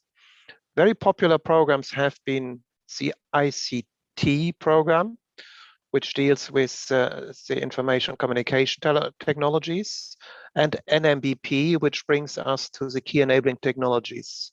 They both have been grouped together with the space work program from Horizon 2020, and today you find them in a new cluster called Digital Industry and Space, Cluster 4.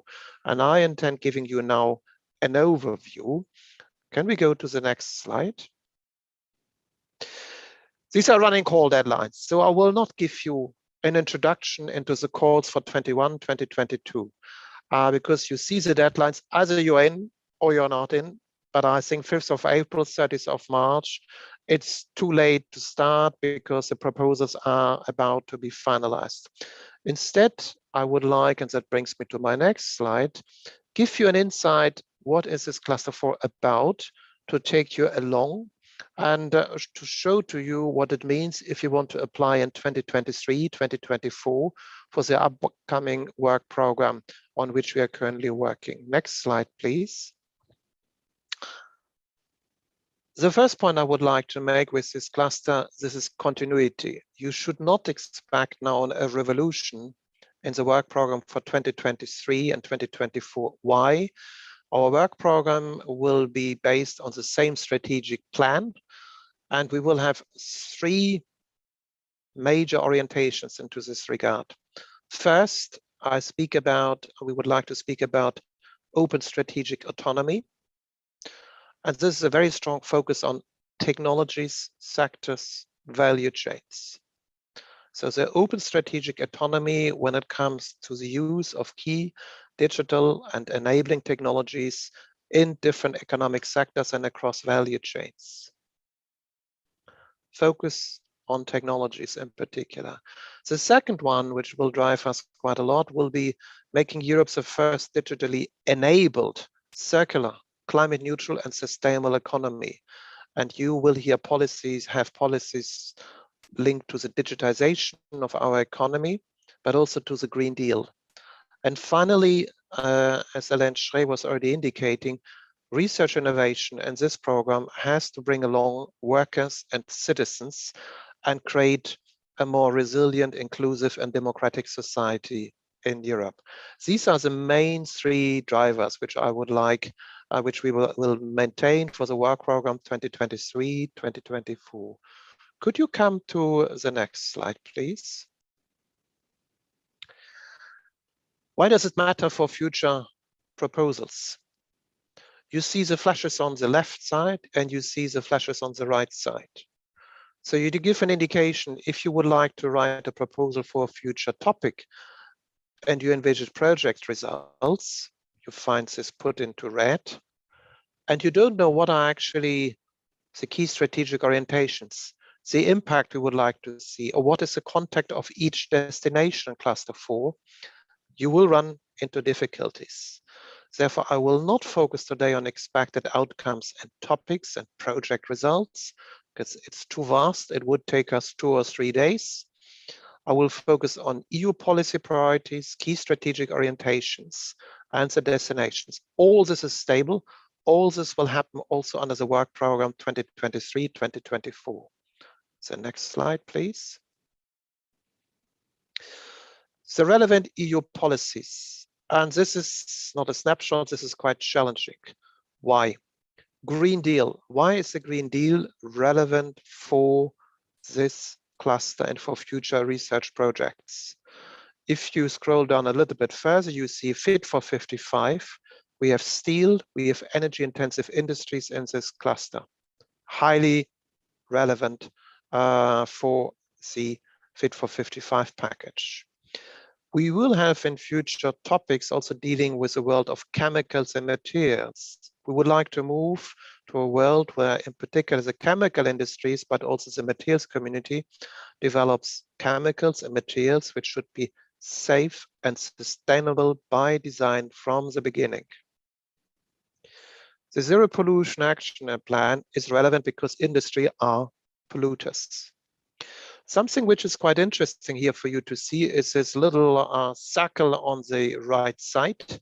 This is a materials manifesto, a big priority which has been put forward not by the Commission, not yet by the EU policies, but where we got a strong push on what to do on advanced materials. Finally, you will find links to the digital decade. The digital decade, which is focusing on, I think, in general, how will be the skill set? How many IT specialists we will have? Will we have the 20 million IT specialists in Europe we all need desperately? 5G should be available in all populated areas. What about the next challenges on quantum computing? What about the technology uptake of digital technologies amongst SMEs? 75% of all companies in Europe at large should deal with cloud, AI, and big data. This is a digital decade. We have the industrial strategy, highly relevant when it comes to critical raw materials, which is a new priority under this cluster. And you will have an interesting session tomorrow on Industry 5.0, a new concept. You hear a lot about Industry 4.0, but Industry 5.0, that's not the next industrial revolution.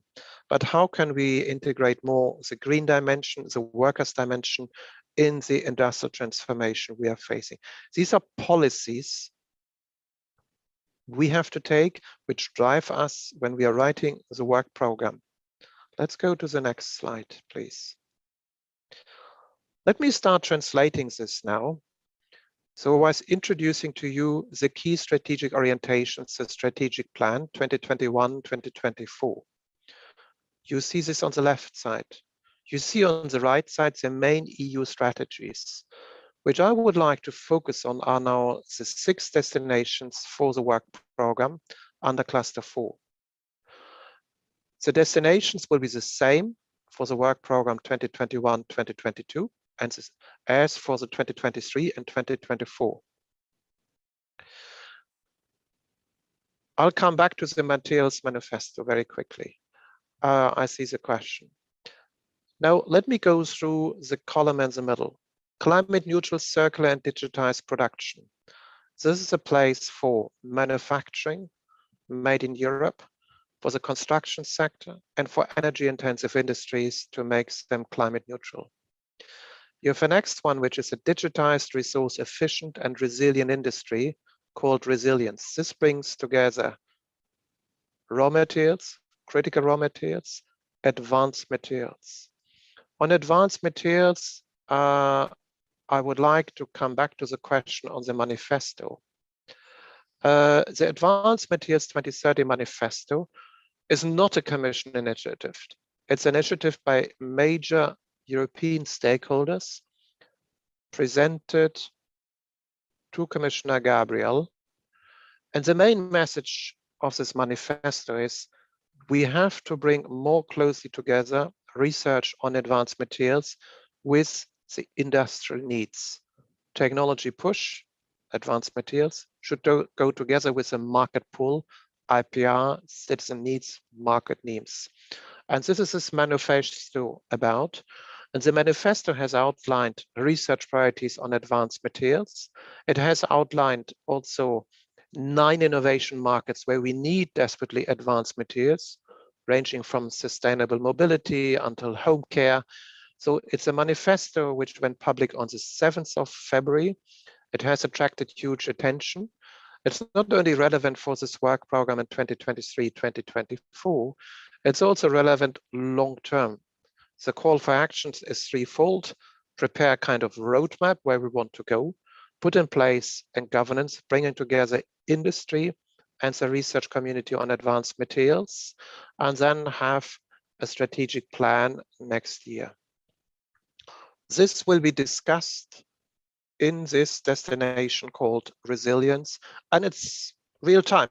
We have these discussions now ongoing with the member states until June, and hopefully in 2023 you will see then the topics where you could apply. Let me continue with a discussion on let me continue with a discussion on data. Data brings us to the world of internet, world-leading computer and computing technologies. You have another one as a digital emerging destination, which is focusing quite a lot on quantum, on graphene, but other low TRL topics. Space you can find in the destination 5. There's a lot about open strategic autonomy. This is a world which is very rich, but focusing on global space-based infrastructures, services, applications, and data. And then the focus will be a lot on human-centered and ethical development for digital industrial technologies. And this is very much linked. How do we bring in the citizens in the world of AI? But what does it mean also to link it up with standardization? So these are in essence the 6 destinations which will guide us also for the work program in 2023 and 2024. The next slide, please.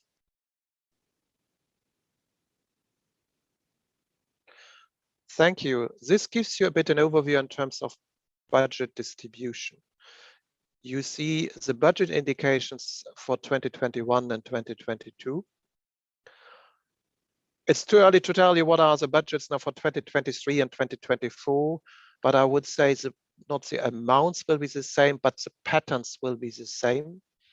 The reason is also that Cluster 4 is funding so-called institutionalized partnerships, or we call them joint undertaking, and they found their center of gravity in particular in the part of world-leading data and computing technologies, which is in essence the successor of Excel, key digital technologies. But you found them also, I think, on the human side, which brings you to 5G and to the smart network services partnership. So this explains the differences here, but it gives you an indication about how the overall budget is distributed. For the work program, the overall budget has been 3.5 billion euros.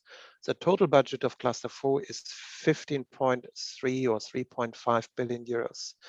including the budget coming from the next generation of the EU.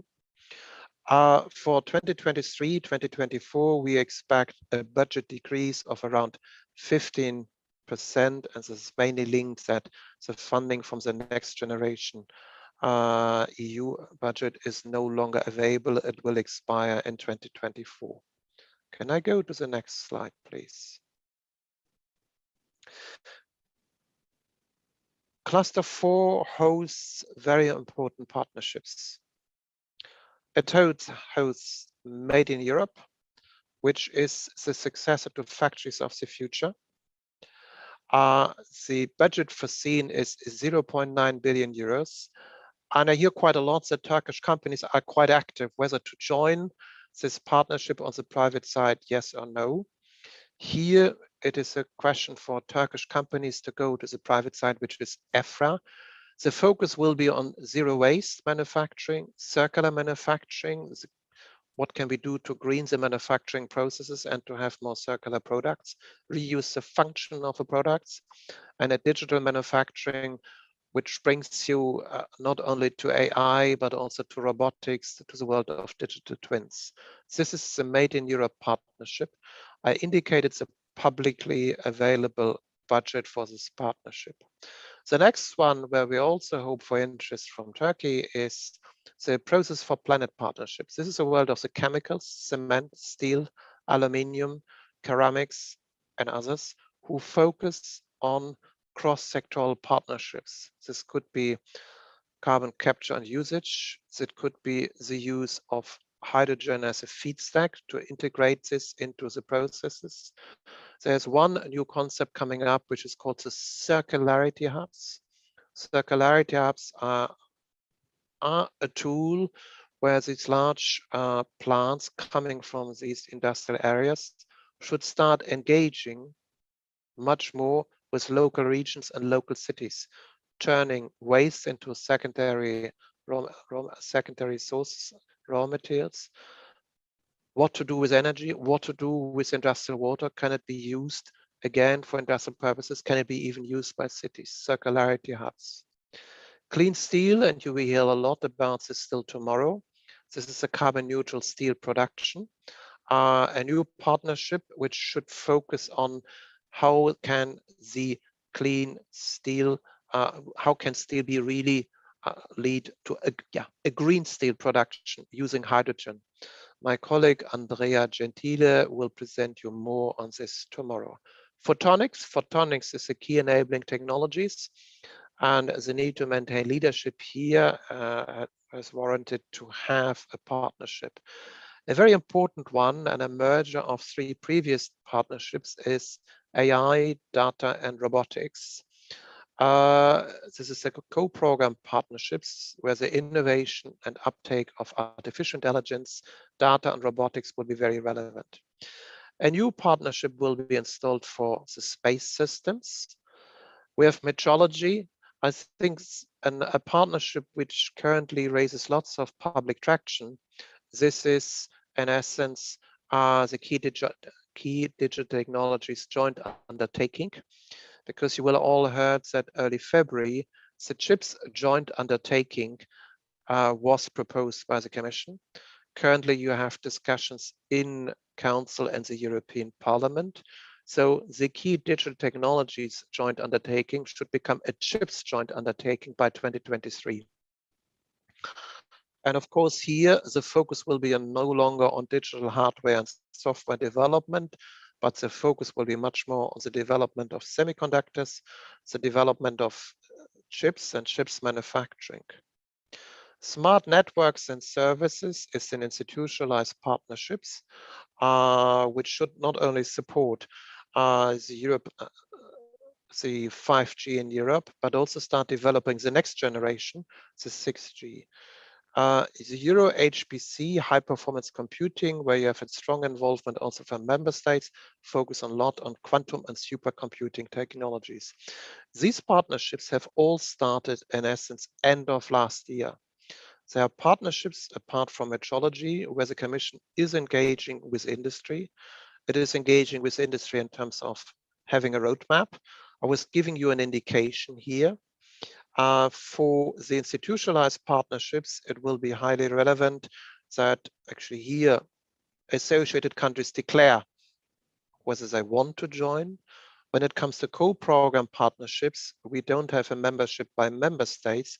We have in essence a membership via a private side, and here it's for Turkish companies to reflect whether to join the private side of these partnerships. A lot of information is available here publicly.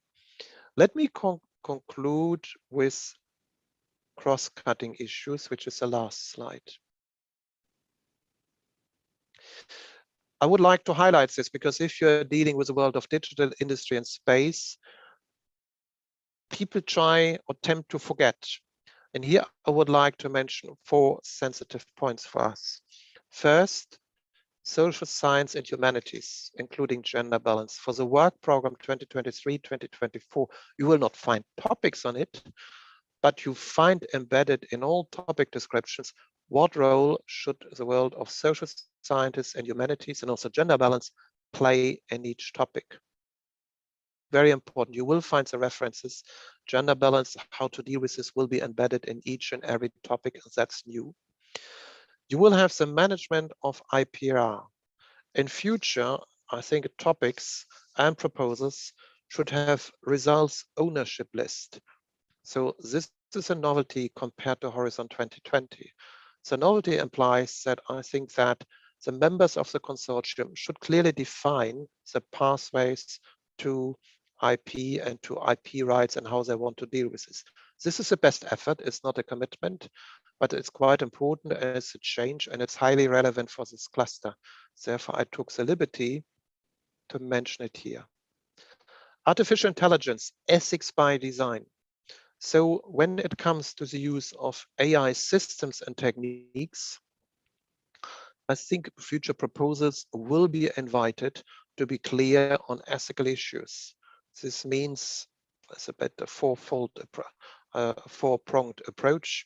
It's first, the use of AI is technically robust and accurate and reproducible, so avoids failures. The second one, it's socially robust, so it's accepted in the society. It's reliable, and also that the decision-taking process is very transparent.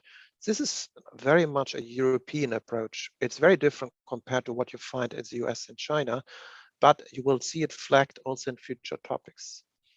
International cooperation. Well, you are now an associated country, but if you allow me, I speak about international cooperation far beyond. This includes the use of Article 22, paragraph 5. Here, we have the possibility to restrict access for proposers from countries if the strategic assets and if the strategic sovereignty on certain technologies in Europe is touched upon.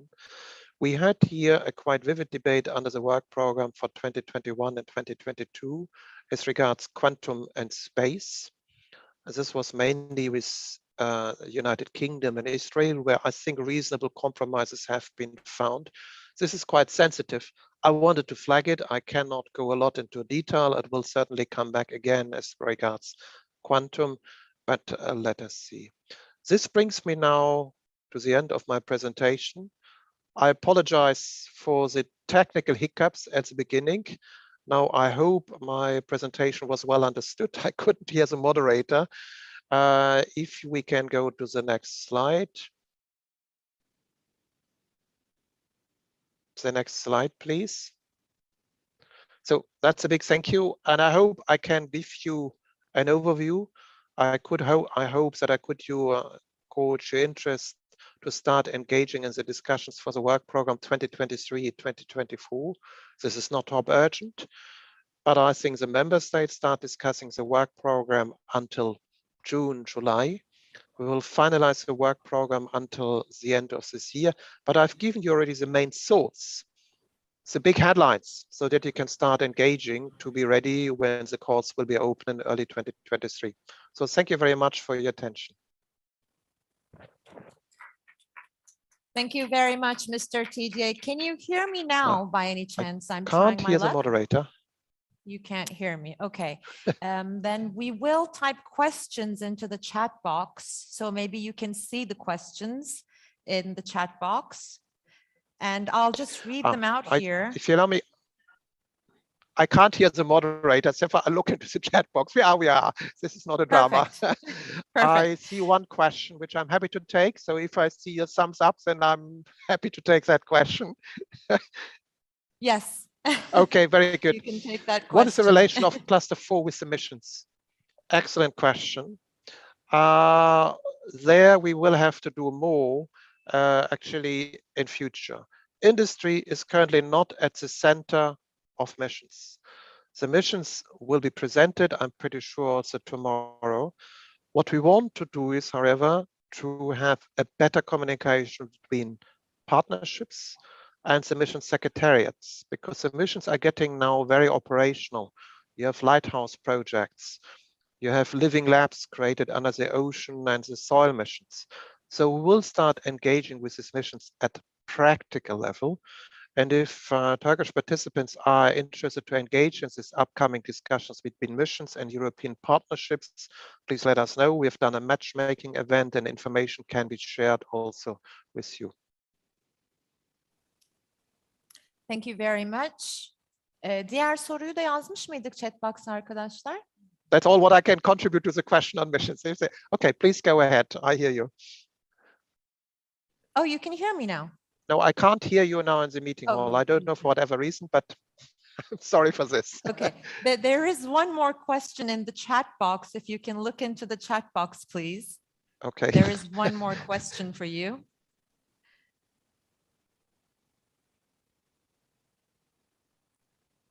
Diğer soruyu da gönderdik, değil mi? Since the connectivity is not ideal and I don't have questions in the chat box, I think I can repeat my name, Jürgen Tietje. I'm very open, but unfortunately, I cannot help here because the connectivity seems not to work. I see 56 participants. I apologize for that, but it is as it is. Thank you very much. Thank you.